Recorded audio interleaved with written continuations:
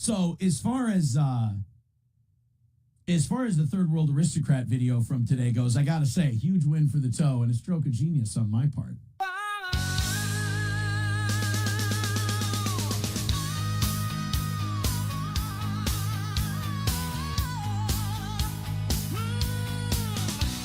Mr. Radio Voice, he's doing his shows. He's roasting some ass and he's picking his nose. He speaks like a pro on the Steel Toe Show. He's making a mess and everyone knows.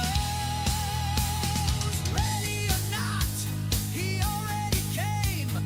April is a hoe and she's snorting for fame. Another win for the toe. Win for the toe. He spilled the beans. He's rooting for rage as he gets her thrice. Another win for the toe. Win for the toe. He had a felony charge, but he's gonna walk. He's got a big mouth and he talks the talk. Another win for the toe.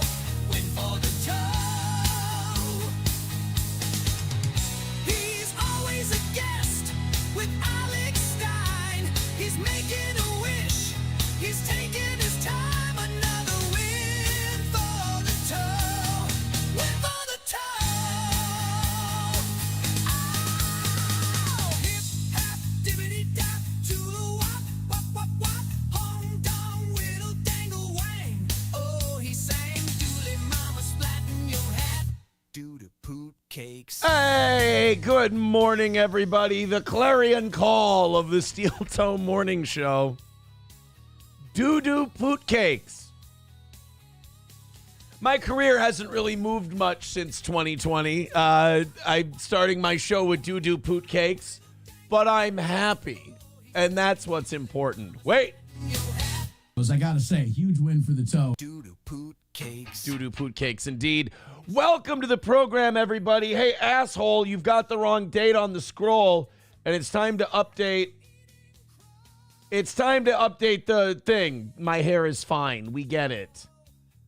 What are we going with today? Let's go with... Can we say the N-word yet?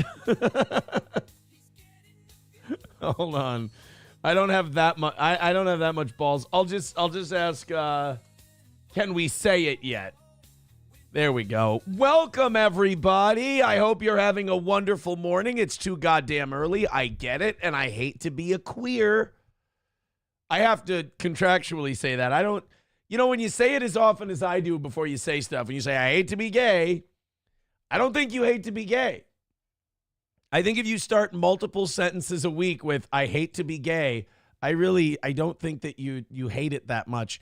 But I was driving in today, and I was driving from SP's, and Gordy's sitting in the back seat, and I'm staring out the windshield as you do when you're driving, and I saw the colors of the sunset. And Bill Burr had a great point. He said men die early because they have an inability to admit that puppies are cute. And this is accurate because I saw that sunset and I did two things, or the sunrise, I'm sorry. I did two things. I went, God, I really prefer the colors of a sunrise to a sunset. And then immediately after that, my brain, not my mouth, I didn't say it out of my mouth, my brain said faggot. To me, that's a problem. That's something we should be dedicating time to. It should be perfectly okay to see a sunrise and go, I can appreciate that. That looks nice. That's a beautiful and pristine thing to look at.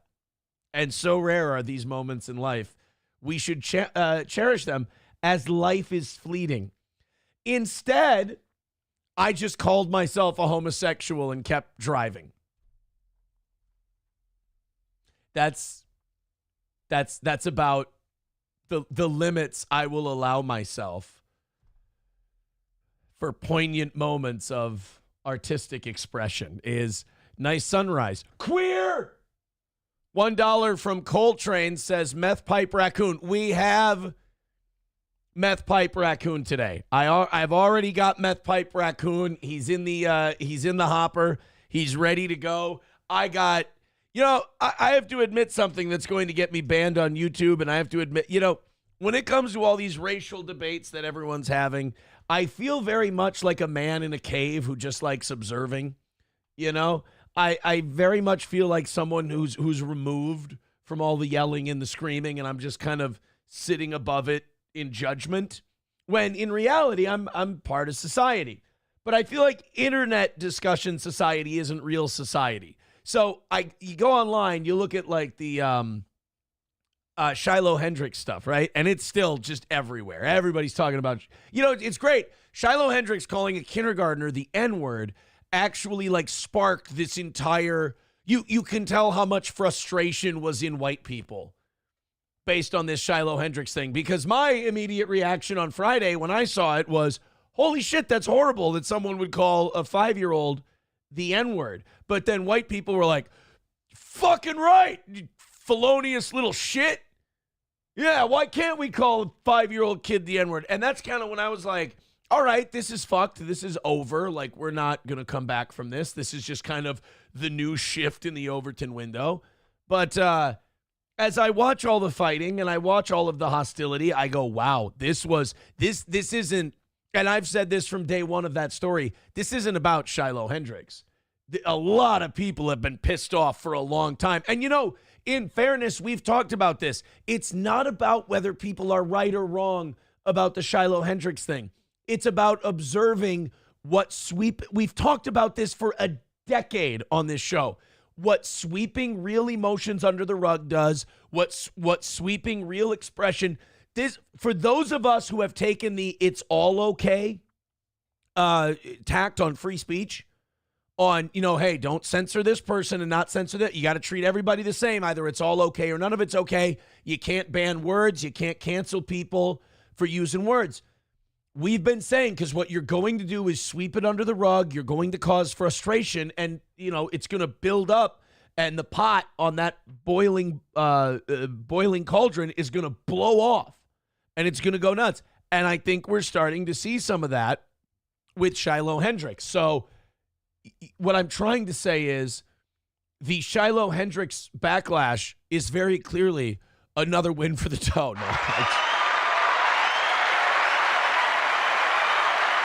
That's not what I meant. But it is interesting to watch people have these discussions and have these arguments that, you watch them talk about it and you're like, this is so clearly not about this thing.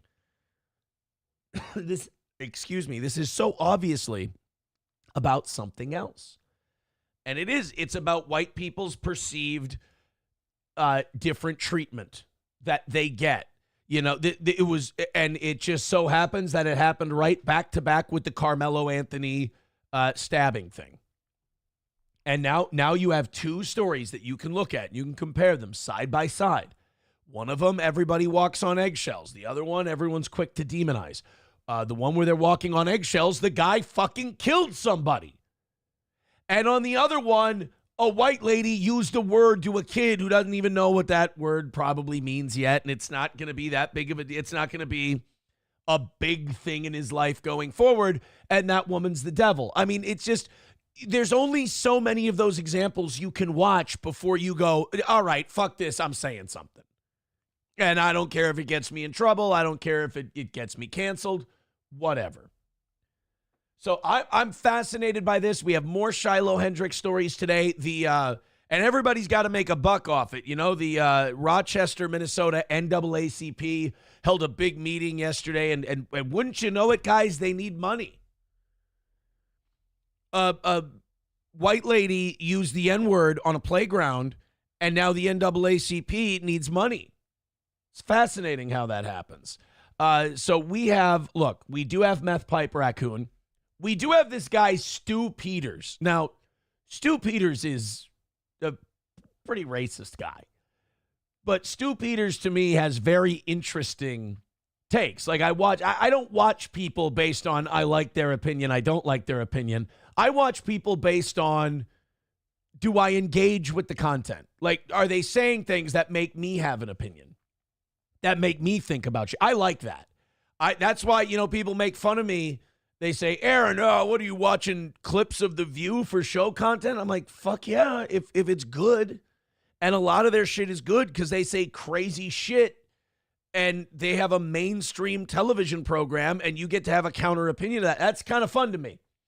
Stu Peters is kind of the same way on the other side of the spectrum, where Stu Peters says wild shit and you're like, whoa, how do I feel about that thing that I just heard? And that is, to boil it down to its essentials, that is what a good broadcaster is.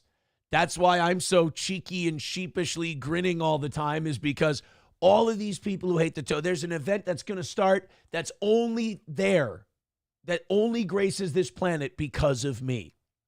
And that's the mark of a good broadcaster. All they have to do is make you think, make you emote, make you have an opinion. It's not to be liked. If you're fighting to be liked, you're going to be fighting a losing battle for the rest of your life. But if you're fighting to be heard and to get people to emote, well then, my God, you came to the right place. J.A. with $2 simply says Slayer. I think everybody can agree with such a simple sentimentality. Miss Tay on my sunrise thing says, Gordy is the cutest. Oh, see, I agree with that. And yes, you are gay. Fuck. All right. Did I said sunset? People are giving me shit. I'm behind in the chat. People are saying that I said sunset and not sunrise. God damn it. Root says, gotta love those early morning sunsets. Pure poetry. Sunrise. Fuck. It doesn't matter. If I would have said sunrise, Hobo would have made some kind of yeast joke about my tits. Acting like I wasn't going to get shit if I would have said it the right way. It's a dream. You dream, General. Bigot on Socialist Media starting us off today with a gifted membership on, well, he didn't start us off, but our first gifted membership over on Rumble. Budman got it. Budman, go ahead and pass that around. Also, if you're on YouTube, gift some memberships because we have our members only show today right after the morning show. I know I said noon.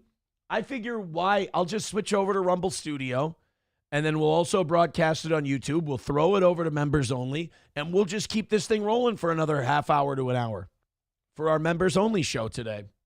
So join us. Gift some memberships on YouTube. Become a member on YouTube. It should be fantastic. It should be fun. L Train says, I'll take Shiloh Hendricks over Keanu Sunday. He says, any day. I got to say, you know what? I got to say Keanu's hotter than Shiloh Hendricks. I will say that. I gotta go Keanu over Shiloh on that one. Phantom X says, Aaron, did you pay Granny last night? Some dude on Reddit posted a clip saying that you did, but it didn't show it on the clip. Yes, I paid Granny last night $25 for him showing up on the program. And then he kept asking me for Kevin Brennan's phone number. I think it was Bapa Shab and Chad Buzamak were both like, just give him Brennan's number. Brennan owes him $100. I'm like, look, Granny and I are finally good. I like Kevin Brennan. Kevin Brennan and I are cool. I'll go on MLC again someday. And I will, but no, I'm not going to give out Kevin Brennan's phone number. I'm not doing it. Let's go to Annoyed Wawa Supervisor. Good morning, Aaron. It's a beautiful day for a sizzly at your local Wawa. Also, our daily special is on Tide single packs. Do as little or as much laundry as you wish with Tide singles, 5 for $5 at all locations. Let's go. Guys, I think Hobo wrote us a poem, and I think it would be wrong if we didn't read Hobo's poem. Before we start diving into news and stories and gossip and all that shit today, let's go through the chat. Let's pick out some cute things. And by God, if Hobo Chili Recipe wants to dig down deep into his masculinity and find the comfort to share with us a poem, then by God, I think we should give him the floor. This is Hobo. Here's some Aaron poetry, all right? Roses are red. Oh, I've heard something like this before. Violets are blue. I see you have cake. Can I have some too? That's beautiful.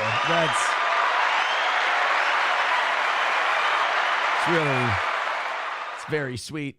191 Redbird with $1 says sunrise, acceptable. Puppies, acceptable. Gordy, demon fag spawn. Well, that's homophobic. It's rather homophobic. McBuster says, holy shit, Karmic X was awesome. He fucked up all of the Melton minions that tried to troll. I don't think you can get to that Karmic, dude. I don't think you can. I think you're barking up the wrong tree trying to get after Karmic. He just, Karmic has that secret key, which is, I don't give a fuck. You can't do anything with someone like that. If they don't care, if they don't take it seriously, if they don't give a shit, and you're just there for their amusement, there's not anything you can do with a guy like that. I don't think you can do anything with Karmic. Because, I don't know, I just think Karmic doesn't fucking care. And I think that that Karmic will just, he'll cut a promo and then fucking log off. People are asking how much for KB's number. Hey, why did this steel chair guy get rid of his comments? He said Kumia gave out Brennan's number for a lot less. Hey, if anyone's in there deleting this steel chair guy, hey. Is this steel chair guy deleting his own comments or is somebody doing that? Knock that shit off, guys.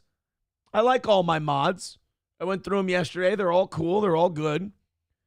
But leave that steel chair guy alone. He's not doing anything. See, I want to go back into the YouTube chat. I want to hang out with some of those people. But people are deleting their fucking comments. Knock that shit off. Leave them alone. All right?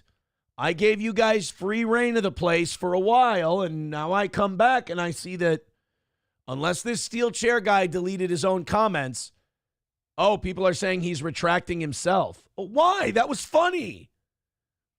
Steel chair guy said Kumia Kumia got a lot less than $100 to give out Kevin Brennan's phone number. That was funny. That was a good time. For God's sake. Let's go to Annoyed Wawa Supervisor says, has Nick texted you asking for the address to that stripper clothing store you used to take Megamind to yet? Javon's Knife Flicks, I like that name, says he cried live for 4 hours straight last night and this morning. I think it's getting to him. Isn't that just kind of his natural? Isn't that what he does? Isn't he just an emotional dude who goes off and rants? Maybe Karmic needs to come back on Steel Toe. We need to bring him back to center. We need to calm Karmic down a little bit. But from what I saw yesterday afternoon, he was on there, and my man was cutting a promo. Oh my God! I was out on the back deck, hobo. I was out on the back deck yesterday. I was bored as fuck. I was doing laundry. I was doing dishes. I had to fight the urge to go golfing again yesterday. So I sat out. I watered the flowers. My son is growing vegetables. He wanted to grow vegetables this year. We're giving it a shot. I watered the planter out back. I watered the big flower bed up front. Got a little gardening done like a good homosexual. And so I sat on the back with an old-fashioned and listened to some music. And I saw that Karmic was live. So I watched for about 2-3 minutes. And he's just ripping it up, cutting a fucking promo, roasting people. And I'm like, you know what? That'll do. I didn't watch after that. So if I missed something, then I missed something. Karmic was 100% in his feels, literally crying tears. Well, I don't know. I just feel like he's an emotional guy. I really do. Miss Tay says he's got a broken heart. Oh, why does he have a broken heart? Why does he have I don't want him to have a broken heart. Chips and Diff says, you do dishes on the deck? No, the dishes are in the sink, in the follow. $1 with Redbird says, how is Melton not self-aware enough to realize that if words could hurt you, we would have driven you to suicide years ago. Yeah, I mean, if I was hurtable in that way, It's getting really gay over there. Like, the desperation is palpable. I think this event has failed. To find out that Nick kept my wedding ring for all this time, that's fucking creepy. That is weird. And now he's going to humiliate April. He's going to humiliate someone else with, I mean, if he's really going to read people a letter I wrote to try and save my decimated marriage before I gave up on it. One last try to bring the coke addict back into the fold. And she responded to it. She said, look, if we buy this house, we can do this. And I went, fuck that. I ain't buying that house. So I was kind of an asshole. We've talked about that letter before. I guess I was kind of a dick because I was like, God, I got to get her off these fucking drugs. I got to get her off this shit. And I was like, oh, because I tried like, you need to get off these drugs. You need to stop doing coke, blah, blah, which is reasonable. But when someone's hooked on coke, they don't think they are. So I wrote this letter saying, I fell in love with someone else. I apologize. I'm a monster. I'm this terrible guy. And then she goes, all right, well, if we buy this house, we can. I'm like, nope, not buying the house. We're not. No. I'm not. Because the whole point was I was like, we got to get the kids away from this shit. We got to, let's put this thing back together, but let's not, if we move out this way, nah, I think I'm good. Your proposal is not acceptable. So I'm like, hey, sorry for saying that you're addicted to coke. I'm a bad guy for doing that. Sorry for falling in love with another person. My bad for doing that. I'm so sorry. I'm a monster. I'm a terrible guy. Oh, okay. Well, let's go buy this house. Nope, see ya. Keep the ring. And then she didn't, which I thought was an awesome move by her. You shouldn't keep that ring. I'd sell it. That's the biggest fuck you to me. You're pissed at me. You sell that ring. Fuck you. I'm taking the money. But instead, Nick couldn't part with it. So he kept my wedding ring. Dude, eternally in cuckatude much. Holy shit. And now that's supposed to be an own. You tried to resurrect your marriage. You're a piece of shit. Okie dokie. Okie dokie. Ryan the Garbage Man says, roses are red, violets are blue. Your golf game sucks. Be a good German and blame the Jews. All right. That's a little... That's not what... By the way, he was Austrian. Can we stop? Us Germans we're not as forward as he is. Los Federales says, Nick's going to melt down the ring and turn it into a Baldo. He can't part with it. Oh, my God. Like the Sonichu medallion is cursed? Maybe my wedding ring is like the Lord of the Rings ring. That's why he's slowly transforming into Gollum. People thought it was the cocaine, then the Adderall and the nitrous huffing and all that shit. What if it's my ring that's slowly driving him insane? Well, quickly driving him insane. That could be it. I didn't know I was such a wanted gal. McBuster says, I told you what our guy reported. Mapamania is going to be even more cringe than expected. They really don't have anything. I mean, and then Melton yesterday is like, we don't have anything, huh? And I looked at it, I go, nope, you still don't have anything. It's kind of like, bro, how are you still this bad at this? I would forgive people if they thought that Melton and I were working together to make me look better. I got to tell you. What is it? Yeah, Veldrain says it's Ricada's Precious. It is, like, look, I have a good sense of humor about it, but like a normal person would see that as remarkably fucking creepy. Really creepy. Buffalo Jockey with $2 says, you're still talking about Nick and the drama. You need to move on. If people bring it up, I'm going to talk about it. I think it's fine. I think it's very funny. I think we have a great sense of humor about it on the show. I think we turn it into really funny content. Like Unforced Ego, who's throwing a shitload of money at us this week. He said, I watch those illicit clips of you talking about this stuff. I think it's funny. McBuster says, Nick is crawling around his house in the garbage on the floor. My precious. Keeps losing it in the laundry he's not doing. Where is it? No! He's threatening to burn down the house just to find it. Redbird with $1 says, you just don't want to admit you lost the ring in his ass after a passionate night of aggressive monogamy between the two of you. That's not at all what happened. And I did not shift in my seat because I'm lying. That's now that visual, that's not gonna help. Miss Tay says maybe the ring will be made into a Prince Albert. For him, it's too big around.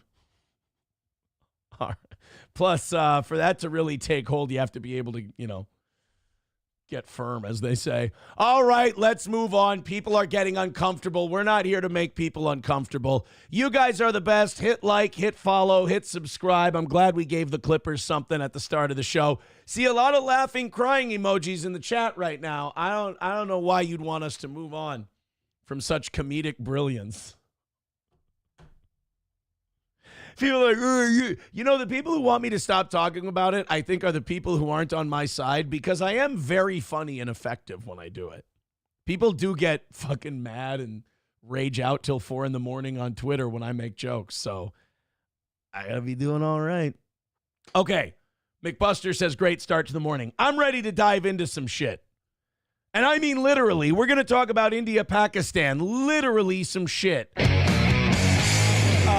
This is, what's funny is they busted out the old Sam Hyde memes for the India-Pakistan stuff. And once again, I don't know how he keeps getting away with it, but nobody picks up on the Sam Hyde memes.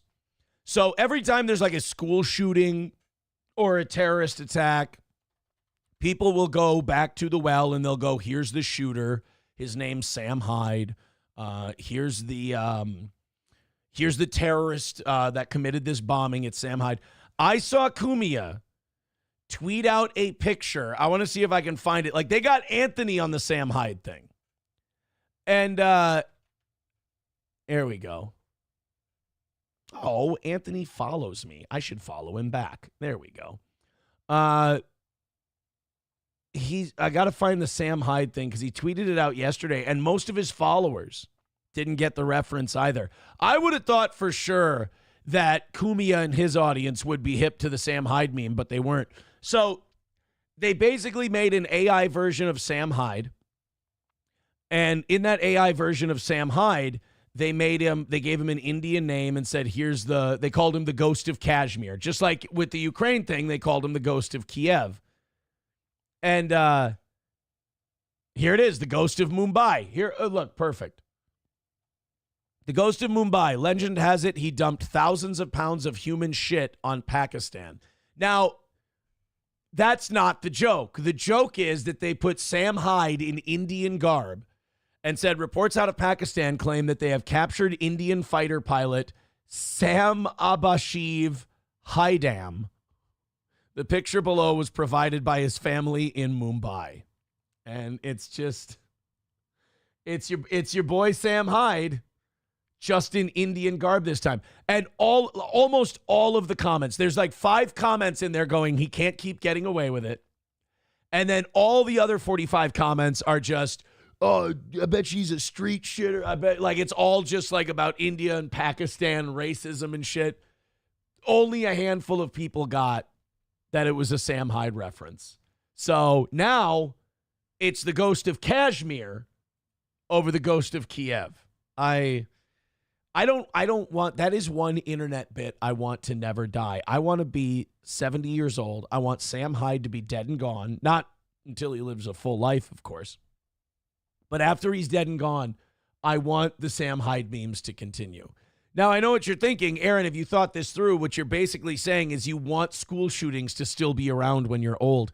Yeah, I'm just at the point now where I really don't think we're ever getting rid of those.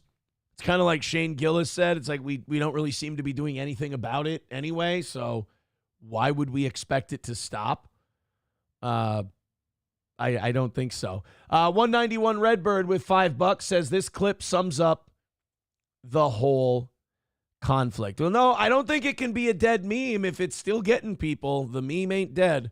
This is Redbird summing up the entire India-Pakistan conflict. This is good because I don't fully understand. this round of the India-Pakistan conflict. So I thought it was about, the disputed Kashmir region and militant attacks and things like that. Apparently, it's a neighborhood sanitation issue. Let's take a look. This is from Redbird.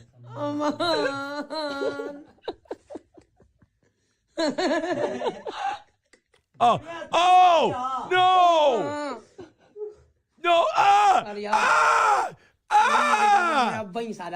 They don't do that over there. Oh, for Christ's sake. I do not understand it. I wash in the river daily. Why do people say I smell like shit?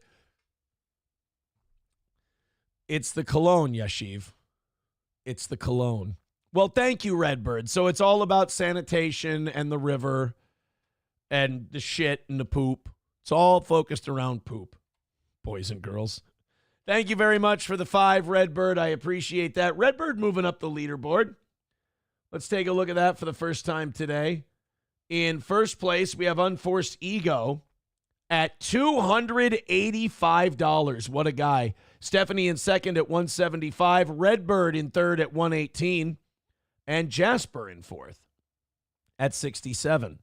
$1 from Dive Bar says you'll never get rid of school shootings because not just like the internet people, the cool kids always have to F with somebody's life. I disagree. I think if you brought back bullying, I think you'd get fewer school shootings. I think when we embraced bullying more, I think we had fewer school shootings. Because, the people who do the school shootings are fucking sociopaths. They're lunatics. They have no humility. The thing that the jocks bullying those kids did, everyone thinks that the bullied kids are always victims. Not the case. Sometimes we have a keen human instinct to recognize danger and to snuff it out before it becomes a problem. And I think that's what the jocks do in high school. I think they sense, they're like, that kid's a fucking weirdo. And in their mind, they think weirdo. But that's just how they interpret the message their brain is sending them. They're not old and mature enough and experienced enough to know what that weirdo entails. But what their brain is sensing is danger. And we need to tamp down that danger. We need to humiliate and humble that person so they don't feel like doing it. They don't have the confidence to grab guns, steal guns, shoot people, kill. Because you do have to think you're the cock of the walk. You do have to be pretty fucking ballsy to grab guns and start killing people. But if you push that down with consistent bullying, now don't get me wrong, you're going to get some innocent people in there, and that's terrible. But you are going to humiliate and humble enough of these fucking psychos to the fact that they go to the basement and they never come out. There's some people who are just not cut out to be around human beings, and the more they are, the more dangerous it is. I think in some ways bullying helped kind of isolate and identify the lunatics. Now, none of what I just said is scientific and could be complete and utter bullshit. But could be onto something. I know correlation is not causation, but for the last 30 years, we've had more and more school shootings, and for the last 30 years, we've been trying to push the bullying down more and more. I'm very close to endorsing bullying. At the very least, I am a full proponent of shame.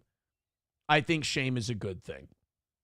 Veldrain with $1 says, I heard that the judge ordered Rekieta to stop referring to his children as sneaky little hobbits. Wouldn't kill him to do some laundry and change their fucking clothes, though, especially when there's court documents saying that they never changed clothes and they were dirty and stinky and hungry. Would be nice if he would, make some fucking effort. Thank you very much, Veldrain, for the $1. So India fired more missiles into Pakistan yesterday. Yay! Because essentially we were trying to make sure that this didn't turn into a full-fledged war between two nuclear powers. And India decided that they hadn't done enough to make that job as difficult as fucking possible for us. So, of course, India says that there were terrorist attacks in Kashmir done by Palestinian militants. And then the way India puts it is these Pakistani militants attack Kashmir. They want to provoke a war so that Pakistan can defeat India. So they say that these militants go in, they make attacks in Kashmir, they kill innocent people, and then they retreat back across the border into Pakistan proper. Now, Pakistan has said if India attacks Pakistan proper, they will retaliate, and that could raise the risk of a war. Well, if these militants want war, if they want to encourage a fight with India, why not attack in Kashmir, run across the border? India's going to track who attacked them, and they're going to go and kill them, or try. And that's going to require firing missiles into Pakistan, which the Pakistani government has said that's an act of war, and we will retaliate. This is, I think India in many ways is being dog walked into war by these Pakistani militants. God damn, man. I hope. See, now this is one of those things. We sit here and we fuck around in Ukraine. We sit here and we fuck around in Israel. We sit and we fuck around in all these places. And now all of us are tired of the United States sticking their nose in places and we want to just stay out of stuff. Now, when an actual crisis comes up between something that does impact us, which is potential war between two nuclear-armed countries, I think that includes everybody. When you're talking about nukes, now it's everybody's business. So, to me, this could be a time where the United States could be a middleman and could negotiate a peace. But now the American people are like, nope, I don't want to get involved in another fucking shithole country's problems. Stay out of it. If we would have stayed out of Ukraine, if we would have stayed out of Israel, if we'd have stayed out of Yemen and all this other horse shit, then people might go, okay, yeah, maybe we should send Marco Rubio over to India and Pakistan and negotiate something. But the American people, rightly so, are so frustrated that they're just like, no, a pox on both their houses. Let me know how it turns out. Fuck them. And then, of course, poop in street jokes. Bigot on socialist media says just because they have nuclear weapons doesn't mean they'll use them. Boy, but isn't that don't you think that's a huge roll of the dice? Hobo Chili says, I don't think they have nukes. Just weaponized curry. Oh, well, I've been getting it wrong, Hobo. I apologize. I'm so glad. See, this is why I'm glad we have the audience we do. They can set me straight on this stuff. I didn't know. See, some people would say that that's just a racist comment that Hobo left. And I'm sitting here thankful because I thought this was a nuclear issue. I've been losing sleep over this. I thought it could be a very serious escalatory problem. But instead, it's just weaponized curry. What was I worried about? By the way, I also know that when I break down a Hobo comment, here's what makes me secure in the broadcaster audience member relationship I have with Hobo. I know that breakdown made Hobo laugh his fucking ass off. And that's what I live for. Roots Calhoun says, India and Pakistan. See, again, you guys are correcting me. I did not know this was the case. They don't have nuclear weapons. I heard it wrong. According to Roots, and this is the kind of hard-hitting analysis you come to Steel Toe for in international diplomacy, they have nuclear weapons. Nuclear weapons. Guys. See, I've been watching the news. I feel so stupid because I must be the only guy who's been hearing new nuclear, not poo-clear. By the way, my favorite Phil Collins song. There's a war that's been on my mind all the time.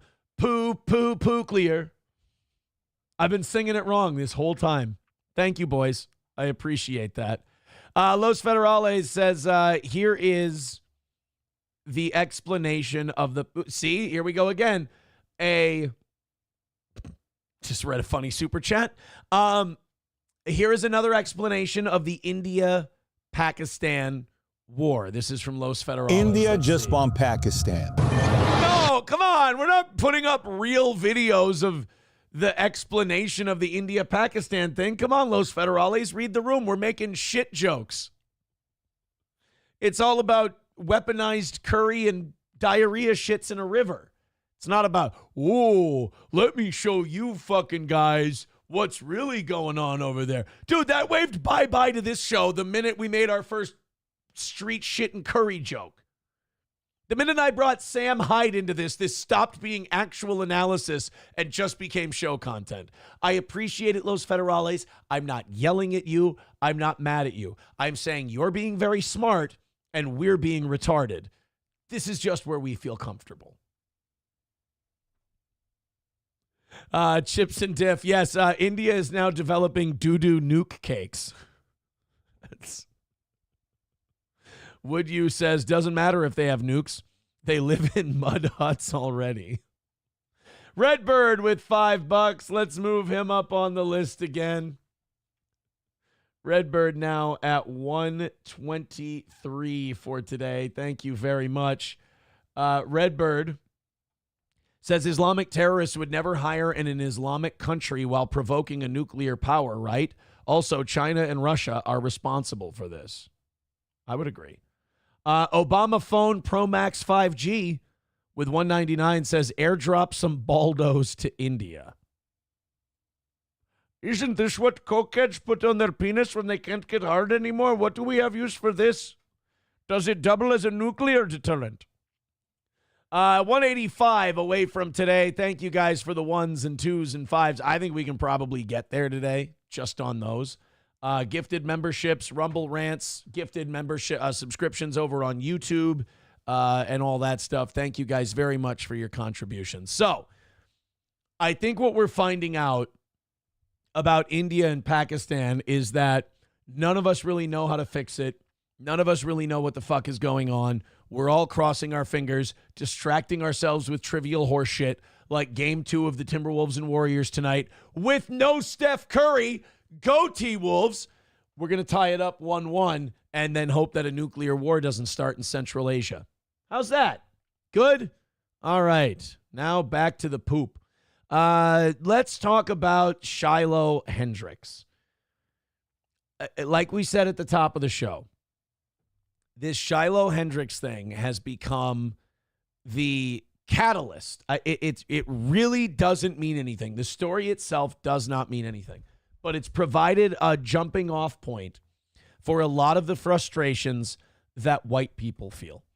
Shiloh Hendricks is making bank off of this whole thing. What's her give, send, go up to? Shiloh Hendricks give, send, go. She was at like 700,000 the last time I checked. $751,906 for this Midland white girl who called. And by the way, you would think that her son got called the N-word, but she called a 5-year-old the N-word. And now she's got $750,000 in the bank because people are, I guess she says people are threatening her life. By the way, donations still coming in 6 minutes ago, 7 minutes ago, 10 minutes ago, 17 minutes ago. So in the last 20 minutes, there's still like 7 or 8 donations. So they're still coming in over at Give, Send, Go. But like the Shiloh Hendricks thing has really just kind of been the channeling story to get, for a lot of people, to get their racial frustrations out. And it's I will say this, it's very strange to look at because it's not like the other race stories that we've been covering the last few years. There is a lot less sorry, apologize for being white, and there's a lot more white people who are like, I'm frustrated, I'm annoyed, it seems like I'm living this double standard. It seems like when somebody of a different race does something fucking despicable, we have to be very sensitive to it. But if a white person does something mildly offensive, we all have to go to church for a year. And that is not crazy talk. That is not paranoia. That is an accurate take of how society treats things. And I hate to be conservative talk radio guy, but this is a Democrat problem because Democrats have done this thing where they have shielded minorities from any criticism in exchange for those minorities voting Democrat. So Democrats don't want it, crime in the inner city happens, or a black guy stabs a black guy or shoots a black guy, or a black guy stabs a white guy or shoots a white guy or a white girl. Don't talk about it. Blah, blah, blah, blah, blah. It's just crime, the terrible tragedy, but let's move on. White person says one word to a 5-year-old stealing her shit she's the devil, she's awful, she needs to be canceled and all this. And this was the one time where people dug their heels in because it was right after Carmelo Anthony got $600,000 for stabbing some poor kid to death. And people kind of drew the line in the sand on that one too. And they're like, fuck that. That's bullshit. We're calling that one out. So then when this Shiloh Hendricks thing happens, And the powers that be go, all right, apologize. She went, fuck you. Power of fuck you. We've talked about that before. And then a bunch of other people got behind her. People who may not have defended her in the past because they're like, you don't call a 5-year-old kid the N-word. That's not okay. That's not an okay thing to do. It's also not a capital crime. So when you overplay your hand and you treat it as a capital crime, and we watch someone who, maybe in a moment of emotionality got a little over her skis, when you go for her head and she goes, fuck you, a lot of people see that and they go, you know what? Yeah, I'm tired of this bullshit too. It does feel like we get guilted a lot. It does feel like we get taken advantage of. We're going to dig in on this one. It's an interesting thing. So now we're at this standoff point. And ultimately, I think this is a good thing. I will say this. It's going to lead to something bad because it could lead to something really, really good, or it could lead to something that makes things way, way worse. And as I've observed the culture in my adulthood, I've always known these incidents and these moments. George Floyd, Trayvon Martin, you name it, Kramer, all of these different things. It never gets better. We never come out of it with a better understanding of each other, or one group going, maybe we should back it off a little bit. And the other side going, maybe we got a little too worked up. It always just leads to more entrenched camps. It leads to more trench warfare. But this is an important moment because it could go one of two ways. It could go to the South Park maxim of either it's all okay or none of it's okay, and we decide, you know what, it's all okay. Everyone can be made fun of, everyone can be criticized, everyone can use their slurs, whatever. Or it can go to none of it's okay. We should respect each other. We shouldn't use slurs. We shouldn't do this. We shouldn't do that. We shouldn't take sides. And either way, if one of those two things happens, this Shiloh Hendricks thing ended up being very good. Now, what I think is going to happen is that everyone's just going to dig into their side and they're going to get, more aggressive on what they believe. And we're going to drift further apart as a country. I was thinking about this while I was brushing my teeth this morning, and I hate even having this thought, but I'm like, how much longer? Like, how much more, racially divisive things need to happen before, even politicians and, media figures go, do we need to start, separating people? Do we need to just, have we just become incapable of living together? It feels like every time one of these things happens, we have that choice of learning something from it and improving, or digging in deeper and becoming more divided. And it's like, okay, but each time you get divided, there's a breaking point in there somewhere. So people are still grifting off this. People are still making money off of this. People are still talking about it. It's very popular. The NAACP of Rochester yesterday. I didn't even know there was a Rochester, Minnesota NAACP. If you've ever been to Rochester, Minnesota, it's where the Mayo Clinic is. It's not exactly the, darkest city out there.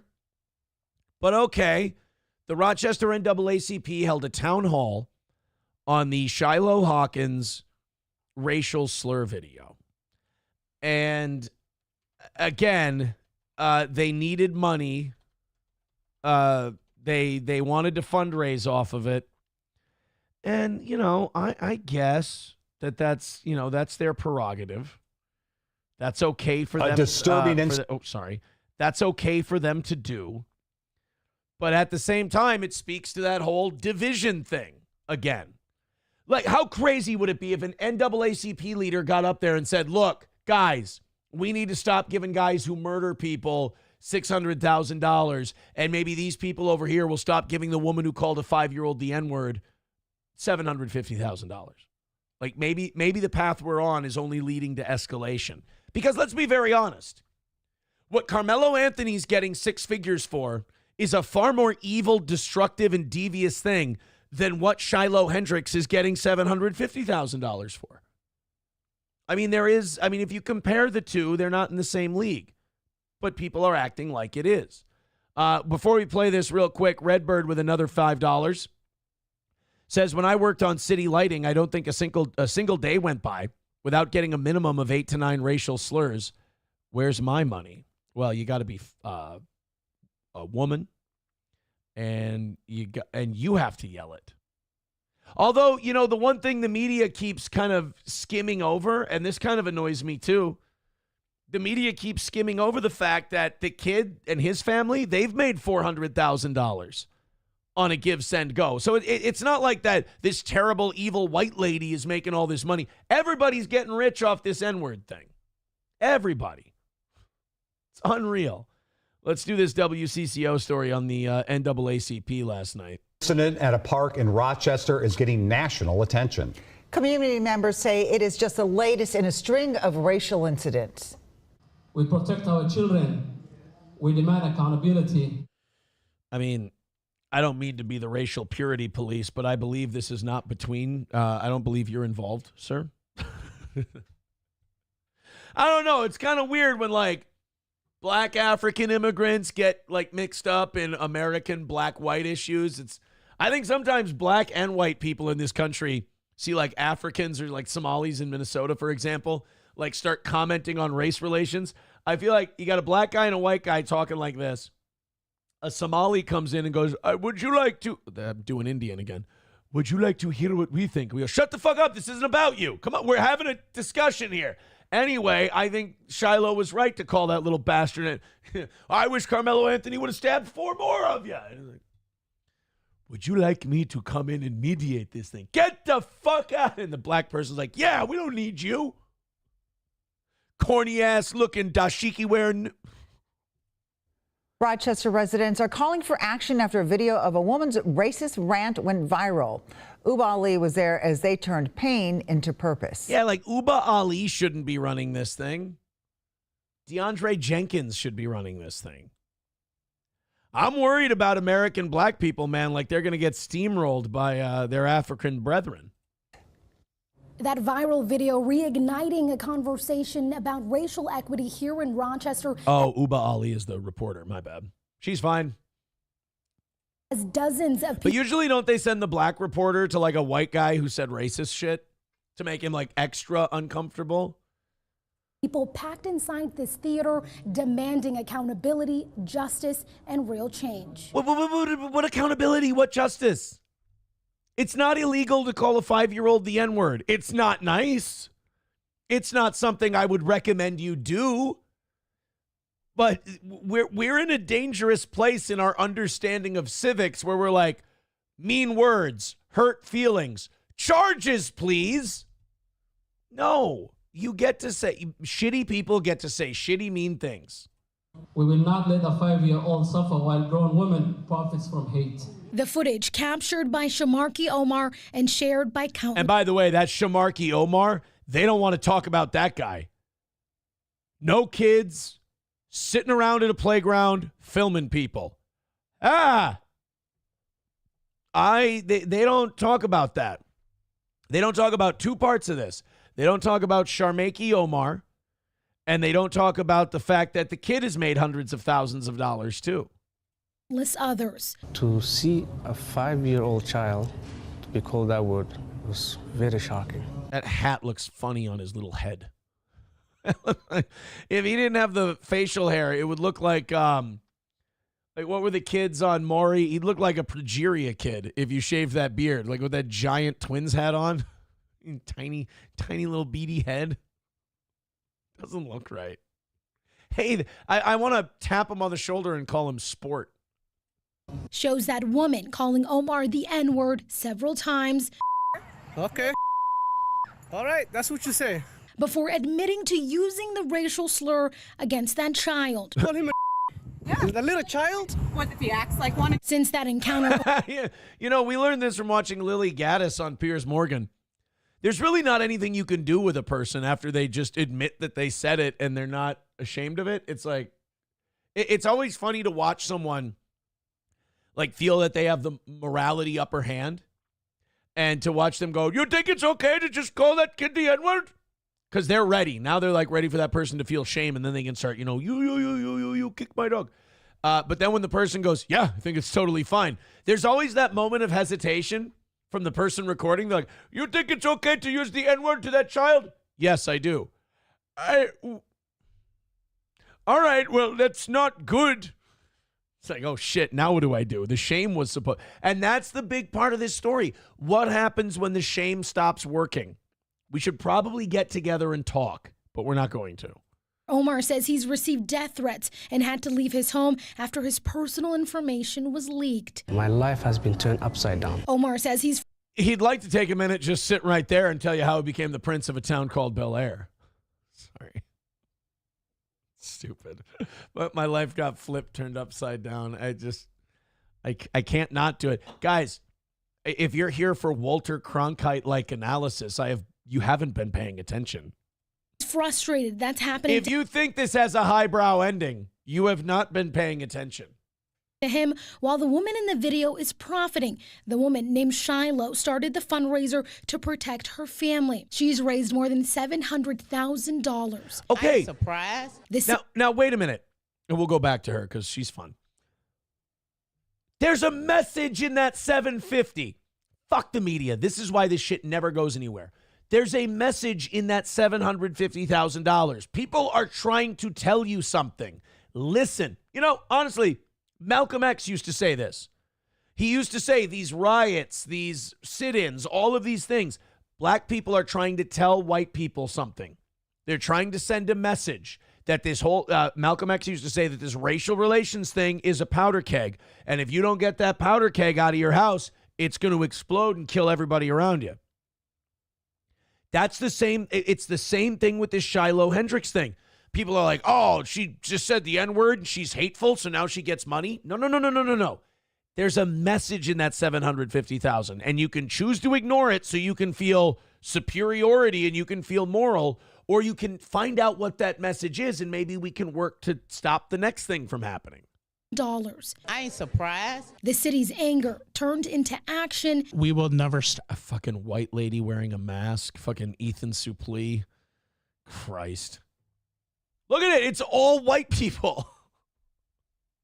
Take the fucking mask off. You look ridiculous. Do you know how much dirtier your hair and face is than anything you're breathing in? You just look unwashed. Action. We will never stop being an inclusive community because of a few sourpusses in our community.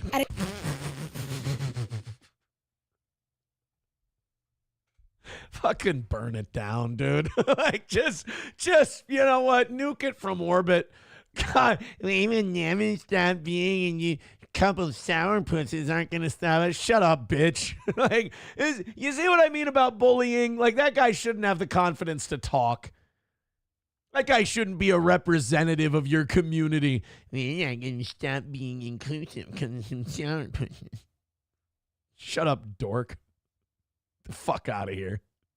That would be funny if the NAACP bullied people and then the white side of things bullied people. Like, maybe we could start having conversations between all the reasonable people. Yeah, excuse me. I just want to say I'm glad you guys are here. And I'm glad we're going to be an inclusive community without all these sourpusses. I'm sorry, what is your name? My name is Josh. That is interesting, Josh. Everyone laugh at the little fag girl.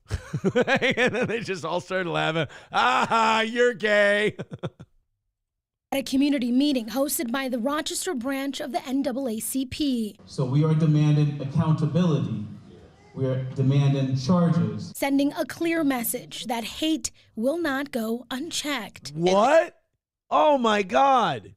Because I thought that it wouldn't go unchecked. I thought that you would just be allowed to be hateful all the time in the streets of Rochester. Wow. Thank you for reiterating something we already knew. Now, remember, when we passed the basket around, everyone put a $5 in there. At the end of the day, these kids. Or you want slavery to come back. Hobo puts the $5 back in his pocket. This is our future. And if we don't stir them in the right direction, they're going to be sitting in the same seat that we sitting in right now. Stir. We got to stir them in the right direction, guys. Remember, clockwise. People are going to tell you, you stir counterclockwise. Those people are Jesuits. They are communists. Don't listen to them. We got to stir our kids in the right direction. Like a pitcher of Kool-Aid. Rochester police say they have concluded their investigation and have forwarded the case to the city's attorney's office. Bro, if that attorney's office, out of white guilt, brings charges against this chick, shit's going to get fucking nuclear in Rochester and around the country. Like, you want to see, like, the counter to the George Floyd thing? They try to charge Shiloh Hendricks with anything, and she has committed no crime. Good person? Probably not. I look at her, I'd probably dislike her. But committed a crime? Not a fucking chance. Not a chance that this woman has committed a crime. And if out of political correctness, they try to charge her with some shit, I really do think that that's going to be a fucked up one, man. I think people are going to have a reaction to that. I do have to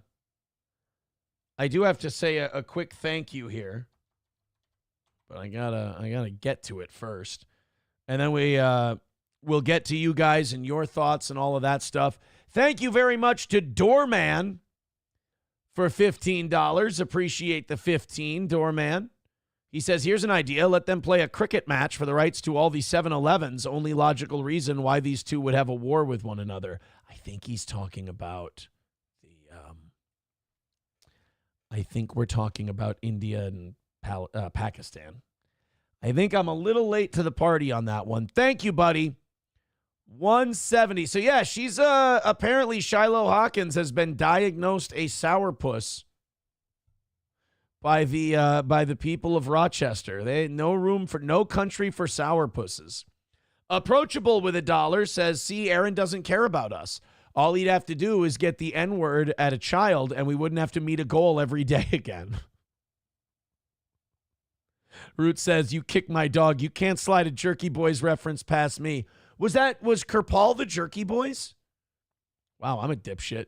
Redbird with $1 says, no one wants to ask why Omar was convicted of kidnapping and R-ing a child and is walking around on probation and stalking children's park. Whoa, whoa, whoa, whoa, whoa. Is that?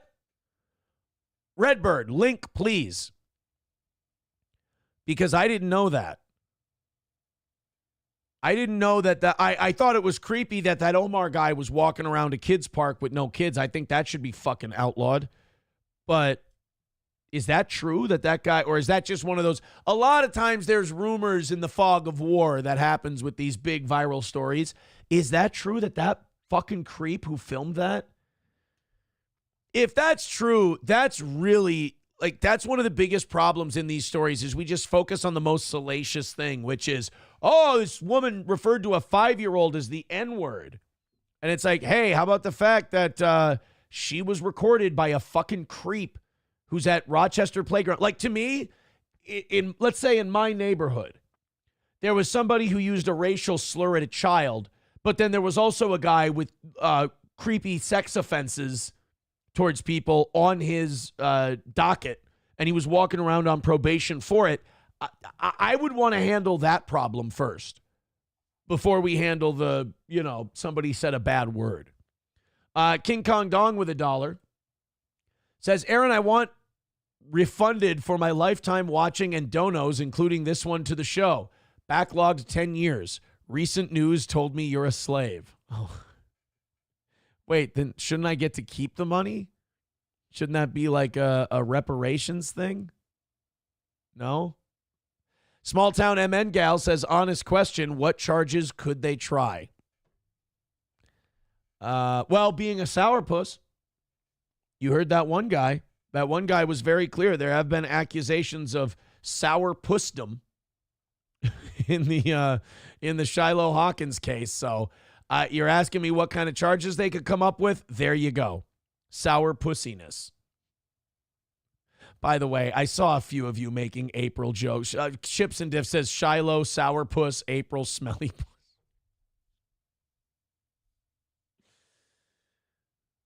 Oh, God. When you take pictures of a house when you're trying to sell it, please get your side pieces douche out of the way. Come on, man. You're just setting it up. How much do you want to humiliate this person? It's like the ring thing. It's like, bro, you ain't humiliating me. After everything I've been through and admitted to and everything else, you ain't going to humiliate me. But you're going to humiliate this other person. And why? Because you're butthurt I told you no.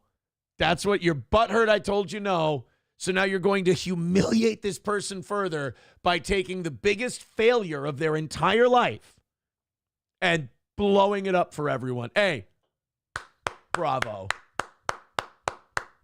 This is the hold. This is the ownership I have over Nick and to a lesser extent, Patrick. It's that Nick says, all these people want to stay private. They want to stay private. Let me flash the wedding ring and a letter and a note because I have to get Aaron. Okay, well, it's not going to get Aaron, and it's going to further humiliate this other person. So I just made you break your promises just because you have to try and wipe this. Why would you want to wipe this beautiful smile from my face? Why would you want to get rid of these gorgeous dimples that people pay money to have put in their cheeks? And why would you want to deprive people the ability to see this gorgeous face every morning? Why? Why? Papa Shah, Bigot on Socialist Media says they're both in love with you. Bro, you don't keep somebody's wedding ring and love letter, so you can't live vicariously through them. It's weird. Bigot says they're both in love with you. My conspiracy theory is, and I admitted that I don't fully believe this. I'm just trying to get it like started on the internet and then, set the fire and walk away. Papa Shah was so proud of me for this. He's like, Aaron, you're learning the internet. I fully believe that because Nick says he's going to Las Vegas by himself. I don't believe he is. I believe behind everyone's back that he said he wouldn't see this person anymore. Nick and April are together. That's why Nick's saying no phones, no recordings, no anything else. He's bringing April with him to Hackamania. And, oh boy, that would be, would that get him in so much trouble? But I think that's what he's doing. I think that's his secret little getaway. 383 Novocaine with $1 says, what does the 5-year-old father have to say about this? Oh, my bad. He was probably out getting smokes. No, it's a Lily White kid. Boy, that just means I'm just basically. I can't believe it. You just made me unforced error myself into a very racist comment. He went, Dad's probably out getting smokes. I'm like, oh, no, total white kid.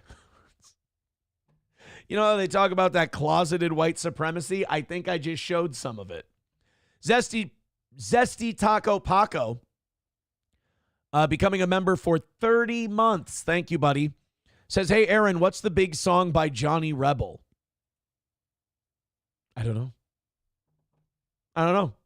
Not sure. McBuster says, Sharmaki Omar, the charges of R-ing a 16-year-old girl were dropped. Okay. So he did come up on charges, but they did end up getting dropped. Interesting. 170 away from today's goal. Check it out. Throw us a like. If you don't have any money to throw at the toe, throw us a like, throw us a follow, throw us a subscribe. Share the show. Over 600 already in the first hour of the program. We're flying up to 800 today. We're bouncing back strong. Go ahead and hit like, hit subscribe, hit follow. It helps share the show.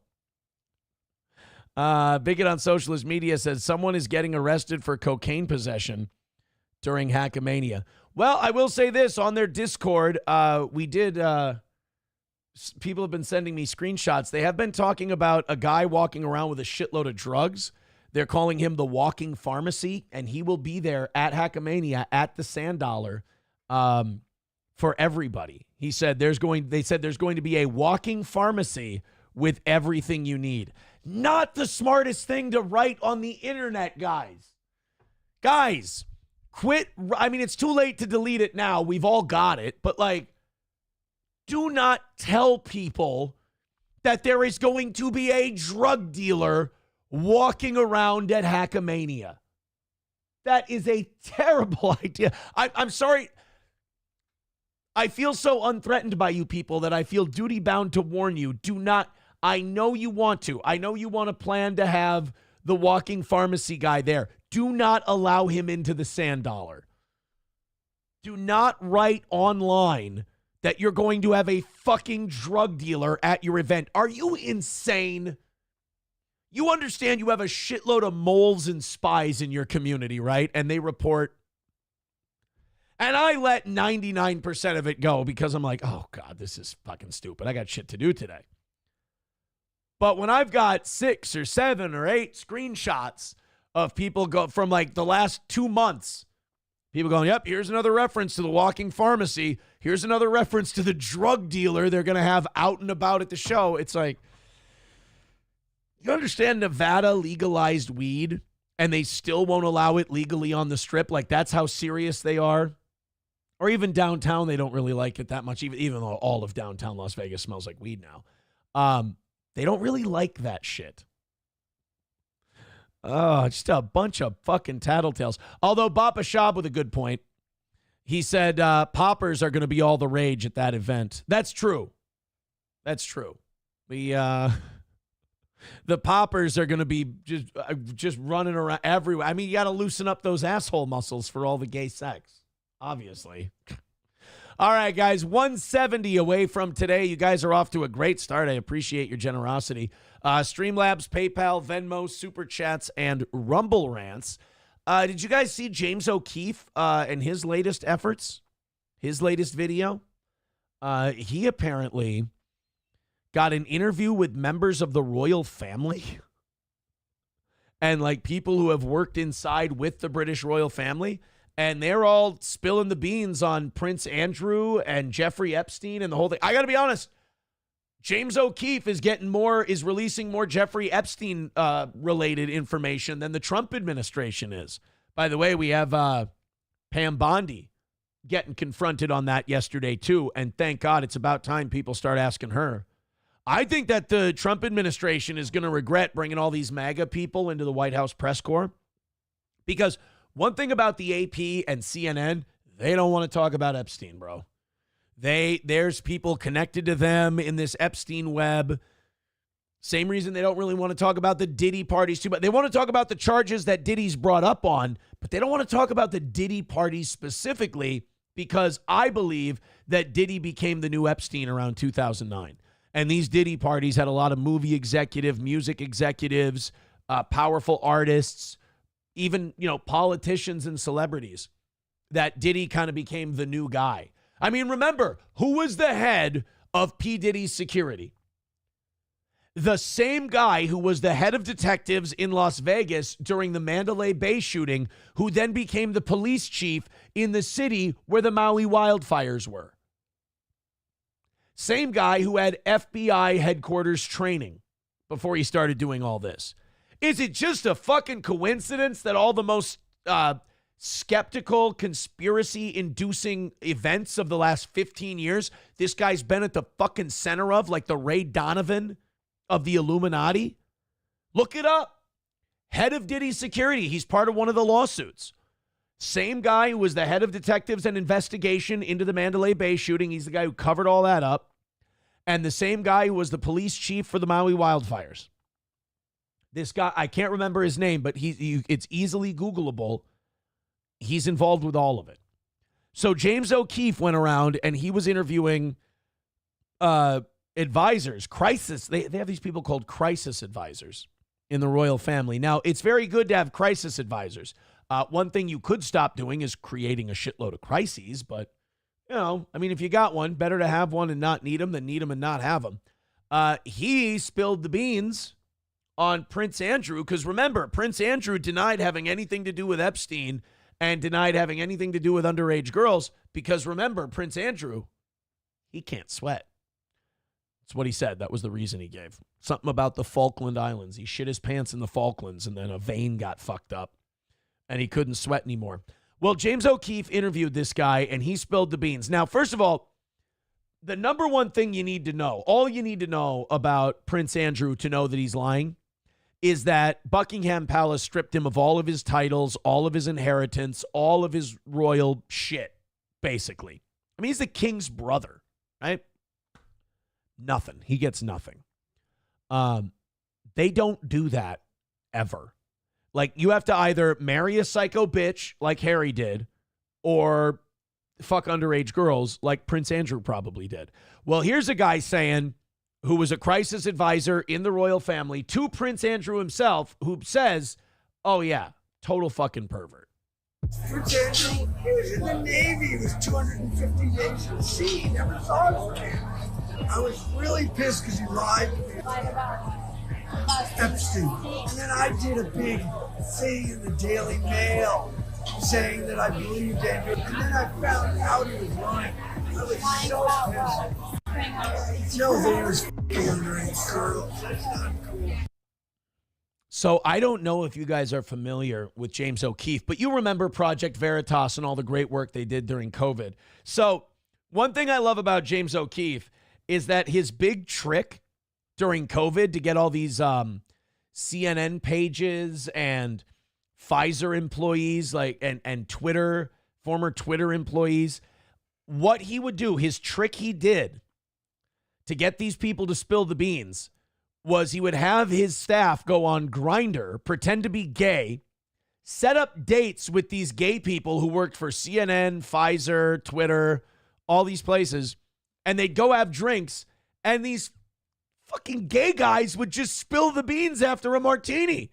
They'd be sitting there drinking. They'd be like, oh, you have no idea. We censor people all the time just for saying right-wing shit. It's so funny. Yeah, no, seriously. No, that's what we do. Like, all the time. I'll give you my password. You can look at what I've done. No, I ban people just for saying they like Trump.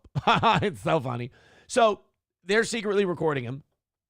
So James O'Keefe would just get these really chatty, alcoholic, hypersexual gays, and he would get them to rat out everything the Illuminati was doing. He finds this guy, pours a few drinks in him, and he's like, Prince Andrew? You know why I was mad at him? He's fucking underage girls. Yeah. He's like, and remember, look, there's people around. Like, this guy's just shouting it. Like, he's just yelling it out there. And James O'Keefe is no longer with Project Veritas. They kicked him out. Once he started uncovering COVID stuff, his own team kicked him out and said, oh, yeah, he's just a bad boss and he's a big meanie head. Ironically, it was around the same time he was uncovering all the shady shit Pfizer was doing. Go figure that for what it is. So now he's on his own, and I think he started O'Keefe Media, I think is what it's called. And about a week or two ago, he posted this video on Twitter saying that he was in fear for his life. He's not suicidal. This is the most dangerous assignment he's ever done. Now, I think some of that is kind of, pumping it up, but this is some of the work he's been doing on this Epstein stuff. He released this 6-minute clip yesterday. John Bryan has been a close confidant to the British royal family for a long time. He worked for Queen Elizabeth II, was, quote, best friends with Princess Diana, and had a long-term intimate relationship with the Duchess of York, Sarah Ferguson. He was fucking Fergie, dude? Isn't that the king's chick? He was fucking the king's... Dude. He was getting the Duchess and the Dookie? Damn, man. Based. According to Bryan, he practically raised Sarah Ferguson's children, the princesses Beatrice and Eugene. And Bryan... Ooh. Not exactly Kate and Pippa, are they? Sorry. Chrissy does look great, though. You got to give her that. And said that he maintained a friendship with Ferguson's husband, the Duke of York, Prince Andrew. I'm so fucking immature. I hear Duke. I just think Dookie. Every time they're like, yeah, the Duke of York. I'm like, aha, poop. I shouldn't be allowed to have a show. 170 away from today's goal.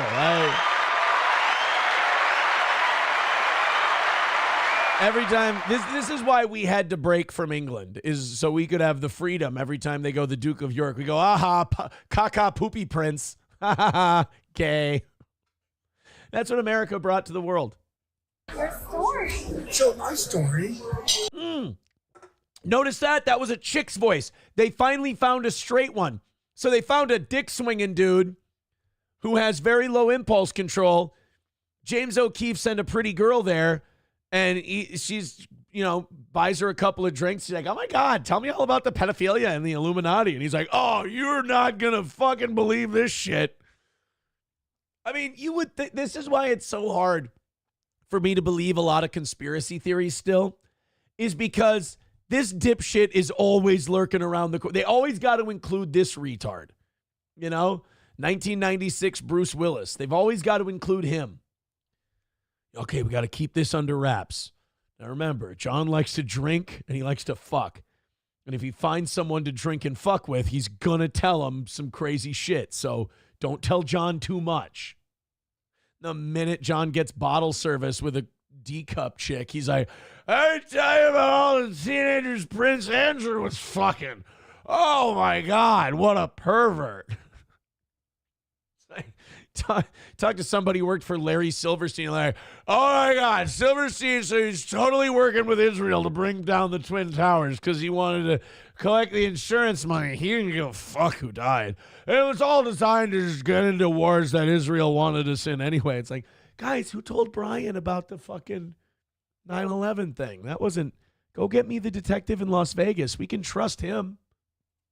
You want me to list them? Like, I've been so famous at times when I was on the front page of every newspaper.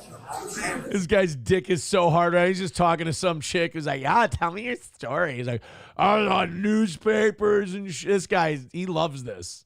Because I was working with the Queen of England. Okay. You know, she was Queen Elizabeth. I was working with all the families. Princess Diana was my best friend. And I met. He is fucking hammered, dude. He is blitzed. Good for him, man.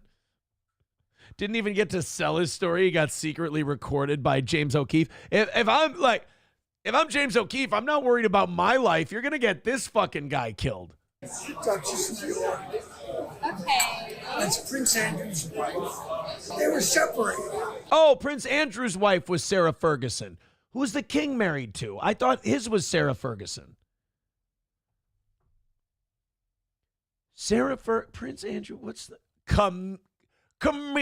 Camilla Parker Bowles, right? That's the king's wife. I'm sorry.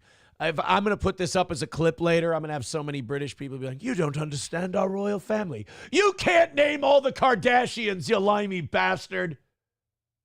Sorry. Or the Bacon brothers. Or the Baldwins. Don't forget Billy, you fucking asshole. Everybody forgets poor Billy. And Sarah and I sort of fell in love. And we lived together for like 7 years. It's fucking my life if the polycule hadn't fallen. But thank God, I didn't want to end up like this guy. In my house in England. And I raised their 2 little children. They're so cute. Beatrice and Eugenie. Wait, one more time. Beatrice and who? One more time there, Johnny? Johnny, you better pop a blue chew or two, bud. Your blood's a little thin right now to be getting that soldier to attention. You are fucking ripped right now, bro. One more time, I gotta hear him say Eugenie's name. Beatrice and Eugenie. Beatrice and Eugenie. He sounds like Eugene, the wrestler. Eugenie and Eugenie. Those were my children. Those were my kids. I raised those kids. Day to day raised. I was father to those kids. Yeah, he actually changed their clothes day to day. What a guy. What a father, huh? Prince Andrew's connection to Jeffrey Epstein emerged in 2010. Fucking gay hat-wearing asshole. This is why I'm glad that we broke from that country. We made awesome baseball caps of our favorite teams and funny slogans on them. You guys are wearing gay Punxsutawney Phil hats. Get the fuck out of here, England. When photos showed them walking together in New York's Central Park. Epstein had already been convicted in 2008 of procuring a 14-year-old girl for prostitution. In 2014, a woman named Virginia Giuffre alleged in a Florida court filing that Jeffrey Epstein paid her to have sex with Prince Andrew when she was 17, a minor. On April 25th, a few weeks ago, Giuffre died by, quote, suicide. Prince Andrew, quote, by quote, suicide, very important. Although Virginia Giuffre was fucked up. You know, there's some of those people who they die like the Seth Riches and the Vince Fosters where you're like, whoa, whoa, whoa, whoa, whoa, this is a giant red flag.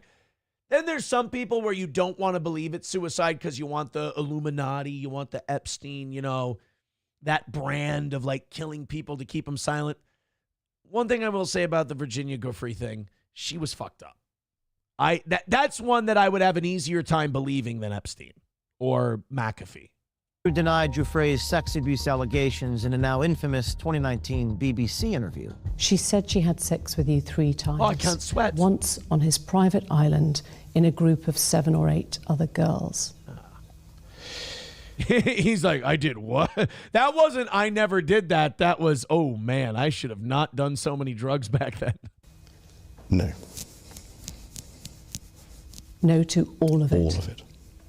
Absolutely no to all of it. I'm just getting liar vibe off of him. The interview was a public relations disaster for the royal family and prompted the Queen to strip Prince Andrew of his royal duties. In the aftermath, the Dookie got spared of his duties. The diarrhea Dookie doo-doo doesn't get to be Dookie duties anymore. If you're watching this as a clip right now, welcome to Steel Toe. It's a fantastic show. With the Daddy Doo-Doo Dookie Doody doesn't get to be Daddy Dooku Doo-Doo Dookie Doody anymore. Some highbrow shit.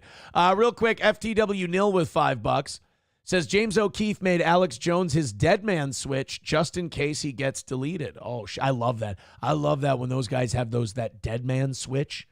Like, I got 5,000 pages of shit, and if I die, you release all of it. That's fun.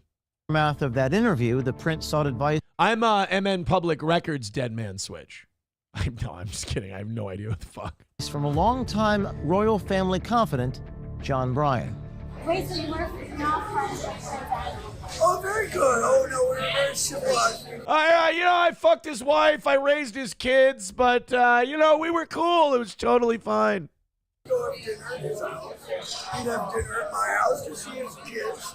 So then we go on a holiday in the south of France, and I get a big property, like 10 acres, right near Saint-Tropez, right? Nobody has 10 acres. I'm on the biggest. This is not a guy doing a tell-all interview. This is a guy swinging his dick for some young chick he met at a bar. Property, beautiful house. And I rent it so that we have privacy, right? Because the paparazzi are everywhere. There's hundreds of paparazzi, not 10, not 20, hundreds. I know. This guy, look, this is where this guy has the worst, perception issue ever. He's on a date with a chick, and he's rambling on about himself, and he thinks she's interested. That's like red flag number one. You're on a date with a woman. She should be talking about herself. If you want it to go well, get her talking about herself. The fact that this guy's like, let me tell you about vacations I took with this chick I was fucking and her kids. If you're telling those stories and the girl's going, yeah, so what happened next? You're getting played, bro. You're getting worked. This guy's chattier than the fucking gay dudes O'Keefe stings. And this is already when Prince Andrew. Yes, Prince Andrew. His own thing. Yeah, he's on the fucking. He was in the Navy. He was 250 days at sea. He never saw his kid. 2 weeks after Prince Andrew's BBC interview, John Bryan was brought to the Royal Lodge, where Prince Andrew lives, to offer crisis management advice. According to The Telegraph, the meeting was conducted discreetly. At the royal residence, Bryan observed that Prince Andrew was visibly distressed and struggling to focus, reportedly unable to concentrate for more than 40 minutes at a time due to the strain he was under. Bro, I have a hard time focusing for 4 minutes at a time. That's 40 minutes? Jesus Christ, I better be watching a movie. As reported in the Daily Mail, John Bryan constructed a 5-page document emphasizing that Prince Andrew should publicly show empathy for Epstein's victims. So Prince Andrew gets in trouble. So the guy fucking his ex-wife and raising his kids has to then come up with a crisis management plan for Prince Andrew. What the fuck is up with the royal family? I'm so glad we broke from you guys. You British people are fucking weird, dude. Back in November 2022, Brian publicly stated that he believed Prince Andrew was innocent of the claims made against him related to the Jeffrey Epstein sex trafficking scheme. Now, in our exclusive hidden camera undercover footage, John Bryan reveals for the first time that Prince Andrew did in fact have sex with underage girls. Isn't it fucked up? You know what I just thought of? As big of a bombshell as that is, this is the same guy that went into the Acorn offices dressed in that Halloween pimp suit with a woman and like tried to get her tax breaks and shit for being a hooker. Remember that? That's James O'Keefe. That's how he became famous. Like in 08, 09, when Obama just became president. Remember he was strutting around like Kramer with the pimp suit on? He's like, we went into the Acorn offices and they helped my bitch get fucking interest-free loans and shit. That brought down Acorn, like as a community organizing group that got taxpayer money. Like James O'Keefe brought down Acorn. That's how he got famous. Just a little shithead little kid wearing a pimp suit. Was he already cheating? Like, involved with like other girls. I was so pissed about that. I was really pissed. I was really pissed because he lied to me about it. Lied about Epstien. Yeah. No, It just, the fact that the guy is on a date, like it doesn't occur to him. He's like, oh, this guy's so pussy struck. He's like, this girl is so into me. Like, forget the fact that all she's doing is asking him Epstein questions and Prince Andrew questions, and he's not putting two and two together. Like, I don't know how many dates he's been on, but women aren't like, hey, are you involved in any, like, secret pedophile rings or anything like that? You know, just asking, just making conversation, you know? I knew he saw him, but he lied to me that he was such a close friend. I was so pissed. I mean, yeah, of course he was a close friend. I mean, you fucked his wife. And then I did a big thing in the Daily Mail saying that I believed Andrew. And then I found out he was lying. I was so pissed. No, that he was f***ing underage girls. That's a good Now, way. our newsroom has... You know, that's a good way to score points on a date when you tell a girl that you don't think fucking underage girls is cool. That's a win. That's a win right there. That's a point in the plus column for you, buddy. Some concerns about where this investigation is headed and who may be implicated. But our only motivation in doing these stories is the public's right to know. And if this report and our subsequent reports shine a light into darkness and expose evil, then we are willing to take the risks. Fuck. At the end of the day, child victims of Jeffrey Epstein need to be protected, and the people involved need to be held accountable by law enforcement immediately. Without accountability, our notion of freedom is just an illusion. We're going to be breaking our next stories exclusively at O'KeefeMediaGroup.com. I got to sign up for that. You may see this Project Veritas sign behind me. Stay tuned for next week. Did he get Project Veritas back? Good for James, man. That's awesome. Holy shit. So people in our audience are telling me that he's got a kill switch button and that if he dies, Alex Jones is going to release all this stuff. Ooh, boy. This is spicy. I bet you Prince Andrew is sweating now. If he's able to sweat, I bet you that sweat is pouring out at this point. Yikes, dude. Now, Dysrhythmia says, according to Project Veritas X, he didn't get it back. Well, then what the fuck is the Project Veritas sign doing there? Oh, interesting anyway.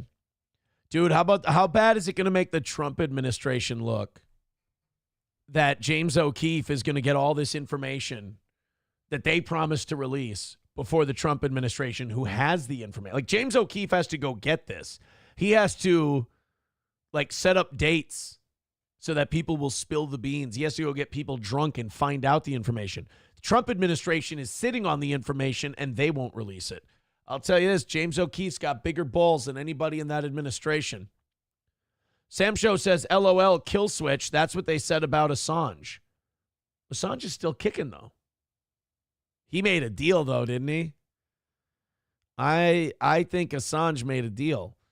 They're saying Alex Jones is definitely a Fed. James O'Keefe is controlled opposition. Really? I don't get that vibe. I don't get controlled opposition from James O'Keefe. He's uncovered too much. I don't think controlled opposition. I just think the stuff he reveals, people don't dig that deep, so they've never heard of James O'Keefe. They don't watch any of his stuff. Like the stuff that came out on COVID, you can't tell me that that's stuff that the people who quote-unquote control him wanted to get out there. Like, to me, that's just James O'Keefe is like, look at all this crazy shit I found. And the American people were like, yeah, we don't pay attention to any of that. That's the vibe I get. Maybe I'm wrong. Kash Patel was on Stu Peters' podcast 8 times before his, quote, Jew run, says Bapa Shab. We've got some Kash Patel. We've got some Pam Bondi coming up today. In fact, let's do that next since we're on the topic. 700 people watching the toe. Let's get to 800 today. Thank you.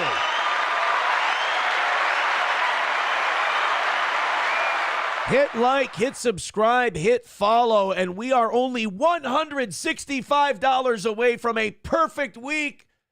11 out of 12 or 12 out of 13 perfect weeks and 7 straight perfect weeks. If we can pull this one off, this would be a perfect week without a single missed goal where we didn't have to make it up later. 165 away from today. And thank you. I didn't thank Rumble Creator Program. We've been bringing in nice numbers on that Rumble Creator Program. It's bringing in extra revenue. We were able to knock $85 off the goal today. So, like I said, that new revenue that's coming in for the show right now, we're passing that all right along to the donors of this program. Mr. Beat says James O'Keefe is fucking Douglas Murray. Come on, don't ruin this for me. I want to believe that James O'Keefe is one of the good guys. Let me be Cyrus or whatever his name is in The Matrix. Let me just believe that the stake is real. Not Cyrus. What the fuck was his name? Joe Pantoligione guy. Ralph Cifarello. Who was Ralph in The Matrix? It wasn't Cyrus. That's John Malkovich in Con Air. Fuck, man. Somebody's going to have it in the chat for me in just a second here. Ralph Cifarello in The Matrix. I can't even remember the actor's name. It's Joe Guinea. Cypher. Thank you, Cypher. Now it's...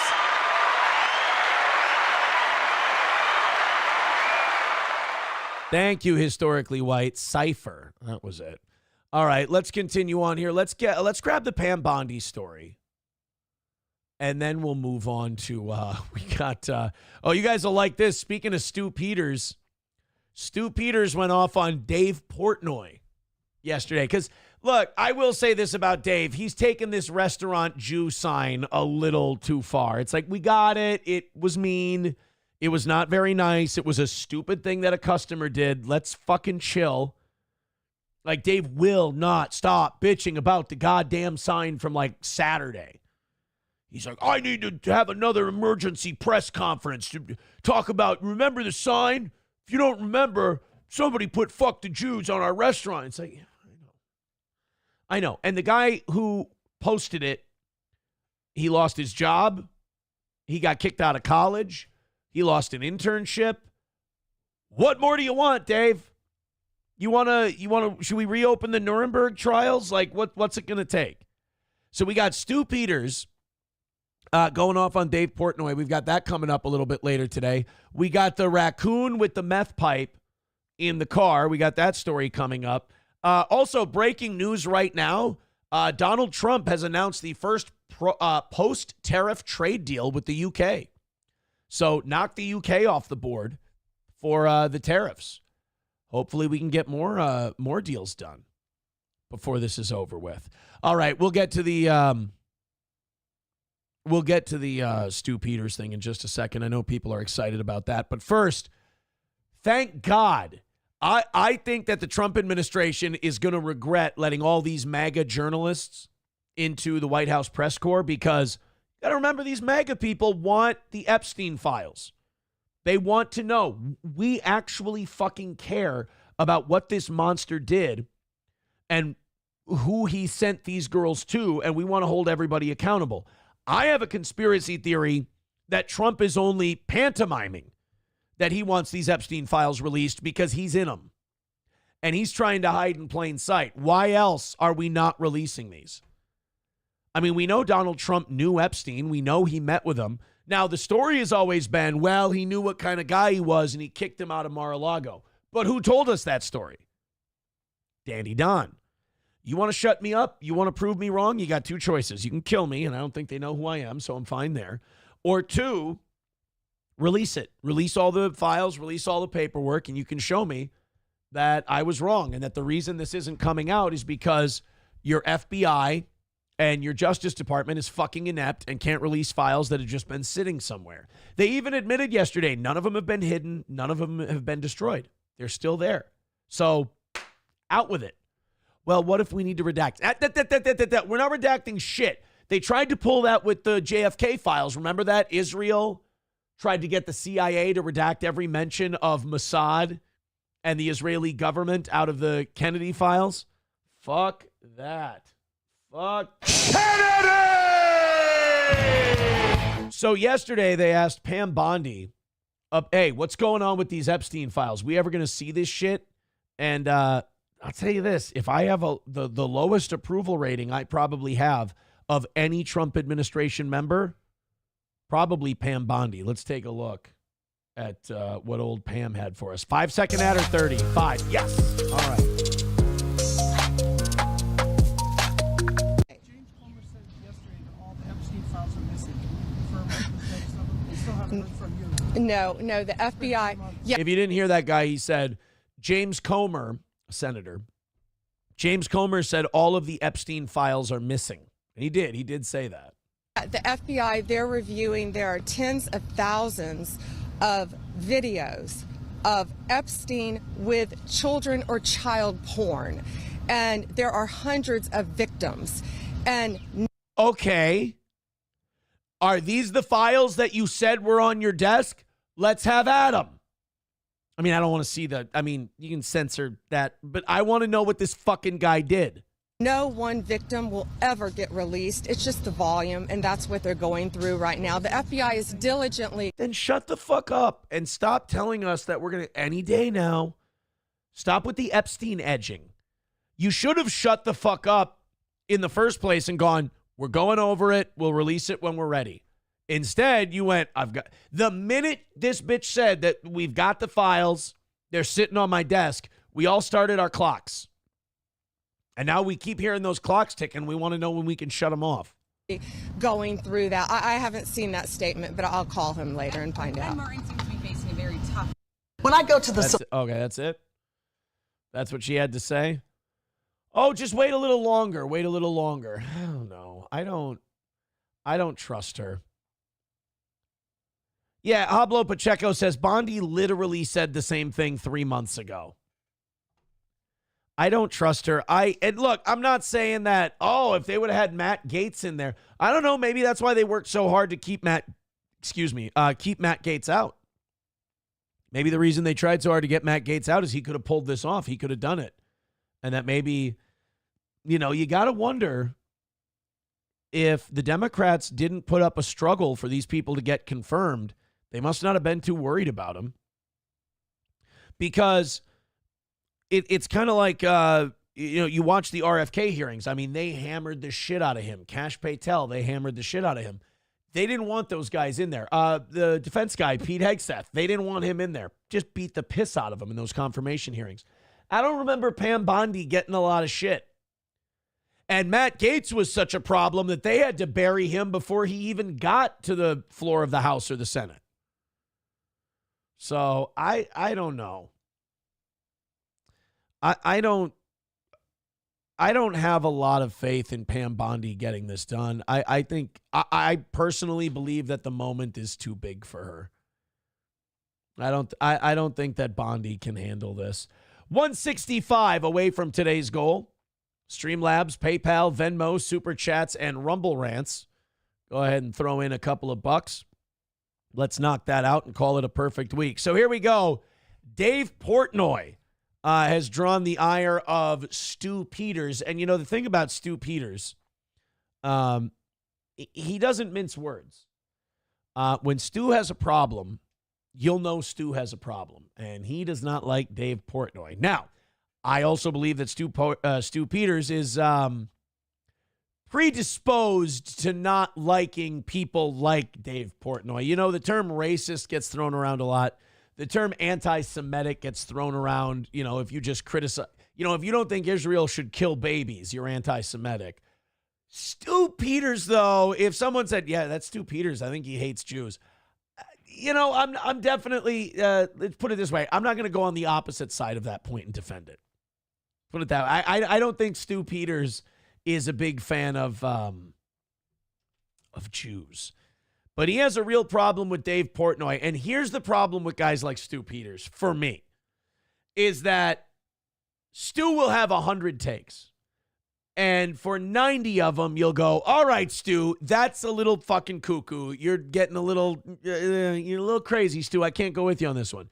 But he'll have 1, 2, 5, 10 out of 100 where you'll go, all right, look, I know he's probably a little racist. I know he's a whole lot anti-Semitic, but yeah, he's probably got a point on this one. And on the Dave Portnoy thing, while I don't agree with the adjectives that he used for Dave Portnoy, I do believe that Portnoy is milking this restaurant bar sign thing way too much. We got a Stu Peters clip here for you. 5-second or 30-second ad? I think he's just a 5-second ad guy. I don't think he's a 30. I don't think Mediaite sees him as sell a 30-second ad kind of a guy. Oh, shit, might not be any ad. There we go.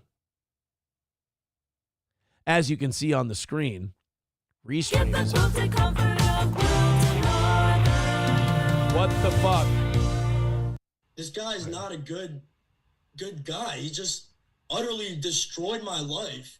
No. Oh, this is that Armand Khan or whatever his name is. So this is the guy who paid the money for the bottle service at Dave Portnoy's bar. And you get to put a message on a sign at the bar when you buy bottle service at the Barstool Sports Bar. And this guy put "fuck the Jews" on the sign. This pissed off Portnoy. He didn't like it. This guy, not a big fan of Israel. He's feeling a little frustrated and thought it would be kind of like edgy boy funny to put "fuck the Jews" on there. And now this guy's got kicked out of school. This guy lost his job, lost his internship. I mean, he's lost the whole deal. I think he raised like 10 grand on a GoFundMe for himself. So he went on Stu Peters' show. And I can't imagine that Stu Peters and this guy would have a lot in common on a lot of political things. But Stu Peters wanted to talk some Portnoy shit. He's not a good guy. He's a filthy Jew. But tell me. Jesus! Fucking Sam Show just walked in the room. I knew that line was coming somewhere in this clip. I didn't know that it was just Stu just firing the first shot right off the bat. My life. No, he's not a good guy. He's a filthy Jew. Jeez. See, like, people will tell me, they'll give me certain media personalities. Because a lot of my audience is, some of my audience is more radical than I am. I'm not that radical of a guy. I got some, like anybody else, I got some left shit, some right shit, and some weird shit. But Stu Peters is not one of my weird shits. I got some people like, Aaron, you got to watch this Stu Peters rant. You'll love this guy. And I'll have to tell some of my audience, I'll be like, guys, I don't hate Jews. And they'll be like, what? You don't hate? I'm like, no, I don't hate Jews. I don't want to fight Israel's wars. I don't like Israel. I don't like their government. I don't like what they do. And I also think that they're very dishonest about what they do. But like, if I see a Jew, I can also recognize patterns in media, in movies, in banking and shit. Like, I can recognize that. I can look at a last name and I go, ooh, that fits a stereotype. But if I see a Jewish person or I meet a Jewish person, I don't dislike them. I'm fine with them. I like anybody until they give me a reason not to. So people will try to send me Stu Peters shit, and I'll just be like, guys, Stu and I are not on the same page.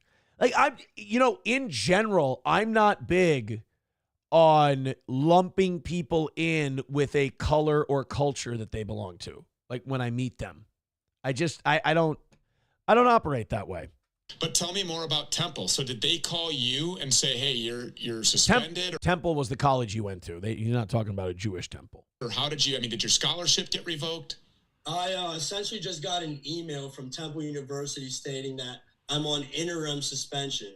So until further investigation goes on, I'll be honest, an event similar to this happened a couple months ago, and I talked to my friends. They said that, brother, trust me, you're looking at nothing short of an expulsion. They're not going to take this lightly. I said, look, man, I already kind of think that. I have and this is maybe a rhetorical question. I don't know. But one thing that's bothering me is like this kid, one mistake and he's getting kicked out of school. I mean, he was dumb to post it on Instagram. Yeah. But like, it's hard for me not to take it personally. If this kid would have wrote fuck Whitey and posted it on Instagram, would he be kicked out of school? Maybe he would. Like, I'm asking you guys. You can answer this how you want in the chat, and I'll get back to you in a second. But like, if this guy would have written "fuck Whitey" and posted it on Instagram, would Temple kick him out of school? I don't think they would. I really don't. Now, I think if he said, like "fuck all Muslims," I think they probably would have kicked him out of school for that too. It's hard to be a part of a group where you know that people can talk endless amounts of shit about you.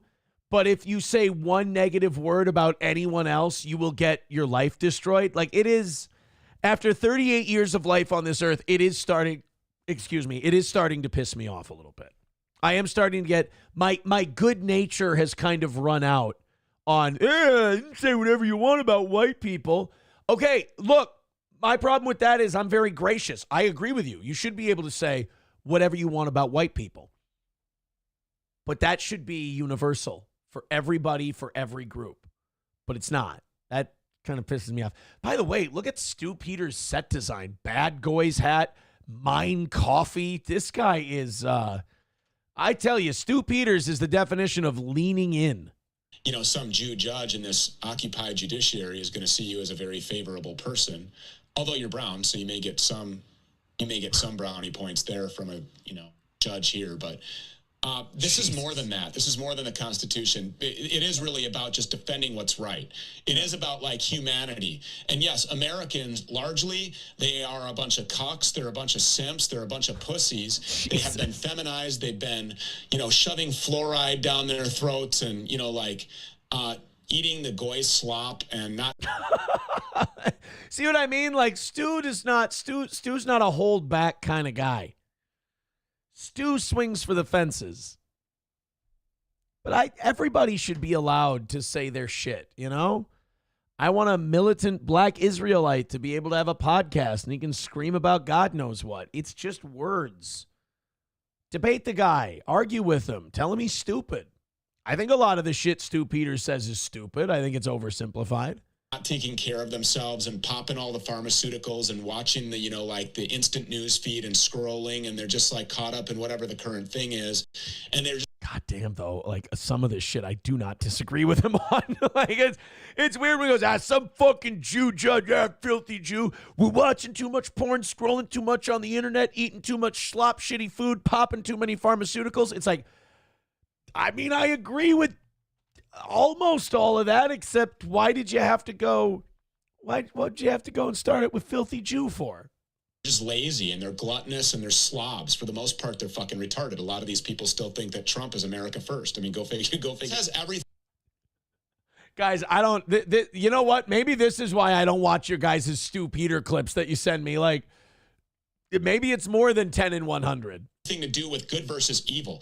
This has everything to do with humanity against demons. That's what I see when I look at these fuck the Jews signs and I look at everybody putting their fists in the air and drinking to that shit saying, hell, fuck yeah, fuck the Jews. That's what I see. I see humanity coming together. Let's be like, I'm hanging on to the ledge by my fingernails here, aren't I? By saying I'm the guy who doesn't want to see a sign that says, fuck the Jews, fuck the Muslims, fuck the whites, fuck the blacks. Like, I don't want to see any of those signs. I'm really kind of the last of a dying breed, aren't I? I'm hanging on to a world that's never going to happen. Because I watch people like Stu Peters, and he's just like, yeah, I love that sign. Let's shake our fists at that. I'm like, that's not good either, because now we're pissed off. We're angry. We're just going to be fucking mad all the time. I don't want to be like that. But, like, I don't see a lot of people lining up on my side. I don't see a lot of people lining up. Like, everybody wants war. Everybody wants to fight. You know, like, I have my side, fuck the other side. And I'm like, hey, why don't we let the other side say whatever they want? And why don't they let us say whatever we want? And then that's how we'll live. We'll just do it that way in openness. And it's everybody else wants to compete. I'm fucking losing this battle, dude. Be real. Yeah. We need to start standing up as humanity against these Jews. In a symbolic way, I like how you use the term never put up. No, hold on. Mr. Khan, I'm telling you right now, if you want to save your scholastic career, if you want to get a job, do not yes and Stu Peters right here. Not a good idea to give Stu Peters the old yes and on that one, dude. Up the white flag, because essentially that's what I'm going to keep doing. They thought that initially off rip they could have me put up the white flag, take your trip to Auschwitz. I'm not doing that. Well, I mean, Dave Portnoy doesn't want him to go to Auschwitz anymore. Dave Portnoy said it for, I always thought that was stupid too. That like, yeah, you know what you should have to do when you do offensive shit is go to Auschwitz. It's like, what are they going to find out, that the Holocaust was bad? I'm pretty sure they know that already. I'm pretty sure they're aware at this point in the game. I just, I don't know. We're just not going to get to the point that I want to get to, where we can all have this world where, hey, say what you want. Hey, you say what you want. It's, people are going to fight. I think that's where we're at. People are going to fight, and it's just everybody wants to dominate everyone else. Tilt One says Khan should go straight from Stu Peters' show to Piers Morgan's show. What? Yeah, could you imagine? Oh my God, Piers Morgan would guilt trip him so hard. That would be an interesting one. All right, guys, we are 165 away from today's goal. You guys are doing great. Keep it going. Streamlabs, PayPal, Venmo, do me a favor. Let's shut this thing down early. Not the show. Not the show. Let's not see the show go down early. But let's definitely, let's knock the goal out early, call it a perfect week. And then we got a long day today, because right after the show, we're going to switch over to members only, and we're going to finish up there. In fact, maybe we'll just stay right here, flip the YouTube members only, and then stay on for an extra hour. Anna Paulina, a Mexican-American congresswoman, was asked about going to Mexico on Eric Bolling's show. I thought this was a really funny response. You would think that even if you're a Republican, and Anna Paulina, by the way, is a drop-dead gorgeous Republican congresswoman, you would think even a Republican congresswoman would be like, Mexico's beautiful, the homeland of my parents and my ancestors. You know, people shouldn't be afraid to go there. You should go and visit Mexico. Take a vacation. Not Anna Paulina. Listen to what she had to say on the Eric Bolling show when it came to talking about whether or not she believes Americans should be going to Mexico. Well, look, I think what the administration and what really DHS is anticipating is that if people are self-deporting, obviously they're going to be put into a biometric system. You said it yourself, border crossings have decreased. But ultimately, it would be my preference that these people just did the right thing and left without us having to pay them. But I think long-term, they're anticipating that would actually be cheaper than having to pay essentially the overhead costs. That's kind of something that Republicans don't get. They're like, I wish they'd just leave on their own accord. Why would you? Let me ask you something. Let's say you were born on the wrong side of the border. Mexico, El Salvador, Venezuela, Colombia, all these different places. Well, some of you wouldn't want to leave Colombia. But let's say you're born in one of these shitholes. And then let's say somehow you sneak over to America illegally and you got a job, they're paying you cash, you rented yourself out a little room, and you got a little base to build off of. Are you going to leave? Are you going to go to El Salvador? I mean, me personally, I'm going to make them come get me because I ain't going back to that shithole. I get it. Like, one thing I don't like about Republicans is they don't seem to be able, just like Democrats, they don't seem to be able to see things through other people's eyes. I totally understand. Like, I don't have anything against just someone who came here illegally and is working. I still think you should follow the law. I think it's a slap in the face to the people who came here legally to not make those people suffer consequences for breaking the law. And the ones who have committed crimes while here illegally, fuck them, send them back on a one-way ticket. But, like, Republicans who are like, I don't understand why these illegals don't just leave. It's because look what they're going back to. They're going back to a shithole, and right now they got a little bit of money in their pocket. They've got a place to live, and they can eat every day. Dude, you're a 1%er in some parts of El Salvador when you can do that. So why would they leave? Would for them to be basically sheltered before deportation. But I will say this, it's so wild, Eric, because up here, you're hearing all these people, literally Democrats that are being vocally supportive of a MS-13 cartel member who, to be clear, was never a U.S. citizen. And then they're saying that, this individual is deserving of due process, which I would say, the 14th Amendment did not apply to illegals entering the country that were foreign nationals. That's a fair point. So, she's not just a pretty face. Anna Paulina's pretty sharp. This whole argument and this whole, I think, propaganda spin that they're trying to use, and then you saw CNN just yesterday on Cinco de Mayo saying that, cities across the country were canceling Cinco de Mayo celebrations because of fear of deportation. That whole thing in itself is actually a gross stereotype of what the Hispanic American community is. Right, because the media does that now, too, I've noticed. They're like, oh, yeah, Mexicans aren't going to celebrate Cinco de Mayo. What, there's no legal Mexicans here? You really, so you just, all Mexicans to CNN are illegals? And look, we know that all minorities are a prop to the media. They're not real people to the media. They're a prop. They don't treat them like real people. When they're useful, they'll talk about them. When they're not useful, notice they didn't want to talk about all the black voters and all the Hispanic voters that voted for Trump. Only the ones who want to hide their piñata on Cinco de Mayo because they're worried ICE will show up if they, once the candy breaks out. Which is not predominantly illegal. So I've been a huge advocate as a granddaughter of immigrants and then also as someone who is half Mexican, to basically put out there and say, look, you are not xenophobic and racist for wanting border security and safe communities. In fact, many Hispanic Americans have come here the right way. We're doctors, we're lawyers, we're business owners, we're politicians. We're not these illegals that the Dems tried to box us into. And it's that type of ideology, and I would say race baiting, that they're trying to engage in, and it's not working, which is why you saw Hispanic young men specifically vote overwhelmingly for President Trump in this past election. I think she's right. I think she's absolutely right. And the fact that she's like, look, I wouldn't, do we have the part, there's still more. Because there's a part in this clip where she goes, I wouldn't fucking go to Mexico. Say, I ain't going there. Do you, being from your heritage, Mexico, are Mexican people? Can I point something out? And I know this is probably costing me viewers and I'm being like overly autistic, but like, do you notice that when these people leave the mainstream media, they just start looking happier and healthier? Like, you look at Chris Cuomo. He's not making as much money on Newsbreak or Newsweek or whatever Newsmax. He's not making as much money on Newsmax, but he just looks more laid back and he can speak honestly and he can talk about what he wants. Like, Chris Cuomo is a more likable guy now than he was on CNN. Same thing with Eric Bolling. Like, Eric Bolling went from, I don't know if he's on OAN or Newsmax too, but like he went from Fox News where he was like, ties looking really tight. And he's just up there. He's like, and these Democrats are blah, blah, blah, blah.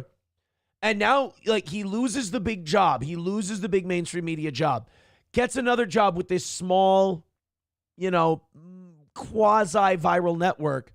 But he looks like a guy who's retired on the beach, getting a good tan, happy, carefree. He's got, look at the couple buttons are undone on his shirt. Like, I know that you might go down in lifestyle a little bit. You might go down in income, but you're still going to make enough money.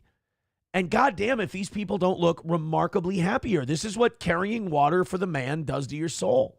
Are they upset with Trump for renaming the Gulf of Mexico the Gulf of America? No, in fact, I think a lot of people in America, which first and foremost, we might be ethnically and, heritage-wise from other places, but we're first and foremost Americans. I think that that's probably the best thing that we could have done. You see the very woke, left-leaning, leftist ideology perspective of their president. I don't care. Mediaite does a terrible job clipping their shit. She's got like another minute and a half, and I don't fucking care. Just get to the part where she says, I want to, I wouldn't go to Mexico. I don't want to go. I'm of Mexican descent, and I wouldn't go there.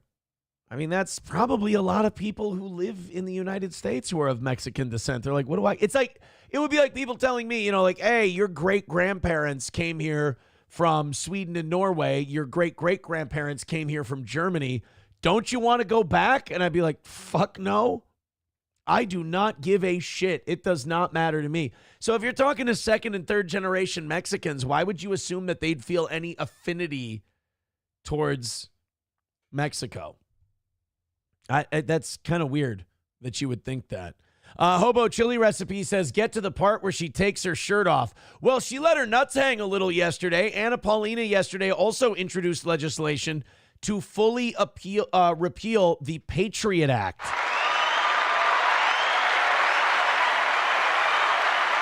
I mean, Anna Paulina wants to get. This is where she gets sat down by the Republican establishment, and they say, "Look, I'm glad you've been enjoying your viral success. I'm glad a lot of people are talking about you. I'm glad a lot of high school boys are voting Republican because they want to whack off to you. But I don't think anyone sat you down and told you we don't actually do things here.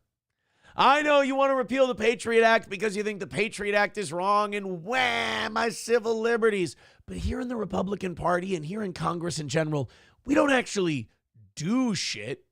We just talk about shit to get other people riled up. I mean, Anna, you're going to have to learn how to play the game. Like, once somebody like Anna Paulina starts feeling themselves, one of two things happens. One, they get talked to, they get a bunch of money, and they shut the fuck up about the things they were passionate about. And number two, they stop being Congress people. That's what ends up happening. Roots Calhoun says, yeah, I'm reading about her dad right now. He followed some weird sect. Really? Anna Paulina dad. George Meyerhofer. What the fuck? That doesn't sound very Latino. George Meyerhofer. George T. Congressman's claim of Jewish heritage omits Nazi. Oh, boy. Oh, boy. A Republican congresswoman whose claim regarding being raised as a Messianic Jew by her father could not be verified by fact checkers appears to have distorted her family history in an even more striking manner by omitting mention of her paternal grandfather's military service in Germany during Nazi rule. Aish. That sounds like the opposite of Jew.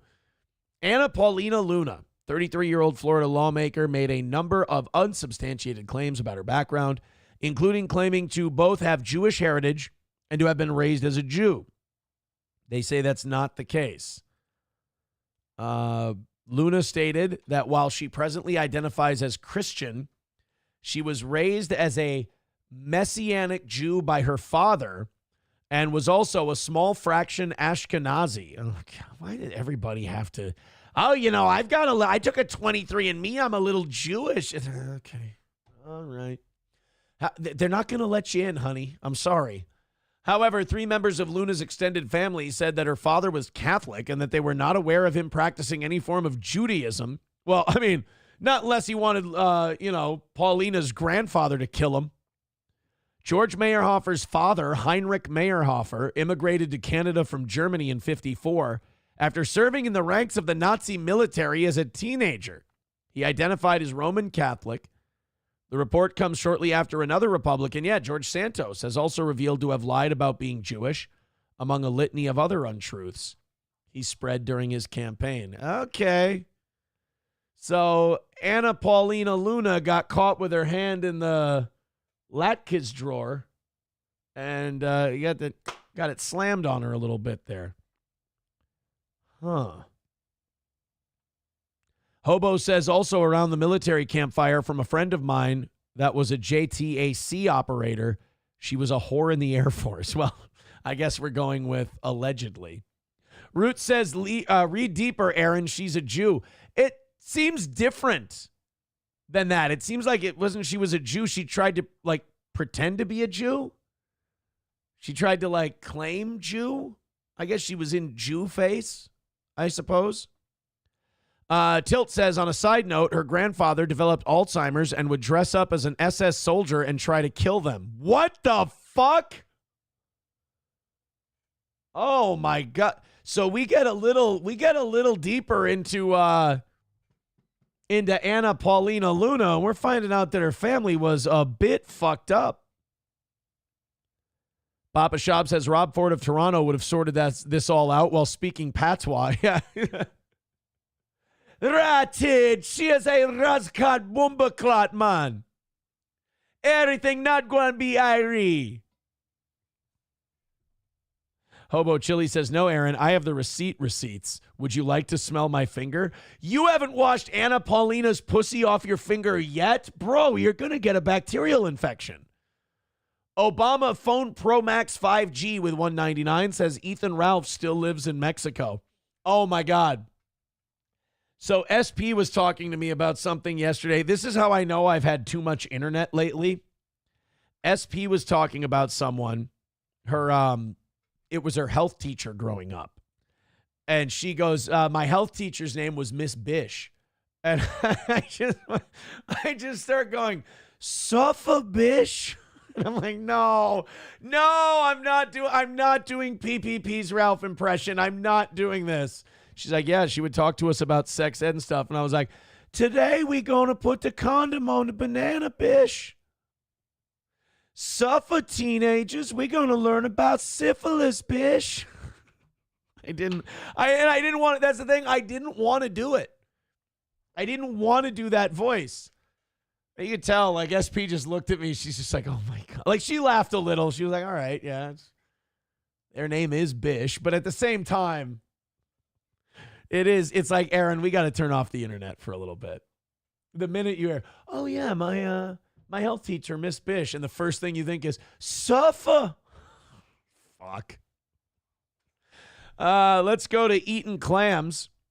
Yeah, I said that. Sam Show, you're right. I did say to her, I said, Nick Recator told me I could teach you kids about sex, Bish. Nick Recator told me that I could bring the Baldo into the classroom. Suffer, Bish. Oh, buddy. What? Ryan the Garbage Man says, liar, you love that voice. I do. I love that voice. It's one of my favorite voices in the world. I'm ashamed when I do it. Oh, God. I just don't, I don't want to talk about her health class ever again. Today we're going to learn about pap smears, Miss Bish. Fucking stupid. All right, Streamlabs, PayPal, Venmo, Super Chats, and Rumble Rants. 165 away from today's goal. Throw us a couple of bucks. Pushing 700 today. Thank you guys very much. Like, subscribe, follow, share. Throw us a couple of bucks. 165 away from a perfect week here on the toe. Don't you want us to be perfect? I sure do. Let's talk about our friends at All Care Towing, 320-253-5203 for All Care Towing of St. Cloud. Of course, our friends at All Care will come pick you up no matter what the deal is. Maybe even if you did something as dumb as lock your keys in your car. Contact All Care Towing. They'll be there quicker than anybody else. They can also handle motorcycles, cars, trucks, wreckers. They've got all the equipment for it. Flat tire, stalled car, accident, you name it. No matter what kind of help you need, nobody is faster than All Care Towing. 320-253-5203 for All Care Towing. Midland Armory in downtown Foley, Minnesota. MidlandArmory.com. Of course, our pals at Midland. With a great selection of everything you need for hunting, home protection, personal carry, and personal protection. They also handle all things suppressors. From start to finish, the entire suppressor process can be handled at Midland Armory. Then when it comes to their upcoming gun shows, a week from Saturday, they're going to be at the Moose Lake Riverside Arena, and June 18th through the 29th, they're at the Duluth DECC. And also, it looks like Oz is getting back into the engraving game with Midland Armory. So maybe give Derek and Tracy a call about laser engraving with A&P Productions. Oz getting back into the game. That is fantastic news. That is great to hear. And that's Midland Armory in downtown Foley. And then Stoney's Bar, downtown Rockville. It's bike night tonight. It's going to be a beautiful day. Get out there on the patio. Visit Stoney's Garage, the outdoor-indoor bar, and have yourself a couple on the patio. Have a pizza. Play some darts. Play some pool. They're going to have Wild Willie's Sandwich Shack out at Stoney's tonight. Enjoy. Bring the bike. Bring your hog to Stoney's in downtown Rockville, right there on Broadway. This weekend, they'll have live music on the Fireball stage. Enjoy yourself. Go for a party at Stoney's Bar. Go watch the Timberwolves game tonight at Stoney's in downtown Rockville, right there on Broadway. All right, knock out the goal, $5-10 at a time. Let's get to the meth pipe raccoon story. People have been sending me this one since yesterday, since this story broke. I had this one ready to go, but people just, there's certain stories that they see as right up the steel toe alley, and I think this one is perfect. This is, Ohio, right? Yeah, Summit County, Ohio. Here we go. Right, Randy, thank you. A traffic stop in the Akron area takes an unusual turn. This is a video you might have seen online. Officers originally stopped a driver because she had a suspended license. Yeah, fair, but it turns out. All right, so she's getting deported. Next. That may have been the least of their problems or her problems. The raccoon has her meth pipe. As what? Oh my God. Her meth pipe. He's playing with the meth pipe right now. No, don't reach for it. The cops are even laughing. So this old woman goes, well, a meth pipe? Let me see. Ma'am, please don't touch the evidence. That's not. So the raccoon had a meth. First of all, take the meth pipe out of this. This is still a fucked up story. The person they arrested has a raccoon just riding around in the car with them. Add in the meth pipe, it makes it adorable and hilarious. Drug addiction. The funny side of it all. That's evidence now. Oh, I don't want him to have that. Oh, I love that. This poor old lady's like, by the way, this lady was not the person that got arrested. This wasn't the lady with the, it's not her meth pipe, although that would be fucking adorable too. And why would you stop? Like if you're her, like let's say this lady was on meth, why would you stop? You've made it this far. Like, you think you're going to, if you quit, you're going to have, like at her age, you're going to have good years of no meth. Ride that demon into the ground, But no, she's not the one on meth. If she was on meth, this would actually be the appearance of a 42-year-old. But the fact that the old lady, all she can think about is, I don't want that poor raccoon getting fucking blitzed on meth. Let me have it. And the cop's like, get your fucking hand out of there. You're going to fingerprint it to shit. That's why I'm going to do it. There's a lot to unpack in this video, and I wish we had 30 minutes. Here's the problem. You ever try to steal a raccoon's meth pipe? Might get your fingers bit. To just sit and do that and watch it on repeat. But anywho, Nick Ricada told me I could give my raccoon meth pipes, bish. Sorry. Ethan Ralph Coon. There's a raccoon. That raccoon has a name. It is Chewy, and its paws were on that meth pipe. The raccoon's playing with her meth. The raccoon will be fine. He can't light the damn thing. He'd have to lick the actual rocks and powder out of there. Pipe. All right. Oh, there's no one. He's trying to smoke it. All right. I love this cop, by the way. This is the greatest cop for this arrest I've ever seen. Usually a cop will be like, we've got contraband in this vehicle. We need to get this meth pipe out. Cop's laughing his fucking balls off, which is great. You should be able to enjoy your work. But the cop, this is what happens when you work too long in Ohio. You lose hope that it's ever going to turn around, and you're like, fuck it, might as well enjoy it. Thanks. There's no way. Imagine this officer in 30 years recalling the story to friends and Oh family. no, he really is trying to smoke meth out of the pipe. Go back. He had another meth pipe and he was trying to smoke. You know what that means? That woman has let that raccoon smoke the meth before. You're going to know it too in a minute because he's going to jump out like the bunny in Monty Python and the Holy Grail and just start biting at people. This officer in 30 years recalling the story. Look at that. Look at the little guy. The little guy's trying to smoke meth. Oh, no. Story to friends and family. Poor raccoon has no teeth. About the raccoon and the meth pipe. Trying to take a hit off of that. Oh, God. Officers say this raccoon was a pet and the driver did have the proper paperwork to own it. That's good news here, but... Yeah, you don't see that very often, do you? You don't see the meth head with the proper permits to own exotic animals. Usually if a meth head's got a pet raccoon, it's because they let it in the sliding door one day and just like kept it in there and thought it was a dog. She's facing a lot of other charges after officers found a large amount of meth, crack cocaine, and 3 used pipes inside her car.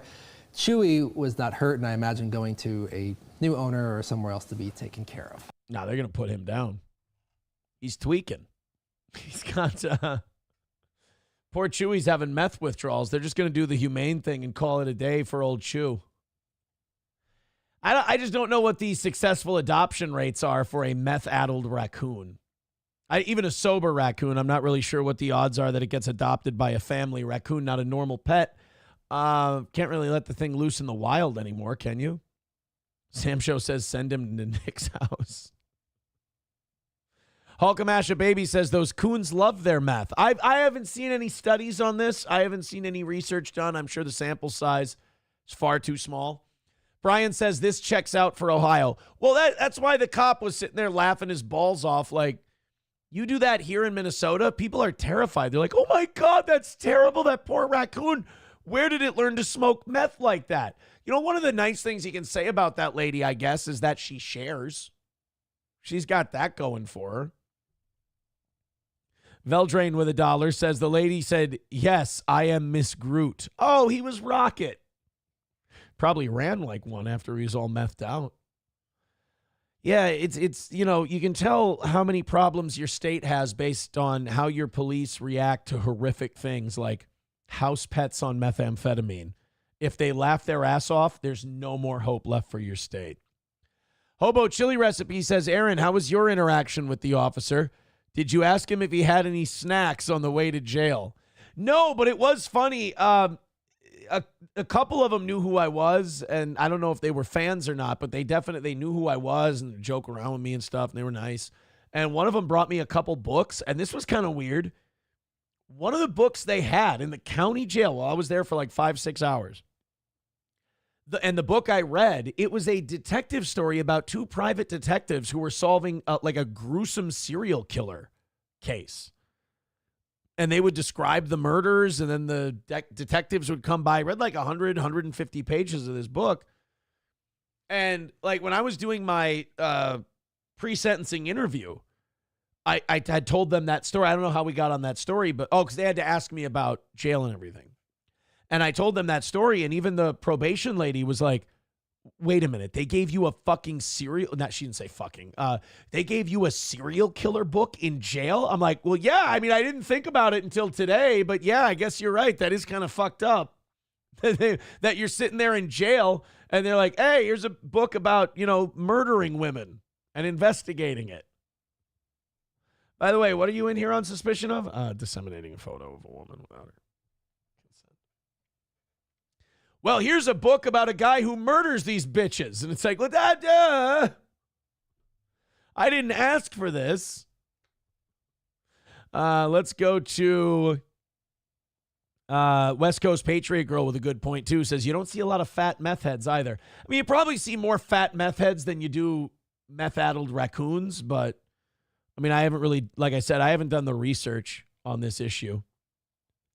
But Deutsch Chad says the crack was for the raccoon. Oh, okay. Well, I understand that. The raccoon's name was the pharmacist. Yeah, I got it from the pharmacist. God.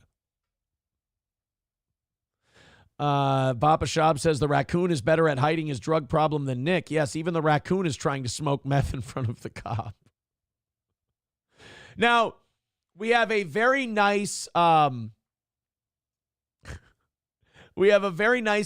They say this is fucking hilarious, but their name is Sam Show Loves Black Men.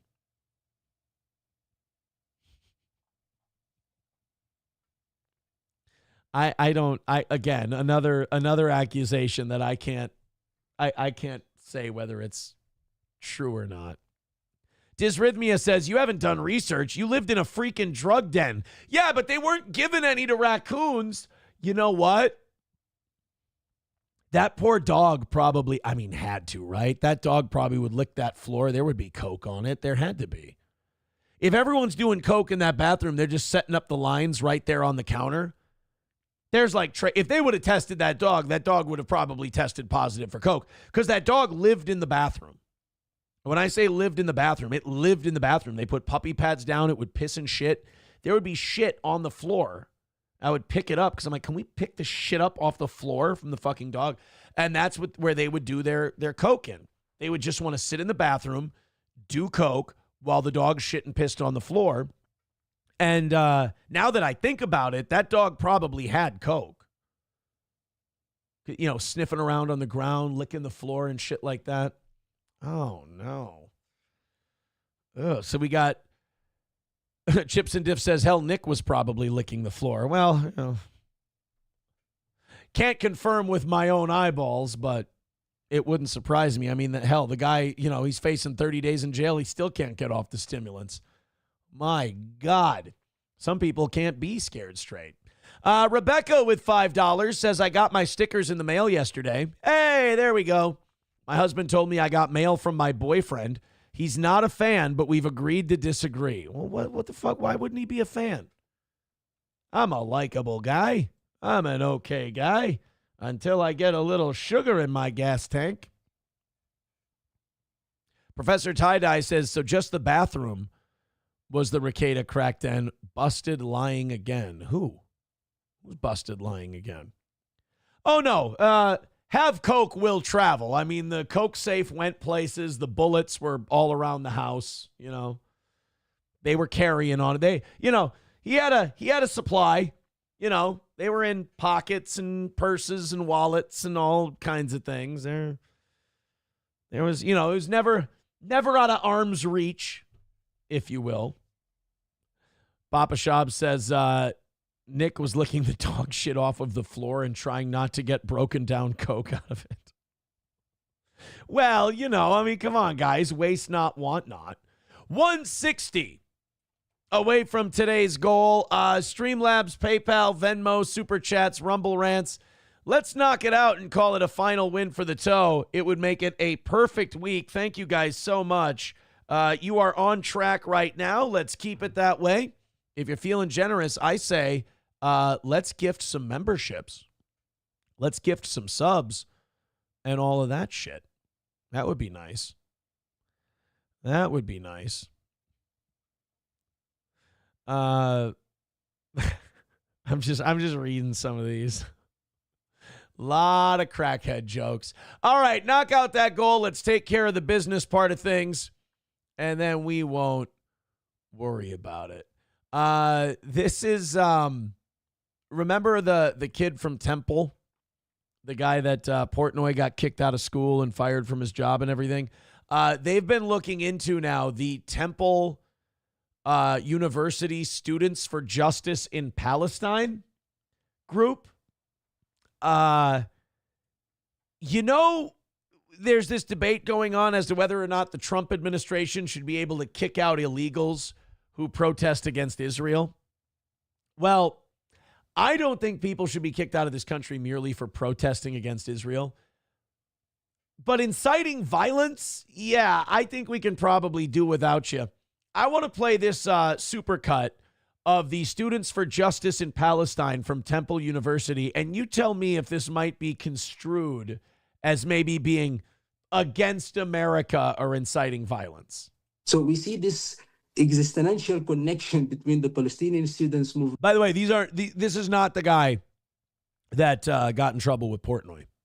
And the political prisoners. So the Palestinian student, the day after of Oslo, they changed their activism from the campus to the armed struggle. They changed their focus from the campus to the armed struggle, meaning, well, war. Which, if you want that to be your position, that's fine. But, could you go do it somewhere else and not here? Palestine is liberated. This means this is a nail to dismantle the United States of America. See, now, to me, and of course, white girl with a fucking mask on and an eyebrow piercing. Why is it that all these people who want to be original and different all look the same? Anyway, I don't, if you want to be pro-Palestine and you want to hate America and you want to see America dismantled, that's fine. I really don't want you here. That seems treasonous to me. That's why I don't understand, Hassan Piker. Hassan Piker will go, I think America's a terrible, evil place, and I'm against America. It's all right, well, then get the fuck out of here. He says, I don't support terrorist organizations. That's why I don't support the United States. I got news for you, retard. Do you pay your taxes? Do you pay your property taxes? Do you pay sales taxes? Guess what? You support the American government then. Just like the rest of us. These fucking rich Nepo babies thinking they're rebellious is some of the cringiest shit I've ever seen. Hassan Piker ain't support the United States. Then fucking skedaddle. No, believe me, nobody is begging Hassan Piker to stay in the United States. Nobody's begging, oh, Hassan, please don't go. We'll miss your takes too much. Believe me, you'll diarrhea up the internet from wherever the fuck you're from. Go live in Gaza. Go struggle with them. Well, the Wi-Fi isn't great. People who come and live in this country, make millions of dollars, exploit the fuck out of it, and then root for its demise, fuck all of them. That I agree with the Trump administration on. I don't think speaking up about Palestine and Israel should get you kicked out of the country. But if you're here on a student visa and we've given you our graciousness to come into our country to study at our prestigious universities, and you use that to go, fuck America. If Palestine succeeds, we'll dismantle the United States. Oh, you will you? Is it important to you that the United States is dismantled? Yes, it is. All right, well, then you can root against the United States from fucking over there because we don't want you here anymore. I think that's fair. We know it's a victory when... Oh, my God, that's a dude? Holy shit. They're literally becoming indistinguishable from each other. If you're a guy and you start getting super into Palestine, you develop so much estrogen that we can't tell you're a dude. Those shoulders do not belong to a guy. He lost them somewhere. And his name's Bina. Bet she's non-binary. When a red triangle goes above an Israeli soldier's head and the pig gets iced, we know that's a victory. We know it's a victory when prisoners break out. We know it's a victory when all these things happen. But you fucking idiot. You think that you'd be you think if Hamas wins this thing that you're treated well? You know what? Go over to Hamas and talk to them about everything you believe in. And let's see how deep into your list of beliefs you get before they throw you in a dark jail cell. Fuck, God damn it, man. Privileged kids are the fucking worst. You know why they want to support Palestine? Because they see them as the lowly underdog rebels. And these people are ashamed of the privilege that they came from. So they feel like if they support someone who's perceived as the poor, downtrodden underdog, then that somehow absolves them of their white, wealthy, privileged guilt. It doesn't. It just makes you a douche. I'm non-binary and I support the LGBTQ people and the Palestinian liberation. Sorry, bro. You're going to have to pick a street on that one, especially if you're going to go visit the Palestinians because they know speaky tolerance. a lot of people don't necessarily know that. And it's not their fault they don't know that. Oh. It's our fault. Oh, that's so gracious of you. Me stupid, tiny brain, me not listen good, but you not explain it right. Honestly, if Israel wins and they conquer everything and fine, great, it's fine. If Hamas wins and it becomes a Muslim state, sure, great, fine, whatever. I just don't want my country involved. That's the only thing that pisses me off about Israel-Palestine. Fuck them. Let them fight it out. Let's get a winner on this finally, and let's be done with it. I don't want to drag this out, but I also don't want my country involved. I want to just completely divest from that whole thing. We will free Mumia because it is our job to destroy imperialism. Then get the fuck out of the empire. That chair you're sitting on, empire built. Get the fuck off it. That Wi-Fi you're borrowing from your neighbor, built by the empire. Luke Skywalker doesn't get to do a podcast from the fucking Death Star, okay? If we're the empire and we're the Death Star, you're sitting on one of our battle cruisers, quit stealing our Wi-Fi and go fight the struggle. I don't mind if people want to take sides on this whole thing, and I don't mind if people want to hate America, but I'll be damned if you're going to do it under our good graces. Destroy the United States and destroy capitalism and... Man, go ahead and snap, you stupid bitch. Go check the brands on all the shit you're using. How's that Apple laptop working out for this stream, Mr. Anti-Capitalism? God damn it. These people grow up with everything. They have every advantage, and then they rebel against it when they get older. I can't think of anything more unoriginal. Kesha songs are more original than this synthetic rebellion. And the system of extraction that it relies on to perpetuate itself. Wow, you're so fucking deep, dude. Capitalism depends on extraction, and it needs to perpetuate itself. No, capitalism survives on, hey, I need this thing. Do you have it? Yeah, I need some kind of currency for it. Do you have any currency? Yeah, I need this currency a lot more than you need that item. And you need this item more than you need that currency. All right, let's make the trade. That's what capitalism is. It's trying to make $1 out of 15 cents. Or you can go, go ahead. Go to another country that has a different system. I'm sure they're fucking killing it in their mud huts.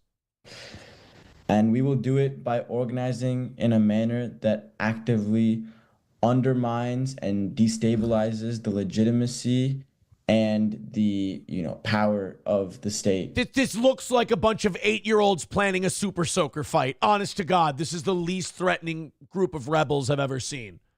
Yeah, we're going to tear down the legitimacy and the power of the state. Get a fucking bongo, you hippie. I had it.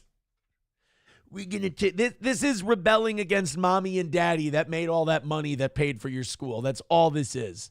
Because these people don't know shit about the Palestinians. They don't know shit about Hamas. They don't know shit about all their positions. Hey, lady, you like having your hair out and having your own apartment and all that shit? Oh, boy, are you going to fucking hate Gaza if Hamas ends up winning. You guys like all of your tolerance? You guys like, I don't know about you, but I like my gays on the ground level, not thrown from the roof. You might want to consider that.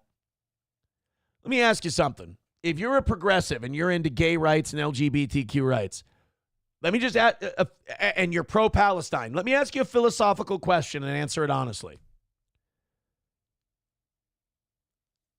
What would be a safer place?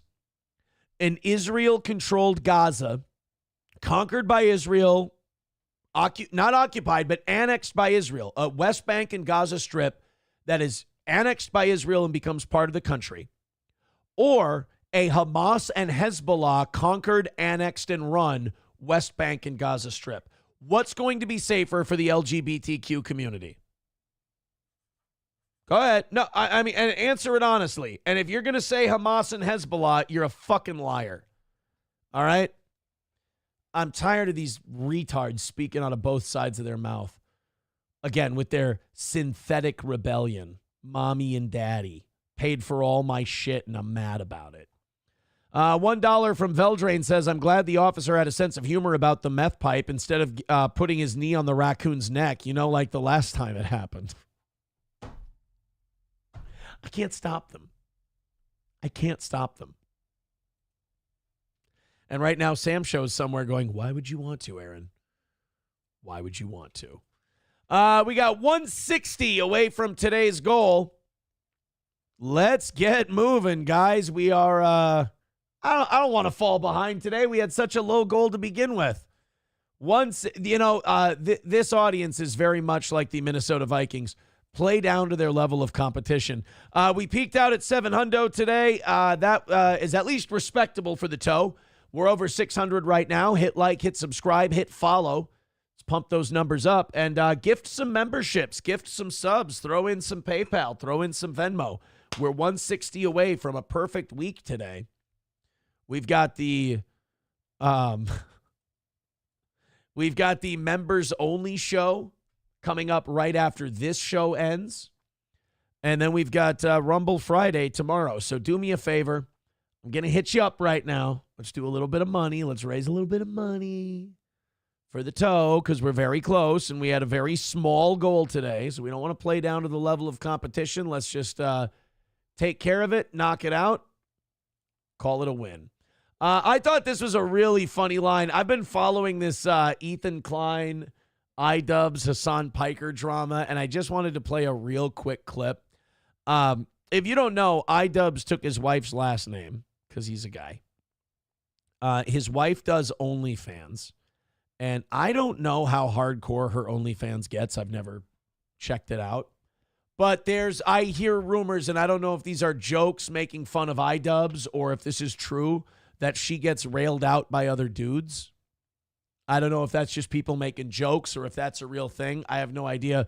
But Ethan Klein has been having a lot of fun. Ethan's been feeling himself about, kind of his W's he's been posting on iDubbbz, on Hassan Piker.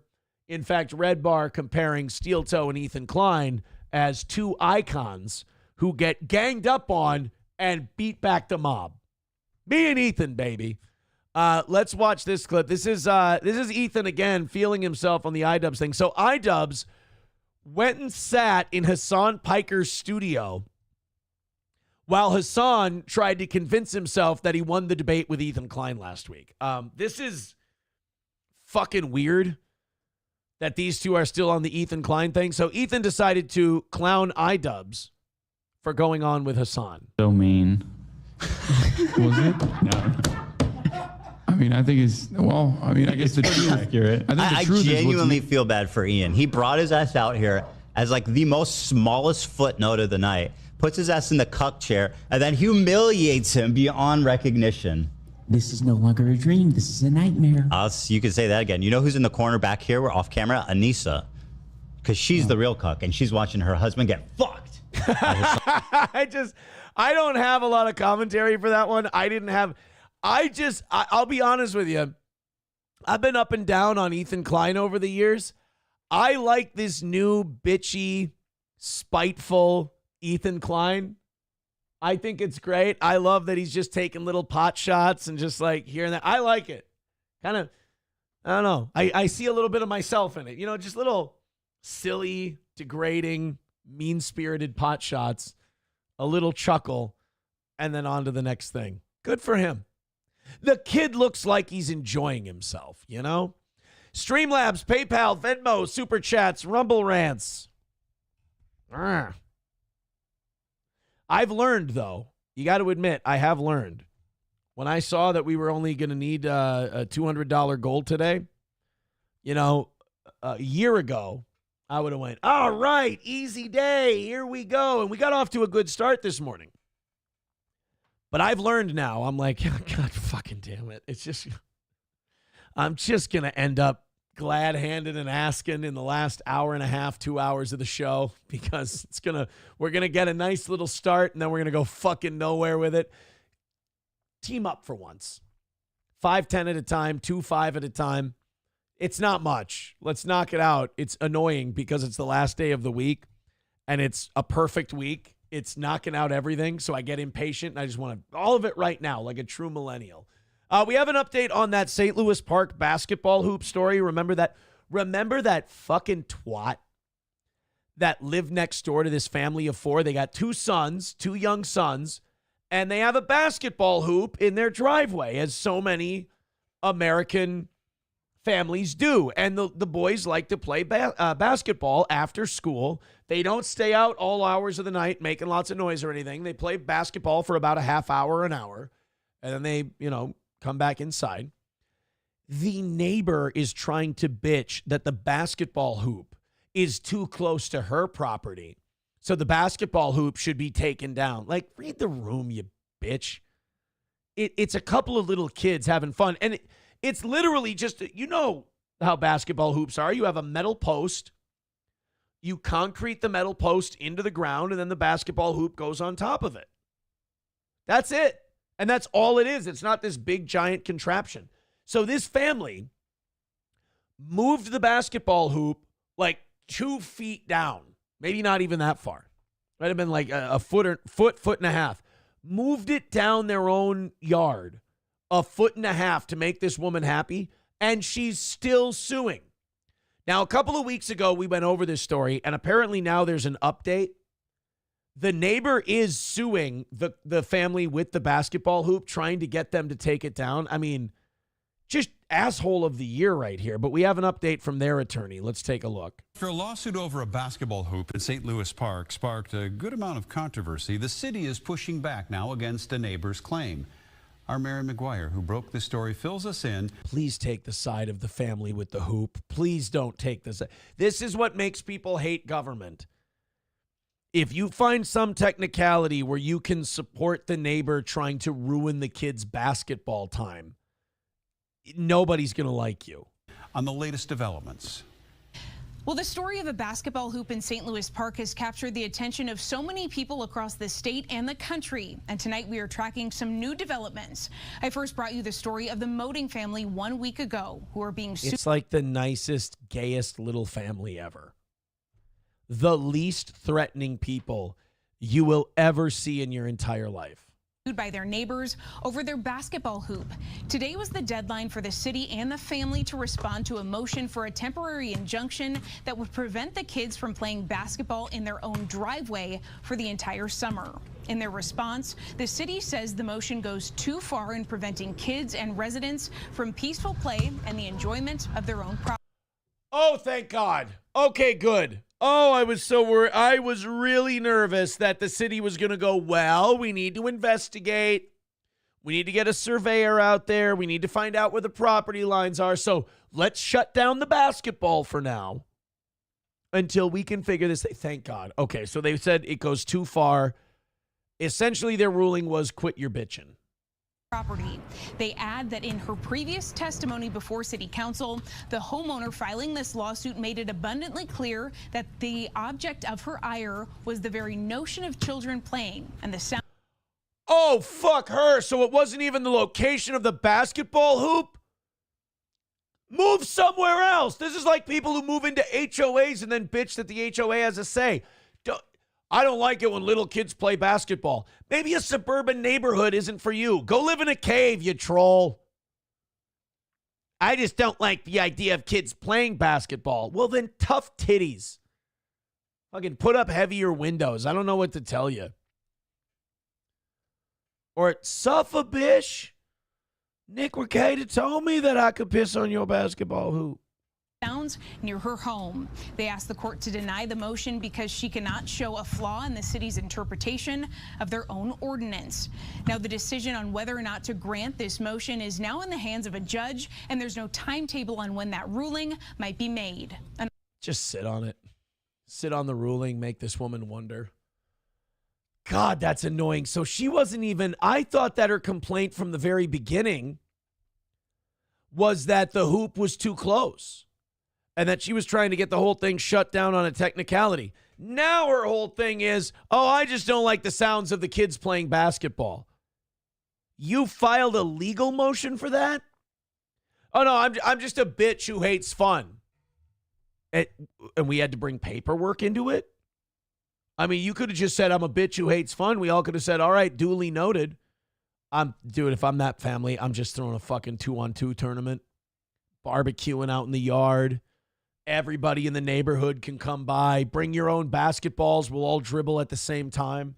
Oh, she deserves it. She deserves it. Chad Buzamok says, do you know what an HOA is now? Do they still mow your lawn? Yes, some HOAs have lawn services. I'm sorry that upsets you. I know multiple people where the part of your HOA goes to the HOA paying a lawn service. I didn't say all of them, but it's true. Again, it's very weird when people come at you with very confident energy and you know they're wrong and you're like, I know you want me to get fired up in defending this, but I'm not telling you an opinion. I'm telling you a fact. Chad Buzamok, I'm telling you God's words, not no hustle. Yeah, it's true. Some HOAs do pay for snow removal and they pay for lawn maintenance. It's, not any of the neighborhoods I can afford to be in. Am I right?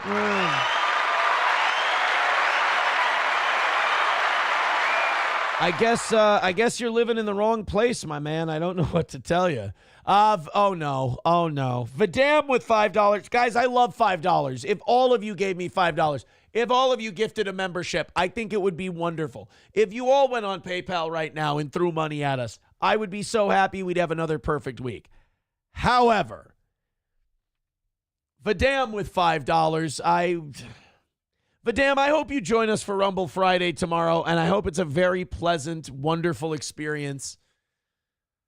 But I feel like we've lost the battle for your soul today. He says, I am excited for Trump to open up Alcatraz federal prison so we can put all of the Jews and blacks in there. All right. Are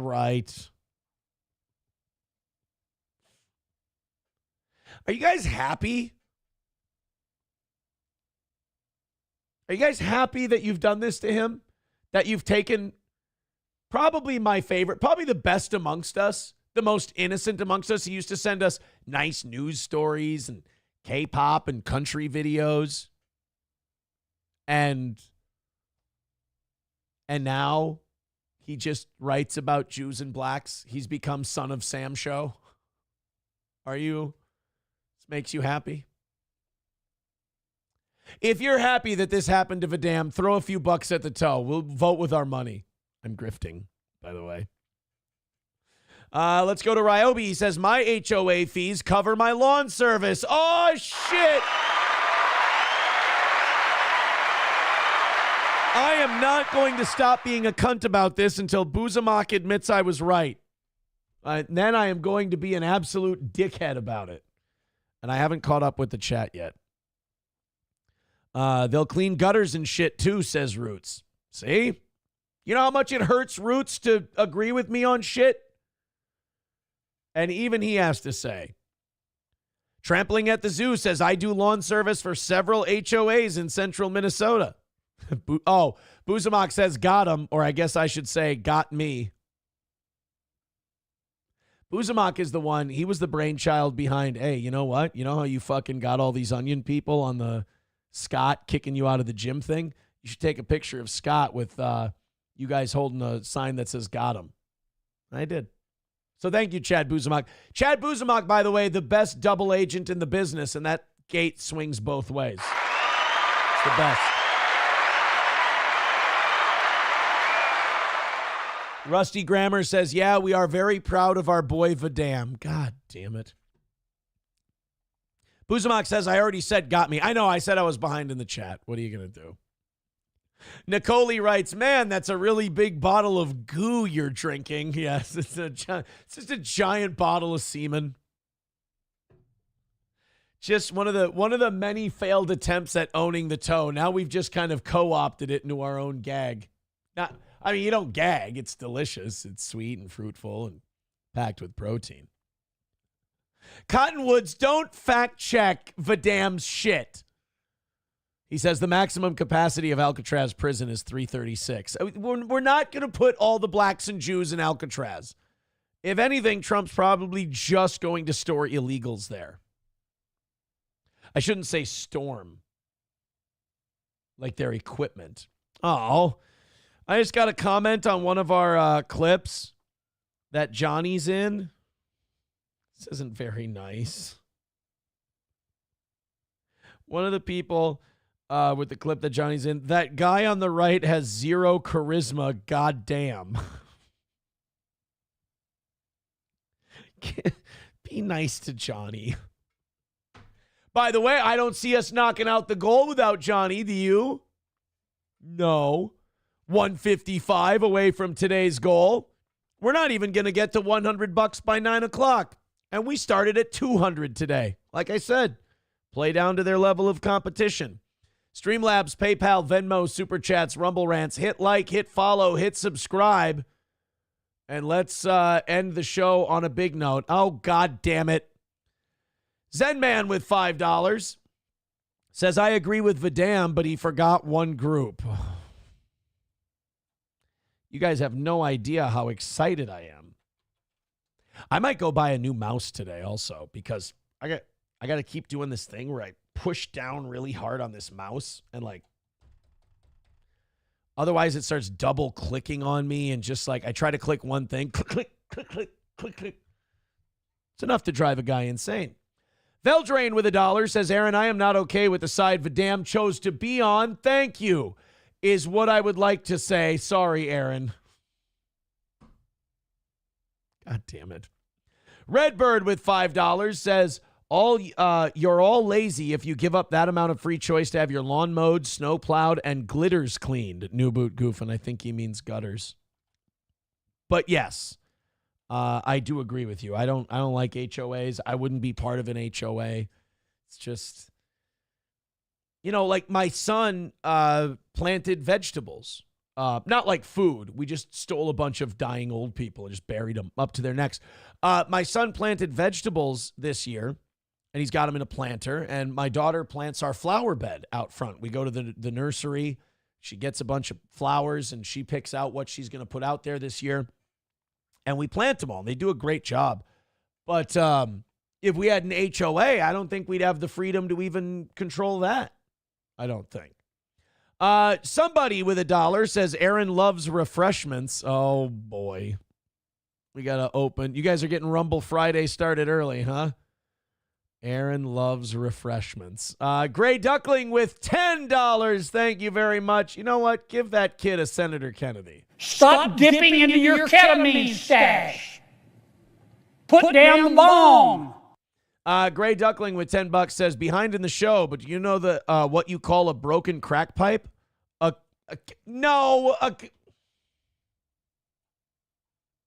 We don't call it that kind of knife. 135 away from today's goal. Thank you guys very much for that rally. You did hear me. You did hear. Thank you so much. Again, 135 away from perfection this week. Perfect at 135. Streamlabs, PayPal, Venmo, Super Chats, and Rumble Rants. Thanks again for all your generosity, all your likes, all your subscribes. David with $5 says, sent you a funny pic on X. This isn't good. Guys, it's starting to get away from me, I feel like, a little bit. 130 away from today's goal. Finish it up. Oh, boy. Let's, please don't be something really offensive and terrible because it's really starting to lean that way today. I don't see it. I don't see it. I don't tell me your name on Twitter and maybe I can find it because I don't have any notifications or anything like that about it. Whew. Live to fight another day. All right, looks like we've got a clip. All right, what did I do now? That's a really big bottle of goo you're drinking. Yes, it's just a giant bottle of semen. I was clearly kidding. 1,000% a joke. And you know this, man. All right, let's go to our drink. Now we've got another clip that somebody made. Can't wait to see this one. Drinking, yes. It's just a giant bottle of semen. Oh, it's just someone cutting the same clip. But they cut it for themselves. So multiple people decided to clip that out. I think that's just wonderful. I think that's aces. Thanks, guys. All right, this is from Zenman Build says, I agree with Vidam, but he forgot one group for Alcatraz. Oh, God damn it. All right, here we go. This is Michael's mother. Look what they've done, Michael. She isn't happy. Look what the homosexuals have done to me. You can't just calm that out and reset it? Currently, she's upset that her husband's retirement party is being upstaged by a group of gay protesters. We want to get back. Everything they do is so dramatic and flamboyant. It just makes me want to set myself on fire. Good grief. Not all homosexuals are flamboyant. Oh my. So you guys are, again, I'm going to reiterate what somebody already said on the show today. There's only 336 cells in Auschwitz, in Alcatraz. That is the second time this week I have meant to say Alcatraz and I've said Auschwitz. Chad Buzamak says, I chose not to clip that one for you to save embarrassment. Oh, yeah, Buzamak, if there's one thing I can count on you for, it's to save me embarrassment, and I can't tell you how much I appreciate it. I can't tell you how much I appreciate that you work so hard to protect my feelings. 125 away from today's goal. Another $5 coming in from David. All right, David, where's that picture you sent me? At Day Junior 99. All right, let's go at Day Junior 99 on Twitter. See what he's got. What did you send me, man? I don't see it. Again, I do. Oh, here we go.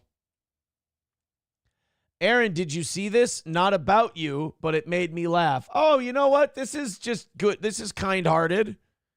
It just says Shady Toe. All right, I'm cool with that one. I was, it was a lot of people writing in about putting Jews, blacks, and gays in Alcatraz, so that actually sets me at ease a little bit. Thanks, guys. 125 away from today. Keep it going. Streamlabs, PayPal, Venmo, Super Chats, and Rumble Rants. We appreciate all of the generosity. Now we're getting really, really close to knocking it out today. Thank you for that $10, David. Appreciate it. Deputies. Oh, yeah, this is a fucking pervert story.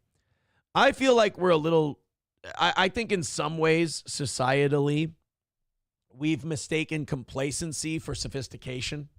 And I think it's maybe time to check on some of that, because this next story has to do with a guy in Florida who's been walking around people's yards naked and just walking around in their yards, walking up to their doors, cock and balls out, the whole thing. And people are like, oh, well, don't do anything. Don't confront him. Just call the authorities and this and that. I feel like if this guy trespasses on people's property and he's just walking around in a man bun naked, I don't think we're missing anything if we decide to, enforce this one ourselves. Because perverts, weirdos, people who walk around like this, they get worse. They don't just do this and that's enough. They get off on the exhibitionism. And once we all start turning away and ignoring them, they're going to start to do more weird shit to get attention. But let's go ahead. Naked nuisance wandering the neighborhood in Florida. Let's take a look. I've seen a lot of video, and some of it includes our hot tub. And the scarier one includes people with knives, where this guy is pulling on the doors. And shoot him. There you go. Want to have your cock out at my family's house and pull on our doors in the middle of the night? We'll shoot you right in the balls, right in the junk. Get him right in the junk. Why not? It's a lesson. It's a life lesson, as they say. But don't desecrate the sanctity of the hot tub. I mean, I would never do such a thing. To attack the sanctity of a hot tub, I mean, I could never. And he is completely naked. A naked man is caught on camera sneaking around a St. James City neighborhood. Gulf Coast News reporter Mohammed Abdulkawi is speaking with neighbors who say... All right, Ari Shafir has gone way too far this time. They are more than creeped out. Folks who live here at Pine Island Cove are scared that naked man keeps lurking around at night. They told me that they're making sure their doors are locked to stop that man from walking inside. We don't know if he'll escalate. We don't know. So that's a concern. Stephanie She means get a boner. Ogden and her neighbors are keeping their eyes open for this naked nuisance on the loose. Feels like he should have been caught because he's been around a lot, really a lot of videos. Stephanie isn't kidding. Neighbors sent Gulf Coast News several videos of the man. You can see him trying to get inside this home. See, like right there. Boom. Enough. This guy, it doesn't get better. He's probably fucked up on some kind of drugs. I know I'm really going out on a limb there. Naked on a bike, even walking to doors and just turning around. It's got neighbors like Jackie Staniland on edge. Why do you think this man is... At the very least, can't you baseball bat him to the ribs? Like, at what point are you allowed to attack someone who's become a nuisance in your neighborhood? Like, if a squirrel starts eating shit in your garden, you're allowed to trap him, for God's sake. And this guy's way more obnoxious than a squirrel. is doing this? I believe there's something mentally going on. Man has It's either that, it's like, there's either something mentally going on or that boy's on drugs. Iona neighborhood on edge after being spotted walking around houses again, this time naked. This story may sound familiar because... Oh, he's definitely pro-Hamas. Something similar happened back in November in Iona. A naked man breaking into a man's lanai. He was arrested 2 days later. I think just from looking at... Yeah, it's Ari. It's Ari. I didn't want to believe it at first, but this new bit that he's doing, it's too far. Somebody's going to get hurt. At the pictures, there's probably a good chance it's the same guy. I contacted the Lee County Sheriff's Office about this. They told me in an free boat rides back to Africa. It's too late. Email that detectives along with analysts from the Real-Time Intelligence Center are investigating all leads. Deputies have increased patrols in the area and will continue to do so. They remind neighbors, if you see something, say something. You should have a deputy here almost 24 hours a day.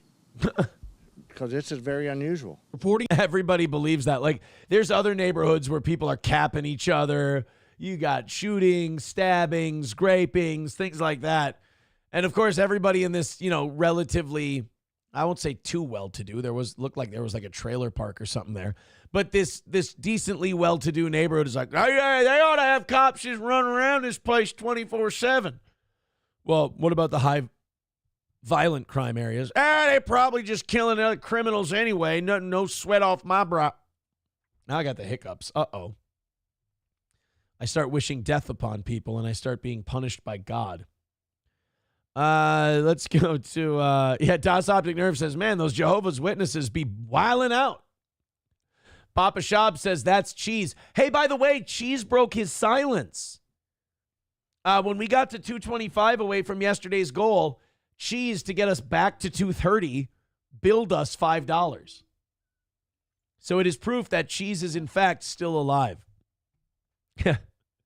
They point a gun at you like, get the fuck out of my house. The guy's like, I'm just here to tell you about the good news about your Lord and Savior, Jesus Christ. If you have 5 minutes, just like to read you a couple Bible passages. Really rather you didn't shoot my cock off. That would be, could you aim a little higher, please? You're really starting to freak me the fuck out.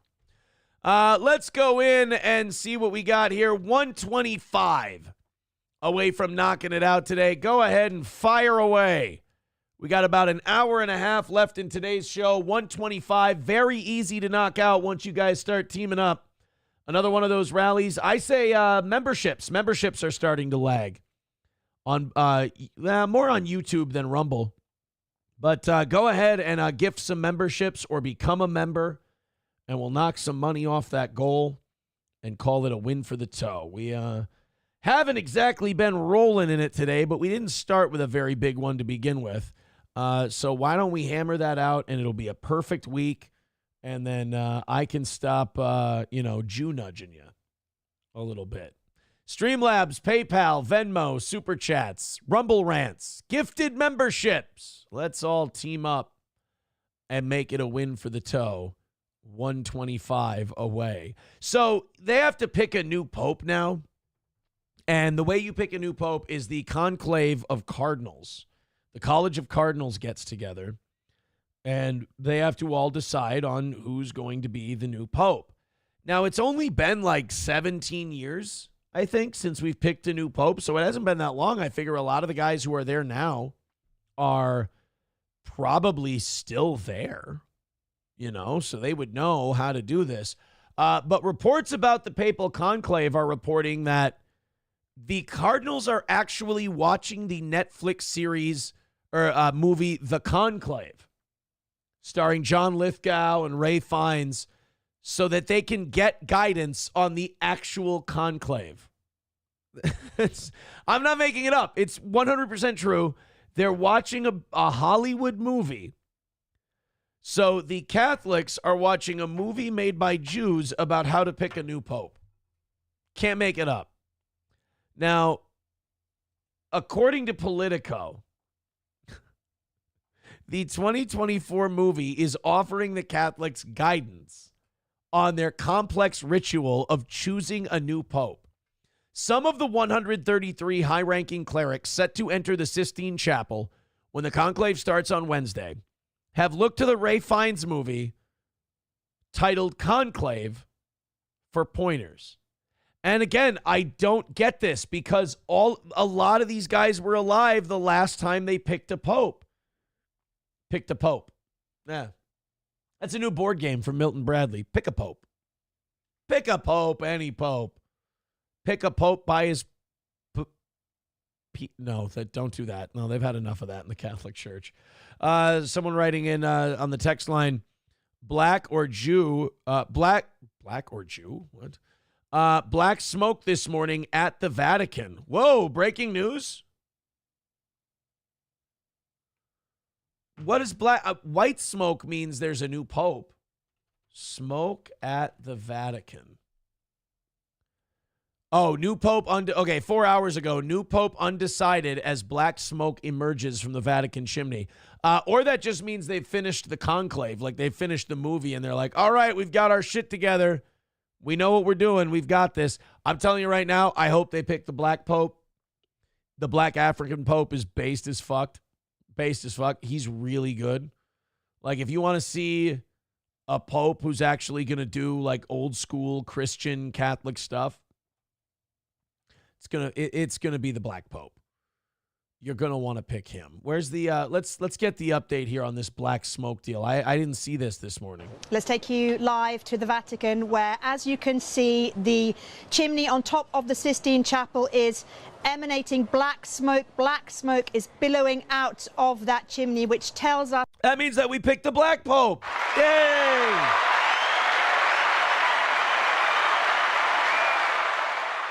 Rainbow smoke means Pope Francis came back from the dead. That 2 votes have taken place already this morning by the cardinals, the 133 cardinals inside the Sistine Chapel. What are a bunch of birds going to tell us about picking a new pope? We need to update that system. And they have failed to elect a pope once again. So just to reiterate, we are seeing black smoke coming out of the Vatican, of the Sistine Chapel chimney, and that means that no pope has been elected this. So I have a question. Why do they have to do black smoke then? Like, if there's no news, if there's no pope, just don't put any smoke out there. But that's it. You know what it is? It's the pageantry of Catholicism. It's the pageantry of religion. You know, you got to put the black smoke out there first. So then when the smoke starts coming out again, they're like, oh, is it the white smoke? Oh, mi scusi. Oh, no popa. And they get all excited and they fucking go bananas. Like, look at all these people up in the corner here. All these people that are sitting outside the Sistine Chapel. You know how far back that goes in Rome? Those people are backed up into the next zip code. There's millions of people out on the street right now. And they're just sitting out there all day watching. Just watch. Is it wrong to day drink if you're there tailgating for the Pope? I feel like if you're there for the new Pope, you can't be drinking. But God, that's got to be a boring day. You're just standing next to other smelly people. Is everybody just standing there sweating and stinking in the sun while they decide to try to pick a new Pope? Yeah. Oh, you know what? You could do shots every time there's black smoke. Every time they do. Nicole says Italians always drink. Yeah, but I feel like you got to drink wine. If you're going to drink, you got to drink wine. This text says black smoke equals they burn the anonymous votes. Oh, is that really what happens? Or is that some kind of like, I have to be worried with this audience. I have to be constantly on my guard that they're just making a race joke of some sort that I'm not understanding. But is that a real thing? Is that the black smoke is them burning the ballots? Redbird with $5 says feminists are burning pink flares all over the city, demanding to be allowed to pick the new pope. No! One of the coolest things about Catholicism still is that it's still run by dudes. That's still the best part of the whole thing. I actually hear that they're not going to pick a cardinal this time around, that they're actually going to break the rules a little bit, and they're going to do something a little different. I've heard that they're going to pick a guy who, a culinary expert. His name is, last name, I have it here somewhere. Hold on. It's, Aaron, are you really going to drag this out for a really obvious, shitty Italian joke? This is your fault. You're watching this shit, all right? This is, what I'm doing right now is not anything I haven't been doing for the last decade. Like, you keep thinking I'm going to change. It's not going to happen. It's good. I'm doing a long setup to a joke that's going to have very little payoff. You're probably not even going to chuckle, and it's going to amuse me greatly. Have we met? Anyway, they've gotten together. They're not going to choose a cardinal. They're actually going to choose a man who came from a culinary background, last name Boyardee.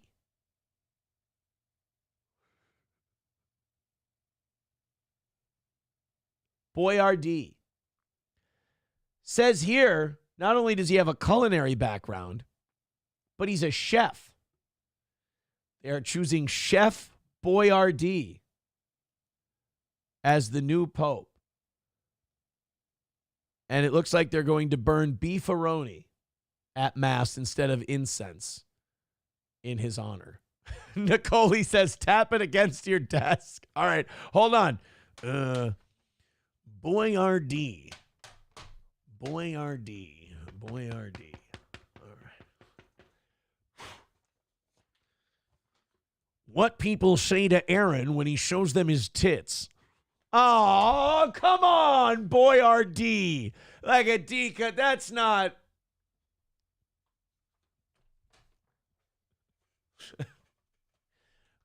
Let's hold on a minute. Hold on one moment here. Pope on a rope. Pope on a rope. Let's Pope on a rope. Pope on a rope. What the altar boys would do to the Pope if he ever found justice. Fucking stupid. It's not my fault, guys. Nicole made me do Karnak. I'm 38. What the fuck do I know about Karnak? Approachable says, for that joke, you should be forced to drop your pants and run the edge of that paper back and forth against the tip of your dong. I'm gonna be honest with you. That's some fucking gay shit, dude. That took a lot of fucking thought for you to, I mean, that level of torture is not something that a normal guy comes up with. No offense, bro. Kind of gay. 120 away from today's goal. Keep it going. Keep it moving. I want another perfect week. $120 away from it today. I just keep getting breaking news sent to me. Oh, people are saying that is the legit reason for the black smoke. They're burning the anonymous ballots. Okay. All right. Well, let's go from Pope news, and we'll keep you posted if anything happens. We'll keep you posted. We'll keep you posted. This is all you fucking deserve. I gave you a $200 goal. Do I have to pass along the Rumble Creator Program savings? No, but I did. And how do you respond? Aaron's got a low goal today. Fuck him. He'll be fine. This is about my pride. Perfect weeks are important to me. So you're getting Pope on a rope jokes until we start. I'm not saying you got to knock out the whole 120 right now, but until I see that number to start coming down, my effort will be analogous to your effort. Kyler says, oh man, I lost my subscription. Yeah, start gifting those memberships or renew your own memberships, either one. Kevin Soundboard says, did we already listen to the new Ye song, HH? I feel like that would be a good one for Rumble Friday tomorrow. I feel like we should do the HH song for Rumble Friday. I think that would be perfect. Sam Show says you need to beg, Piggy. No, we don't. We haven't done the begging segment for over 5 weeks now. We are a beg-free steel toe. We are sometimes an aggressive ask steel toe. 120 away from today. All right, let's get to this story on Salt Lake City. This is whoever the new pope is. He's going to have to comment on this next one because I expect our next pope to be in the trenches on social issues. Let's take a look at what they did in Salt Lake City yesterday. Tomorrow, a new state law goes into effect. It would ban pride flags from public buildings like schools or city halls.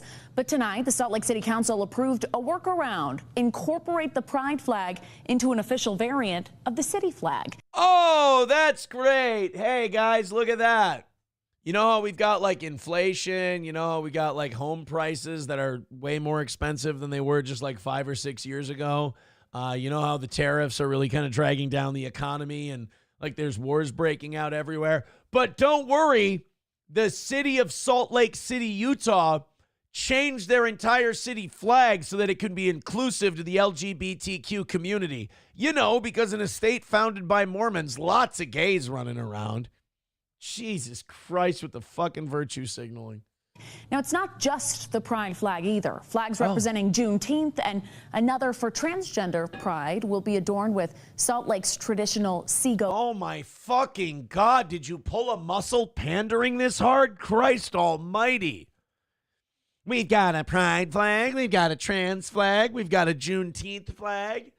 Any other made-up things you'd like to honor? Oh, look, here's a Peter Pan flag, a Tinkerbell flag. Here's a flag with Simba on it. This is the national flag of Agrabah from the movie Aladdin. Isn't this wonder? We got flags everywhere.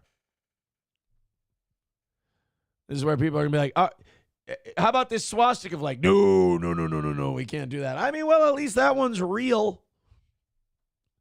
God damn, man. I mean, we can't solve any of our big problems anymore, but goddamn if we can't grandstand on the tiny ones.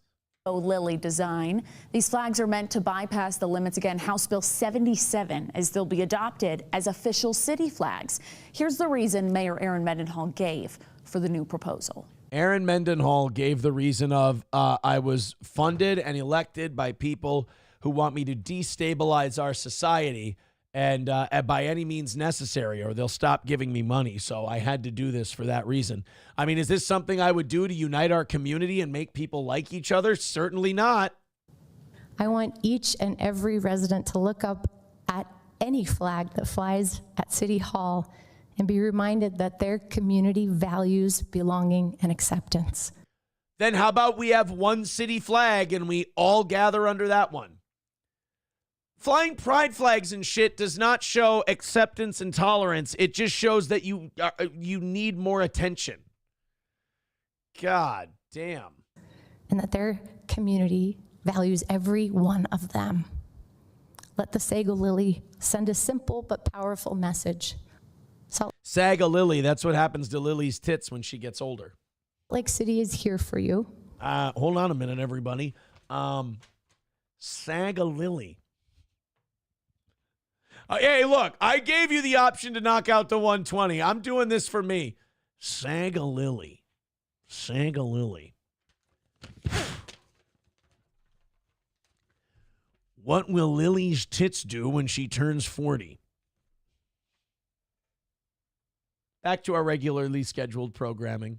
We believe in you, and we love you. All those in favor? Hey, look, gay people getting more smoke blown up their ass. Hey. God, I'd be mad if I were a woman. If I were a feminist woman, because they were the group that needed the most attention before the LGBTQ community decided to really start ramping things up. It was women you couldn't compliment enough. It was women you couldn't give enough opportunities to. Now, can you make a flag for us and fly it at the Capitol? Oh, yes, absolutely, sure. Can you make another flag for us and fly that one at the Capitol? Well, that would be too many. What, do you not value our contributions to society? You guys wouldn't have AIDS or monkeypox without us. All right, fine. We'll give you a second flag, too. Can you make one for Juneteenth? You're a gay white dude. What does that have to do with anything? How am I supposed to hook up with black guys? Oh, you're a power bottom, aren't you? It's none of your business. Wait until the parade. I'll show my asshole to children. Oh, God damn it. See, I got to stop saying stuff out of context because now that's going to... Aye. Anyone opposed? So that it's a unanimous. Nobody had the fucking balls to go, this is retarded. This is idiotic. This is dumb. We shouldn't be wasting our time on this. Support. You heard their vote right there. House Bill 77 sponsor Representative. God, the news is dishonest. The politicians are dishonest. Like none of them have the balls. Like you have to tiptoe around the LGBTQ plus mafia, or they'll just get rid of you or something. Not one person has the guts to go, hey, not everything needs to be about you. You don't need to fly your flag at every city event, or you can fly your flag wherever you want to. We don't need to fly your flag at every government building. Trevor Lee posted on social media responding to the announcement saying, does Salt Lake City really want to play these games? Yes, they do. They want to play these games. It's a giant fucking waste of time, but they love playing these games. Good luck. We will continue to follow this as it develops. I mean, everybody tiptoes around it. Everyone knows it's stupid, but they go with it anyway. Corn Pop says, make sure we clip that, boys and girls. Yeah, see, I agree with NF Caps. He says, the American flag covers all that, bish. Right, everyone's included, everyone's welcome, blah, blah, blah. Well, that's kind of what we're shooting for with the, what do you call it, with the American flag. Jesus. Chad Buzamok says, clipping it. No, it's not. Hey, what's your Venmo? What do you need? What's the damage there, Buzamok? If you list a number, I'll know you can be bought. If you tell me there is no number, I'll know you're a man of ethics. But let me know. Shoot me a figure. NF Cap says, Aaron, the best part of those bits is when you realize you're going to get homo clipped in video. No, the best part of those clips is when I realize we've got an hour left in the show. I'm 120 away from a perfect week, and I'm going to be sitting here fucking going, pretty please, for the next hour and 5 minutes. That's the best part of those clips, is me entertaining the fuck out of everyone, doing a hilarious fucking show, a great goddamn show, being on fire and on for 4.5 hours, and knowing that I'm going to be sitting here going, come on, guys, 120 left, please. That's the funniest part of this show. Is there a time where I'm going to say it and it's finally going to be the magic words? Please, Venmo, Streamlabs, PayPal, Super Chats, Rumble Rants, etc. Gift some memberships. Pump our numbers up a little bit. Numbers-wise, we've had a down week this week. Very sad. Had an up week last week. Down week this week. Such is the life of streaming. Up, down, up, down, up, down. Enough to drive a guy nuts. And that's why God created golf. 120 away from knocking it out today. Let's go. Let's go. Let's hammer it out and call it a win for the toe. All right, what do we have next? The Cottage Grove bus driver. This is a lovely story. Got a 36-year-old man in Hastings, or a guy from Hastings. He drives bus for Cottage Grove, and he showed up for his shift completely fucked up. The 36-year-old Hastings man is accused of drunk driving after showing up for his shift as a bus driver more than 3 times the legal limit. Joshua Nathaniel Luth was charged with 2 counts of second-degree DWI and obstructing the legal process in connection with the incident, which happened in February. According to the charges, a school resource officer at Park Cottage Grove High School was notified by a special ed coordinator at 3:09 p.m. of a possible drunk driver in front of the high school. Oh. that is kind of a, like, you got to keep your shit together. If you're hammered, because like you remember in school, the buses would all get there early and they would park and the bus driver would sit there. And, every once in a while the bus driver sits there, one of the school officers or one of the teachers or one of the principals might come up and they might make small talk with you. If you're blowing what did he blow? 0.28. Yeah. If you're throwing a 0.28 blood alcohol content level out there, then when you're talking to anyone, you got to make sure you're facing away from them so none of your breath is getting over towards them. You got to try to make sure you're not slurring, but I can't imagine at 0.28 you can see straight, let alone talk straight. The driver, later identified as Luth, was on a school bus and the teacher was trying to prevent him from leaving. I got a fucking job to do, lady. I got to get these kids home safe and sound. The school resource officer made contact with Luth, and an assistant principal at the school had concerns about him. A complaint states that the officer asked Luth if he had driven the bus to school. He didn't answer. No, I teleported, you fucking dick. It's a good way to talk yourself out of stuff. He didn't answer, later stating he, quote, has a job. Did you drive the bus to school? I have a job. Yes, we know, sir, but did you drive this bus here in the state you're in? I'm in Minnesota, bitch. He told the officer to leave him alone and he had to finish the last half of his route. And I got to focus because there's a shitload of leprechauns in the street and I got to make sure I don't hit them. Sir, those are traffic cones. Oh, that would explain a lot. The complaint states that Luth showed signs of being impaired. He was arrested for DWI and refused to perform field sobriety tests. Sir, would you walk this straight line? I'm not your fucking monkey.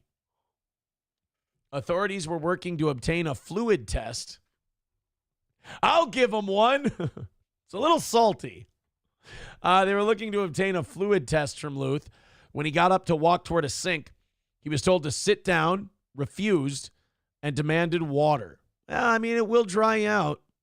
The complaint states Luth then tried to spit in an officer's face. Unfortunately, when you're that fucked up, you're too dried out, you can't really get a lot of saliva. When you spit, it kind of all just goes pss, like scattershot and dissipates into the air. He had a blood alcohol level on his test of 0.289. That is not a passing grade. More than 3 times the legal limit for driving in Minnesota. School officials had concerns about Luth after he showed up and parked the bus in a non-bus lane and had slur speech when asked if he was going to get help or if he was going to help load wheelchairs onto the bus. Oh, no. Sir, you're in the delivery lane. It's close enough for the girls I go out with. Are you going to help the wheelchair kids get on the bus? You fucking cripples, what are their legs broken? Actually, sir, yes, some of them. Oh. Well, hold on. I don't know. If I get out and try to help them, I really feel like there's a good chance I piss myself. Court records show Luth had a previous operating while intoxicated arrest from December 14th, 2024 in Pepin County, Wisconsin. I mean, you know how fucked up you got to be to get a DUI in Wisconsin? They don't hand those things out easy over there. I'm telling you right now. Kyler gifting a membership to Veldrain. Thank you very much. Hey, guys. Veldrain, go ahead and pass along that $5 membership, and we can get ourselves a little membership train going. We can get our goal knocked out today. Kyler with $1 says possible breaking news. Standoff in Montrose, Minnesota, as of 25 minutes ago. Shots fired. Oh, shit. Uh-oh. 1:15 away from today's goal. Keep going. That sounds like a rally to me. Let's get it started, and let's get that annoying money part of this show knocked out so we can just have ourselves a gay old time the next hour or so here. And then right after today's show, we're going to be doing the members-only show. So we're probably going to keep this stream going. And then, no, we're going to kill this stream, reload it under Rumble Studio, and go members only. All right, this is This is Chad Buzemac's clip that he got. Go ahead and take a look at how he clipped this. How am I supposed to hook up with black guys? It's none of your business. Wait until the parade. I'll show my asshole to children. I mean, look. That is a disgusting fucking thing to say. That is a really awful thing. As I was doing a character voice, and I will say this, as a character voice and a satire, that is fucking hilarious, and that is a great show, and everyone should follow, like, subscribe, and donate to. Uh-oh. Speaking of which, I also missed a gifted sub from Zenman with $1. He says, thanks for missing my donated sub, Mr. M. Holte. I apologize. Dub got a membership gifted to him by Zenman. All right, well, there you go. Now we're at 110. Now we're moving. Now we're getting somewhere. Keep it going. So that means that we need to get who's on the clock now? We've got Veldrain is on the clock, and Dub is on the clock. You guys gift some memberships, and we've got this thing rolling here on the toe. Uh-oh. Uh-oh. We've got lots of clips. What's with all these clips? I don't like this. Also, 110 away from knocking it out today. I always love the moment when you realize what you've done. Oh, no. This isn't good news. All right, let's check it out. Let's check out these clips that Mr. Approachable's got for us. 110 away from today's goal. Keep going. $5 or $10 at a time, and we'll hammer this thing out, and it'll be a perfect week for the toe. Let's load up that Venmo, PayPal, and Streamlabs, and let's call this thing a W. There's Eric with $5. Says, open your mouth, take this in, and carry it with you. After saying this, Lord Samshu discharged a great deal of semen into the mouth of fire god. Real quote from the Hindu scriptures, or Aaron in 2024.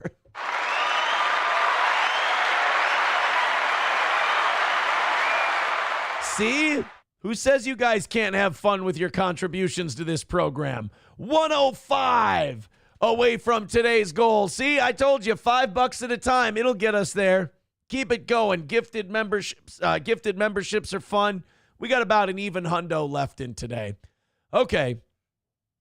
Chad Buzemach says, approachable, be careful.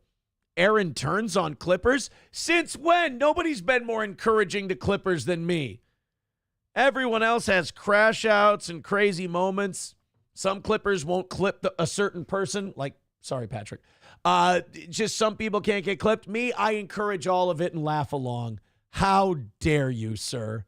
Zenman becoming a monthly supporter. He renewed his membership. Thank you, buddy. We're an even hundo away from today's goal. Thank you, guys. Look at this. Now we're moving. Now we're moving.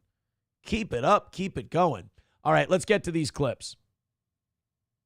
I can make a video of you turning on us Clippers if you'd like, says Boozer. No! Leave it alone, as the great Opie once said. All right, let's go to these clips. Let's let me limber up because I feel like there's an ass fucking a coming. Oh, God damn it. No. No. Shit. No. It's not what I meant. None of your business. Wait until the parade. I'll show my asshole to children. Oh, God damn it. See, I got to stop. I like the clips where you leave in the part where I notice what I just did. How am I supposed to hook up with black guys? Oh, you're a power bottom, aren't you? No, that's not what I'm. All right, what's the next? How am I supposed to hook up with black guys? Oh, this is the same clip. And then I think this one might be the same one. None of your business. Wait until the parade. I'll show my asshole to children. Oh, God damn it. See, I got to stop. None of your business. Someone in the YouTube chat says memberships are useless here. Not true. We do a members-only show every Thursday, and then we put up members-only content from the archives at least twice a week. How dare you, sir? That is that's actionable. Cease and desist, my friend. Dub gifting a membership to Mr. Approachable. All right, Approachable, you're on the clock. Pass that thing along, pay it forward. Now we're down into the double digits, boys. $95 away from knocking it home and calling it another perfect week for the toe. Click one of those links, fire in a couple of bucks. We got ourselves a W. I'm liking it. I'm liking it. All right. I love when I click on a Twitter story and there's no notifications. I'm like, all right, good. I didn't say anything that Buzamok can clip. Chad Buzamok says, need to start paying attention to members' chats on YouTube. Told you that before. That is not a good idea, or that is not a bad idea. That's a good idea. He says, we'll make YouTube memberships go up if you read them like Rumble chats. Well, every time someone becomes a member, I read them. So there's that. We're off to a good start there. Let's go to, do I have a membership thing here? Oh, I do. I do have a membership filter. All right. I have a, you know what? If you are a member on YouTube, start chatting and let's see if this does anything. I've got a little experiment in my system here. Thermodyne Diesel, give this man a Booker T. We want the gold, sucker. Hulk Hogan, we coming for you, nigga. Thermodyne Diesel with 5 gifted memberships. Kyler, NF Caps, Trappling at the Zoo, West Coast Patriot Girl, and Big John Stud. All getting memberships. Thank you so much. That, of course, puts us 70 away. Great work. And all of you got those gifted memberships. Pay them forward, and we can Ponzi scheme our way into a perfect week. Great job, guys. Yeah, I'm not seeing... Oh, wait, nope, there we go. It did work. It's working. It's working. Kane J becoming a member for 16 months. All right. Now here's the problem. My issue with this is I think it fucks with my Rumble chat when I do this. You know what we can do? Here's what we'll do, Buzamok. I'll work on this after the show, and then we'll be able to incorporate that in. I like it. All right. 70 away from today. Thank you guys very much. The most generous audience there is. 70 away from calling it perfect. Let's go on to the next thing. This is definitely, if there's a God, this next guy's going to hell. 110%. A politician in Colorado. Because, of course, every government has to debate trans shit now because that fucking matters. Also, Mikey Two Milk says, I'm charging back my fake donation. Fucking goal. Every day, Mikey Two Milk sends us a $1 fake dono. And by fake dono, I mean it's not, he doesn't actually donate. He just says, here's $1 in a fake dono. Bad news, he is charging back that $1 fake dono today. Very sad. So this politician in Colorado, because they're debating trans shit because we have nothing better to talk about in this country, he's now playing with a little bit of blasphemy here. You guys decide if this guy just punched his own one-way ticket to hell. I'm accountable to Almighty God because I'm standing up for equality.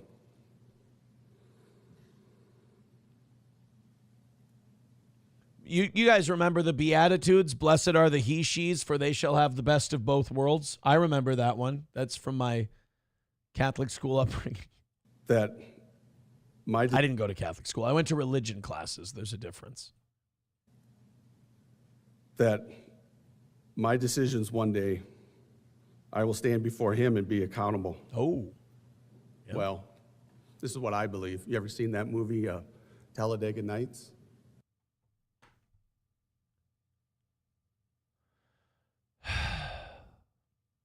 Can't wait to hear this shit.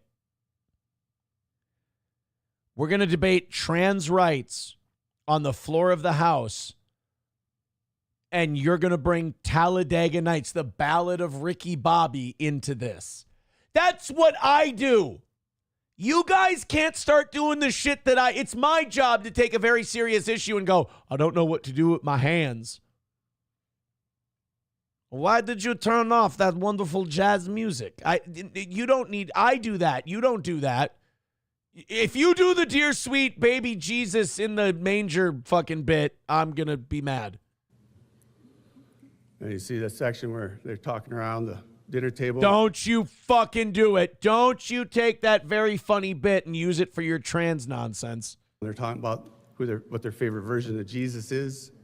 All right, baby Jesus. I love baby Jesus. And the guy goes, well, I love Leonard Skinner Jesus when angels are behind him and the choir is singing and he's playing Freebird. It's not what they say. It's not the line in the movie. That's not, you just fucking made that up, you cunt. John C. Reilly says he likes to think of his Jesus with a mullet and that he likes to party. Because he likes to party and he wants his Jesus to party. Well, my day of judgment, I might be standing in front of trans Jesus. I don't know. Oh, you just fucking burned in hell, homeboy. Uh-oh. Ladies and gentlemen, for impression time on today's show, I would like to do my impression of Jesus listening to this speech. Ready? This is Jesus listening to this man's speech from up in heaven. Well, my day of judgment, I might be standing in front of trans Jesus. I don't know. What the fuck? I don't know. It's what I believe. I'm fucking, I committed. Clip it. I have water all over my fucking glasses right now. I'm just saying, in my impression, Jesus is not happy. I fucking spit all over myself. What is the fucking AC in here blowing at my face? Oh, yeah, I am right under a vent. I spit into the wind. Oh, my God. Oh, here, you know what? Take two. Let's try that again. Ladies and gentlemen, I give you Jesus listening to this man's speech. I don't know. It's what I believe. Well, my day of judgment, I might be standing in front of trans Jesus. I don't know. Suck my dick. I don't know. It's what I believe. I don't understand it. That one didn't blow back at me, but that one was straight down to my leg. I am full of a combination of my own spit and water. And now I'm out of water, too. Garçon. Garçon means boy. And I believe that Jesus, God, will look at me and say, you stood up for people. Yeah, that's what he's going to say. Hey, you know those people that my dad specifically hated in the book that you're supposed to be following? Yeah. You can totally come into the party after you totally ignored everything he said and just fucking did your own thing. You know how you like totally freestyled Christianity to make it fit your blasphemy and your degeneracy? Yeah. No, totally come in. We love that here. No, that's great. We love it when people just totally freestyle with the rules we gave you to follow strictly and to not denigrate society and God's kingdom with horseshit. No, totally cool, dude. Yeah, no. You encouraged God's children to cut off the parts he gave them and pretend to be something else. No, we love that here. No, that's super great. Do you like chips and salsa? Yeah. Fuck you. Go to hell. Ha, you're funny, Jesus. I'm not fucking joking. They pounded nails into my fucking hands. It hurt like shit. And I gave you a few rules to follow. No putting dicks in your mouth, an asshole. Did you follow it? No. I'm sitting here. I put cream on my hands every fucking day. Dude, 2,000 years later, I'm still fighting infections. All right? I have to put shit on my stigmata. Kind of like when a guy becomes a girl and he has to manually open the new hole they gave him because his body thinks it's a wound and tries to close it. Yeah. Try that, except with Jews and Romans shoving spikes through your fucking body. No, but it's totally cool. Yeah, my dad just made everybody in his image chop their dicks off and give them tits. You okay, Jesus? I'm not okay. If I was still alive, I'd take a flamethrower to this place. You know those meteors that come by every so often and they get real close to Earth? Do you know how many times I've had to talk Dad out of throwing them at you? I might let the next one go. I might let go and let God. You fucking called me trans Jesus? Tell me you're joking. Tell me you were kidding right now. I'm sorry, Jesus. I was telling everyone what I believe. I fucking told you what to believe.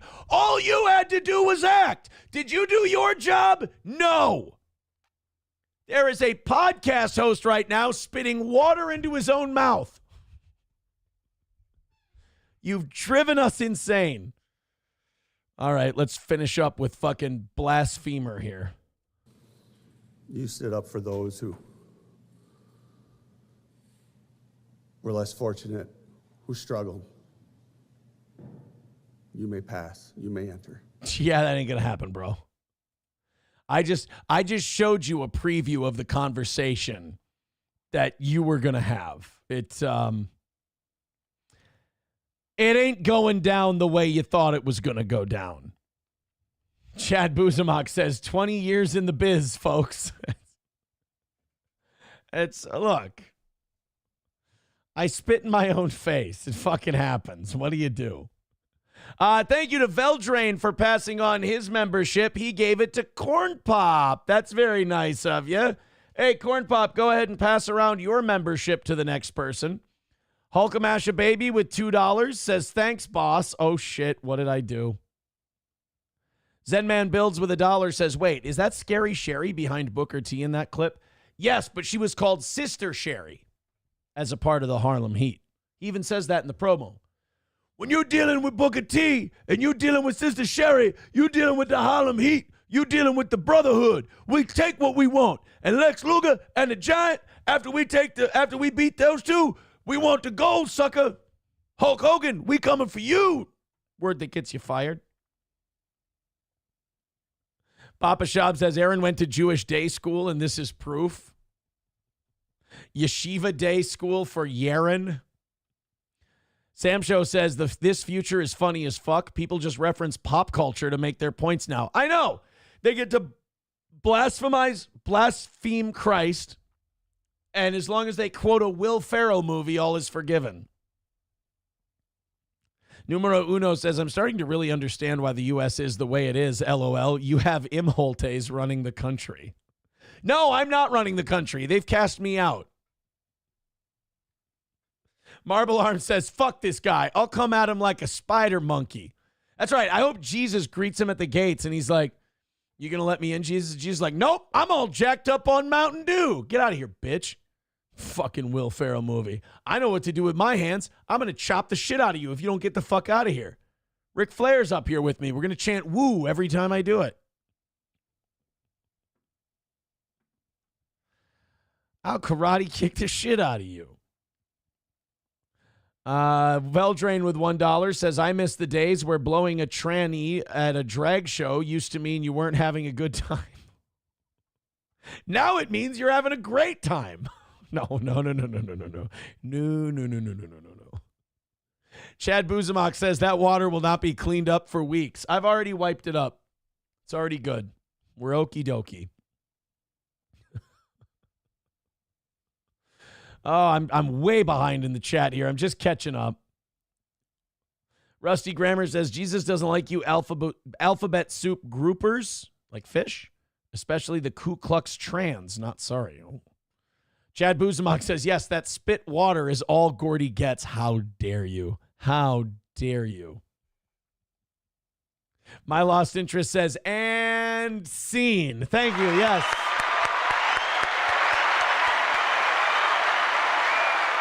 I'm a professional. God damn it. Chad Buzamok says, I've got another clip for you on X. Your house rules are weird, dude. Oh, boy. In the Wild says, was Jesus cool with cuckery? Asking for a friend. No, believe me, I'm going to spend the rest of my days seeing if I can get a new pass to heaven stamped for me. I mean, I did divorce the bitch, so, I mean, at least I'm not living eternally in cuckitude. I mean, if you stay with the person, you're just kind of cucked out forever. You know, you got to burn down the bridge so you can build a new one. So I'm doing my best in the wild. All right, let's do the not the Chad Buzamak. I can't keep the Clippers straight. Not the Chad Buzamak clip, the Mr. Approachable clip. By the way, not 65, $60. We had 2 gifted memberships in there. $60 away from today's goal. Thank you guys very much for your generosity. Hey, finish it up. We're looking good. Need Trump with renewing his membership for 35 months. Says, just another awesome show. Keep up the good work, buddy. Thank you very much. And thank you to everybody who hits like, who hits share, who hits subscribe on whatever platform you're on. Kick, Facebook, Rumble, YouTube. Go ahead. Peaked out in the 700s today. I appreciate that. And let's finish up that last $60 and call it a win for the toe for the week. All right, here's Mr. Approachable's clip. So let's let me limber up because I feel like there's an ass fucking a coming. Oh, God damn it. No. I want to see how instantly after I said it, I want to see if my mouth said it or my face said it first. Let's let me limber up because I feel like there's an ass fucking a coming. Oh, God damn it. That one was instantaneous. The things I do to be humorous, to be funny, to entertain people. I am the living embodiment of putting yourself out there. This is Chad Buzamak. Now Aaron Imholt is yelling at himself for not following his house rules after also spitting water all over the floor twice. Okay, let's... And I gave you a few rules to follow. No putting dicks in your mouth, an asshole. Did you follow it? No. That is not me yelling at myself. And I gave you a few rules to follow. No putting dicks in your mouth, an asshole. Did you follow it? No. You've got to admit, bro, when I get in character, I'm locked down, baby. I'm locked down. Are you kidding? Sam Show says, how optimistic? LOL. Well, you know, I'm a positive thinking kind of guy. All right, let's get to it. Oh, my God, the fucking tits in this next news story. Holy shit. I'm sorry, I clicked on the next thing, and it was just 4 tits, just boom. Right in my face. I wasn't ready. Baba Shab says, in character, ? Yes, in character. I was Jesus in that clip. All right, let's go ahead. Sam Show, you fucker. He goes, is that good or bad? Yeah, he's saying that I might see tits and go icky. Okay. The story is very troubling, but the people giving us, this is what I mean. It's just like right out there. Just 4 tits, 2 women running the news. The way the 1960s never intended it. Here we go. Welcome back. A Houston man is accused of selling custom boots made from sea turtle skin. Okay, question. What does that mean? Like, is that illegal? Can you not? Are sea turtles protected? Are you not allowed to skin ski turtles? Skin ski Nakamura? Are you not allowed to skin ski? I can't fucking. I can do it. Are you not allowed to skin ski? Are you not allowed to skin sea turtles and make shoes out of them? I didn't know this. It's like, I don't understand. It's weird lines that we draw. You'll go to jail if you skin a sea turtle and make boots out of him, but if you skin an alligator and you make boots out of him, totally fine. Go ahead and skin an ostrich, make boots out of an ostrich, totally cool. Skin a sea turtle, you're going to prison. We got to get the rules fucking straight. What can I and what can I not make boots out of? Human skin. Ruling? Ed Gein told me it was fine. Prosecutors say 31-year-old Alejandro Hernandez was arrested in Midland. They say he smuggled and conspired to smuggle boots into the United States illegally and sold the boots online and then sent them through the mail. Investigators say Hernandez sold a pair of boots. Investigators. Those you can make boots out of. Gator boots. Made from sea turtle skin to a customer in Houston last October. Now, if convicted, he faces 20 years in prison. Holy shit. New this morning. 20 years for skinning sea turtles and selling them as boots? We're not fucking around, are we? Holy Jesus. I didn't know that it was that serious of an offense. I know a guy who was up for 25 years in prison. He's only going to get 28 days in jail because of the thing. So you gotta make sure you can get yourself one of those gravy deals. You know? 20 years in prison for making some boots. Is sea turtle like I never understood the rankings of different skin boots. Like I've tried on ostrich boots, I've tried on caiman boots, alligator boots. They all feel like boots to me. I don't understand. So like you can get boots made out of ostrich. I think you can get elephant skin boots. I believe. Like, isn't that cooler than like you kind of sound like a bitch if you're wearing sea turtle boots. Like, hey, what are those? Those are alligator boots. Holy shit, dude, you're wearing alligator boots? Fuck yeah, I'm wearing alligator boots. Why? What are yours? Gay turtle boots. What? Yeah, I got my boots are made out of sea turtle. Cool, queer. Like, it's certainly not worth. Are they paying a lot of money for bootleg? MSO says probably an illegal immigrant. Yeah, that's probably going to be the next one. Is we're going to find out that he's here illegally. And, well, you know, nowadays, no quarter for being in the U.S. illegally. Carlos Cameo says an investigator. That's a PI who went to the University of Florida. I fuck you guys. I like that joke. I'm sorry. You want my sense of humor? That's my sense of humor. No, you guys don't get it. Investigator. Because you'll figure it out. Veldrain with $1 says sea turtles are like pandas. One of evolution's mistakes people are trying to keep around for some reason. That's the other thing. Like, if a bunch of animals won't fuck, let them die. Like, pandas want to go away. Pandas with dicks don't find panda pussy attractive anymore, so they're trying to just, like, live their life and die. But everyone keeps taking, like, oh, I got a female panda right here in this hand. Oh, I got a female panda here. Come on, fuck each other. There's no reason for us to do that. Don't clip that either. God damn it. How am I supposed to be creative and let my ideas flow? Yeah, we just keep trying to, like, what a weird thing. Like, imagine if there was a species higher than us. And, like, you didn't feel like fucking that day. And all of a sudden, like, they bring you around some fat, unattractive chick. And they're like, fuck her. And you're like, no. Like, come on, do it. Like, no, this is really not the way I want to live. I wanted to hang out. I wanted to watch the game. Stick your dick in that thing. Can I watch the football game then? Like, sometimes things just want to die, and you should let them die. Dr. Silverwolf with $5. Thank you very much, Dr. Silverwolf. $55 away from today's goal. Thank you, guys. We're only $55 away, and we've got a half hour left. What do you say? Throw us a couple of bucks. We're getting there. We're almost to perfection for this week.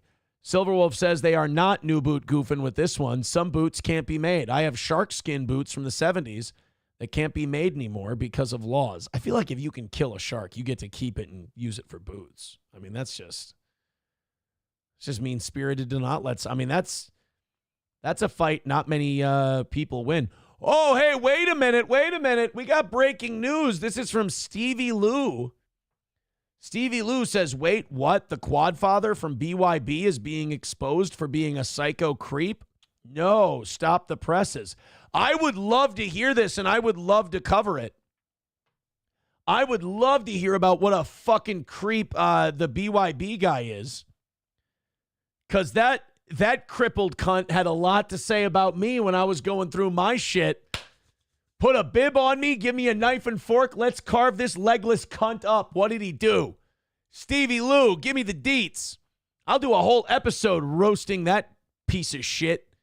Let's fucking go. I'll have a great time. Quadfather's a psycho creep? Please tell me what he did. Let's roast a leg. Oh, I will enjoy this one. Numero uno, Josh Denny with $1 says, Stevie, next time you want to say something, send it with a tonation. Well, no, Stevie said it I saw it on Twitter. Boozamock says, loser with an L-E-W, meaning Stevie Lou, is a tard. Can we get Johnny to do it? Cripple fight. Dub with a great point. Panda pimpin' is not easy. That's true. Bigot on socialist media says that retard will come in on Friday for 5 minutes and run away again. He kind of comes in. I will say this about Crippy Boy. Crippy Boy takes a beating from me. He takes a beating from the audience. He keeps doing a show. He's never had an ounce of charisma, no drawing power. He's not funny. He doesn't have a personality, but he persists. You got to give him that. The guy persists. He comes in. We kick the shit out of him. He leaves with his tail between his legs, but he always comes back. I want to know what kind of fucking creep that guy. I mean, naturally he is. If that guy looks at a woman, it's going to be creepy. She's not going to be okay with it. I want to know what he did. That would be fun. Numero uno, Josh Denny fan says, you didn't read the part where I called Stevie a dummy. Dummy? Well, I mean, naturally. Someone says the timing, he'd been watching. Oh, dude, you don't think Crippy is watching all the time? He loves himself the toe. He can't stay away from it. He's another jaded one who can't get enough. $50 away from today. Guys, go ahead and knock it out. Streamlabs, PayPal, Venmo, Super Chats, and Rumble Rants. Let's get the last 50 taken care of. MSO calling him one of the backdoor boys. Uh-oh, do we have women coming forward? You know, I'll say this. I will give Crippy Boy from BYB one thing. If we find out that he's been texting women, that would blow one of my theories right out of the water. I mean, my first guess would have been asexual because he would know nobody's going to be interested. And number two was total power bottom. So, I mean, because you can just you move those legs apart like a wishbone. He ain't going to feel a goddamn thing. And they just go to town on him, right? But if we find out that he's been being an absolute perverted creep to women, oh my God, bring your allegations to the Steel Toe show. Because that would shock the living hell out of me. Numero uno says, you're double charging me, Toe, turning into the Mussman. Who's the Mussman? I don't know the Mussman. Do you know the Mussman, the Mussman, the Mussman? I am so happy with this news. I am on pins and needles waiting for Stevie Lou to provide me some info. You know, Gino Bisconti once told me the universe provides. That's what I know. Hey, guys, $50 away from hammering it out. Gifted memberships, PayPal, Venmo, Streamlabs, Rumble Rant. That'll be fun. Oh, and he's a super tips guy, isn't he? Is one of the prerequisites for being involved with Melton is you have to be an absolutely disgusting, society-shunning pervert? Is that just part of the deal? Oh. You know, you're a super tips guy, Crippy Boy. Why didn't they give you an all-expenses-paid trip to Steel Toe Fest? Oh, that's too bad. Mussman. Yes, Mussman. You're right, numero uno. I didn't know it was a Red Bar reference. That's the creepy Jewish guy with the podcast, right? The one who made Brendan Schaub dress in like a full hazmat suit. I remember that. Mr. Me gifting 5 memberships. Thank you very much over there on YouTube. Thank you. I was doing the PPP thing for a minute. He's gifting the 5 memberships there. What a guy. He gets that fucking Canadian accent going. Look at them going with the 5 memberships there. I don't know. It's like it's like a Canadian pirate when you're doing a PPP. I don't quite have it all the way honed in yet. Thank you, Mr. Me. $35 away from today's goal. $35 away. Hey, shit, now we can do this $1 or $2 at a time if you want to. Sam Show says you've got to scream more hysterically. All right. Mr. Me with 5 gifted memberships. He's putting it towards the goal there. That was, you know what? That was better. And again, I say it every time I do a PPP impression. Do not call him like some fat, out-of-shape guy. I do that bouncing shit that he does while I'm yelling. I'm out of breath. I'm gassed. Like, he's one of those fat guys who has cardio. You got to give him his respect. $1 from numero uno says Red Bar is the Palestinian musician with the yay cosign, fool. See, I didn't know.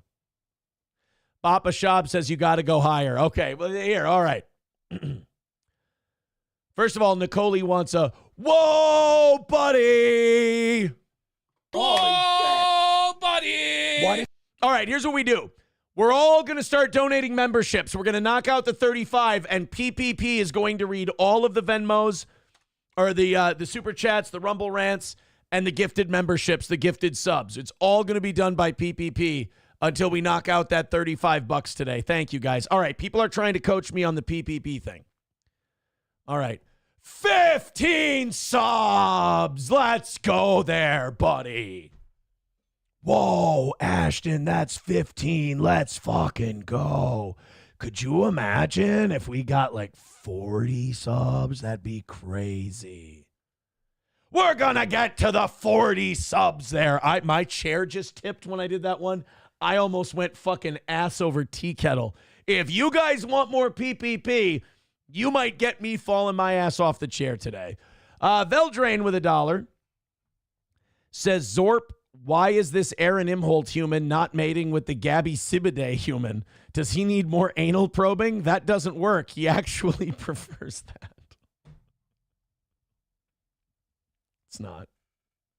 It's not very nice. NF Cap says, thanks, Thermodyne Diesel. I'm going to have to pay it forward soon. He's paying forward the sub there. Telling you, that bouncing around will fuck you up. All right, 35 away. Whew. Let's go and call it another win for the toe. Stevie Lou says, if I told you all that went down, it would burn off both your ears. Well, guess who's getting a phone call, boys and girls? I'm glad I got this guy's phone number. First, let's go ahead and hook up the old Bluetooth here. We're going to call Stevie Lou, and we're going to get the straight gas on old Legolas. Legolas, because it's got no legs. You ain't got no legs, Lieutenant Diane. All right, here we go. We're all connected. Let's go ahead and do the search. Stevie Lou. All right. Talk to me, Goose.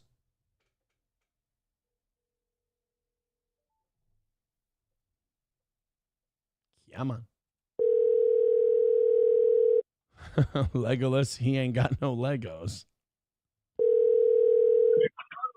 Jesus Christ. Hey, what's going on, Stevie Lou? How you doing? Aaron Imholt from the Steel Toe Morning Show here.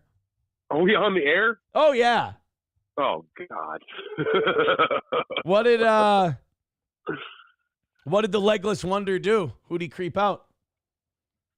You know, I don't want to just rehash things I've been saying for over a year now. Okay. But let me just boil it down to one thing. Yeah. Is that the problem with Quadfather is that when he's walking in a bad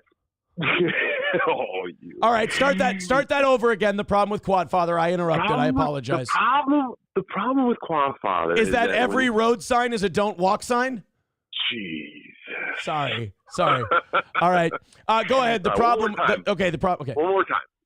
The problem with Quadfather is putting on shoes. Sorry. That's what they make Velcro for. I'm trying to guess. I should stop. No, you go.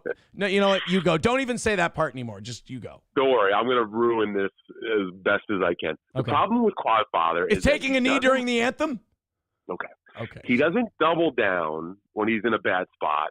He doesn't triple down when he's in a bad spot. He quadruples down when he's in a bad spot. That's why they call him the Quadfather. Exactly. It's not the paraplegic thing. It's actually that he doesn't know how to back out gracefully when he's wrong. He's this kind of guy who can just never admit that, okay, maybe I've made a mistake at some point in my life, and maybe I can. You know what? You're right. He still can't admit that diving headfirst is not the way to enter a pool. Oh, my God. You know, I wanted to go to Hackamania myself because I heard he was going this year, and I wanted to have like one of these little side events that they have where I was going to body slam the Quadfather, you know, kind of like they had with, what was it, Hogan and Andre? Yeah, or Lex Luger and Yokozuna, on the aircraft carrier. But here's the twist. Of course, I've got a twist. I was going to dress up as a tree. You know, I was going to dress up as a tree and like a body slam him. Okay, maybe I'm going to tell you this right now. Just because Quadfather isn't funny doesn't automatically make you funny. Hey, listen. I mean, do I not look like I had some sort of premonition where I? Oh, I thought you were going to say Down syndrome. But go ahead. That I got up out of my chair and walked away from BYB when I had the chance. Well, not everybody has that chance. Yeah. All right, so what makes him a creep? I want to know. Listen, I love this stuff. I'm not in that business anymore. That used to be my life. Stevie Lou is a changed man. What? Fuck you. I don't need changed Stevie Lou. I need shitbag Stevie Lou. Listen, we can talk. If you want to give me a call when you're not on the air, we can discuss some details. But Great. I am not in the business right now to be just running my mouth anymore. It's a new life. I am going to talk to you off the air, and what you tell me off the air, I'm going to tell everyone on the air. I can't stop you. You know what I mean? But I just personally these days I'm trying to approach things differently, and while I'm on air, I'm trying to be a better person. All right. Before I let you go, I'm gonna give you 2 words. Ready? Yes. Word economy. Talk to you later, buddy. Okay, hold on. I'm going to give you 2 words, all right? Ready? Gino Bisconti. No. 2 words, ready? Right. Marijuana. Sorry, can't do it. All right. I love you, pal. See you later. Oh, you know what? I'm going to give Quad the chance to come clean before I talk to Stevie Lou about this so I don't embarrass the poor guy. All right, guys, we are $30 away from today. Wally World gifting a membership. Thank you very much. Numero uno with $1 says Stevie Lou reusing old stories no one cared about the first time because he thinks he has some juice after yelling about Louis J. Gomez. A situation I entirely created, by the way.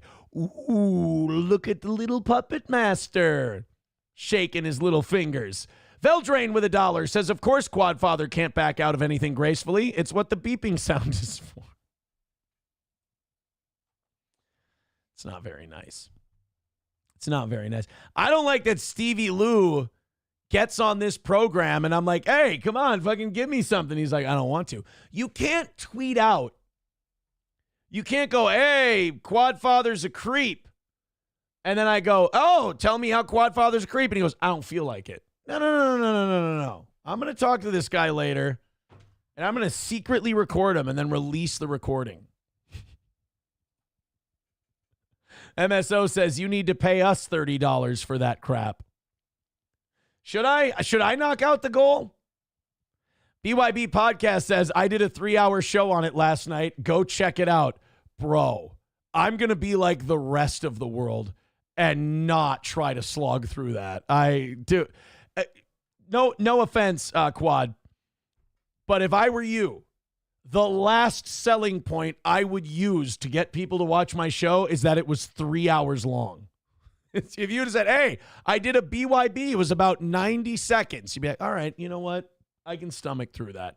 Anything over 15 minutes of you You need a class. That's all. McBuster says queer father is boring. That's not his name. He calls himself quad father. You're saying queer father as though he's like a homosexual or something like that. I'm just telling you that that's not how he prefers to identify, is as queer father. He's quad father. All right, boys and girls, we are $30 away. L Train says, if we knock out the goal, will you do an extra half hour? If you knock out the goal, I will stay on while I set up the members only stream. How's that? We'll swap to members only for a half hour, 45 minutes if we knock out the goal. If not, I'll come back at 11 and do the members only show. And I'll stay on Rumble. That's what we'll do if we not. Because we're $30 away from a perfect week here on the toe. Perfection is on the line, just $30 away. Now, I know what you're thinking. You're thinking, Aaron, $30 is close enough for you to call that perfect, isn't it? Yes, $30 in a week is not going to have really any impact on the toe. But as you know, I am a mentally ill egotist, and I need to knock out that last 30 so I'm not lying to myself. 99 cents from Balls Deep. Thank you very much. Numero uno, Josh Denny fan says, whole Rumble chat saying Stevie is an idiot who knows nothing and is boring. Stevie will never stop trying after failing every time. I guess that's something. Well, then I guess we're having tard fights between BYB and Stevie Lou.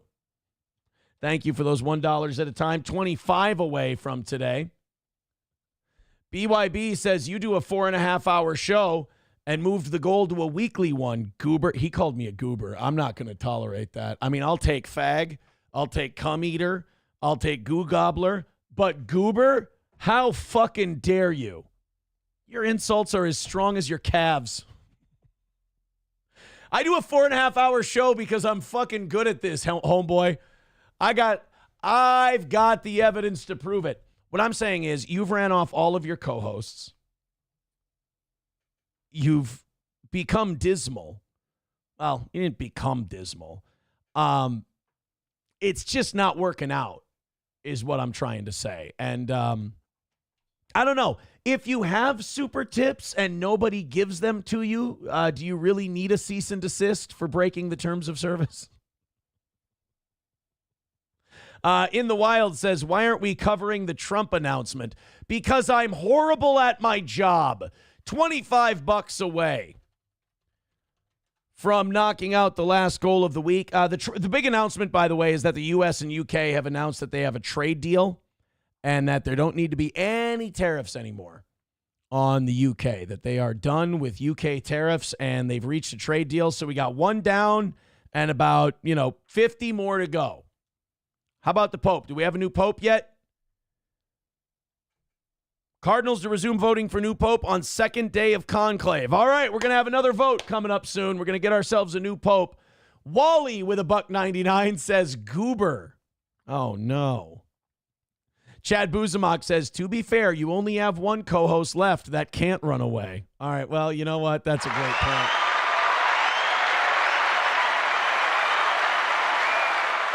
That is a fantastic point. McBuster says Lemmy won't even fuck with Quad Father. Well, Lemmy's not the worst. Someone says, his members show going to be on both platforms? Yes. BYB Podcast says, I'm more successful right now than I've ever been. Bro, you can't crack triple digits. That is not something I'd brag about. I can tell you're a Melton disciple because you're too easy to beat and you're very, very bad at this. I'll have you know, Aaron, that I'm at the top of my game. Oh, yeah? How you doing? About 80 viewers at a time. That's,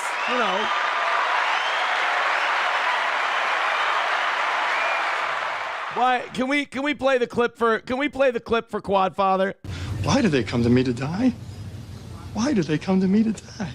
Numero uno with $1 says Quad can do more push-ups than you. Hashtag fact Jack. Well, look, I mean, I know when I'm beaten. 25 away from about 22 away from knocking it out now. Oh, you guys going to do this one or two at a time? You got 10 minutes to do so. Let's fucking roll, boys and girls. No new Pope yet. We got a new trade deal with Trump and the UK. And we've got a members-only show coming up. Ew, gross. I fucking hate this guy. It's not you, Quad. Don't worry. I'm actually kind of entertained by Quad. Not in the way he'd like to be. But I am kind of entertained by him. We've got Hassan Piker admitting something that I said this week. I said this week that fucking Palestine thing that he was wearing during the Ethan Klein debate, 100% performative. Check this shit out. This fucking rich kid, this poser asshole who needs to borrow a personality from his political causes, he finally lets it out. Performative to wear it during this discussion is you have only worn it maybe once in the last 2 years. No need to take it the wrong way. I don't care. Yeah, it is a performative gesture. What do you mean?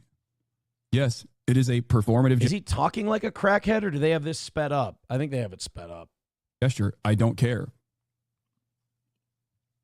Yeah. Why would you have, if you are presenting yourself as a pro-Palestinian community, why would you actually have an issue with such a performative gesture? Because they're actually pro-Palestine and they're saying you're full of shit, Hassan, is what your own community's saying. By the way, this guy handles criticism so poorly. It's not like this show where we laugh and the people who level the criticism then become fans. This guy takes it so poorly, yet he seeks it out. He hates the negative attention. He hates the criticism, but he can't help but read it. It's unreal. And then he goes, "Why? If you're supportive of the Palestinian community, why would you reject a performative?" Because it's performative, because they're saying that you don't mean it and you're just doing it to get attention for yourself. People here, Hassan, I know this is difficult, but people who actually fucking believe in something don't appreciate it when people come and grift off of their thing. That said, $25 away from perfection this week. Like, this is what I don't understand. Like, what do you? I mean, look, I wear this every fucking day. You know what I mean? Yeah, we think you're gay for doing that too. Go ahead, keep listing things we think make you a piece of shit. I got this in Japan from the pro-Palestinian activist in Japan that says, "Free Palestine, save Gaza." There's never been a day where I haven't worn this. Oh, wow. You know what? Never mind. You're a believer. Guys, he wears a wristband. Calls America a terrorist country, still lives in it in a mansion, still pays his taxes. But hey, guys, he's got a wristband on. Check and mate. Yeah. Make sure you lean into the mic when you clear your throat. It's good broadcasting etiquette. It's a bad look. It looks corny. It's performative. It's off-putting. Take your shirt off. That's a performative gesture too. Yeah, that's what I should be doing. I should be getting naked, right? Your own fans have broken you to the point where now you're copping out and going, maybe I just take all my clothes off. So we're answering gay with gay. It's the amount of testosterone in this chat. I can't handle it. You don't want them to know you're pro-Palestine, dude. Yeah, no, I'm thinking about it from the perspective of clips. That's great. That's a wonderful thing to think about. Speak in sound bites. That makes you sound very genuine. What are you performing? Support for Palestine? Okay, according to Ethan, don't we all? That's what I mean. Like, what's the issue? You got a problem? No, but you do. Jesus. I have never seen a clip of this guy where he's not pouting about something. It's always pouting with this guy. Leah gifting a membership. Thank you very much. $15 away. 5 minutes left. And $15 away from today's goal. Pile it in. Let's knock it out. This would be 12 out of 13 straight. 7 straight perfect weeks for the toe. Oh my God. Do it for Quad. Do it for his legs. Do it for old Limp Bizkit Quad Father. $15 away from today's goal. That means 3 gifted memberships. Pass them along. Who'd Leah give that one to? Leah gave that one to L Train. L Train, pass it along. And then 3 more gifted memberships here on Rumble, or 5 more gifted memberships on YouTube. And we've got this thing knocked out. We're just $15 away from calling it a perfect day for the toe. And then I'll stay on while we switch over to the members only thing. Sure. why not? So go ahead, open up those wallets and throw in a couple of bucks to the toe. I don't think we're going to do I don't think we're going to do the Kanye thing until tomorrow. I think the Kanye thing is probably something we should do for Rumble, for Rumble Friday. L Train, there we go. L Train gifting a membership. Thank you so much. Aha, BYB got it. $10 away from today's goal. Thank you very much. Oh my God. Remember, he doesn't miss a minute of this program. Wildcard gifting a membership over on YouTube. We're $5 away from perfection here on the I'm sorry. We're $5 away from perfection there. Oh, buddy. What? All right, there it is. $5 left, and it's a win. It's a W. Oh, God, we don't need to say cripple gay F word. I mean, that's a little too... Now I got to protect old BYB. That's a bit of a heavy accusation we're just throwing around. All right, L Train says, pay it forward, BYB. Yeah, let's see if he's got the fucking stones. I haven't watched his show in a while, but they're not a big money maker over there. So let him save up, for research.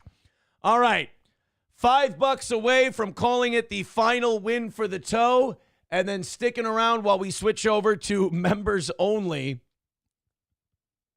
I'm seeing a lot of very funny things come in.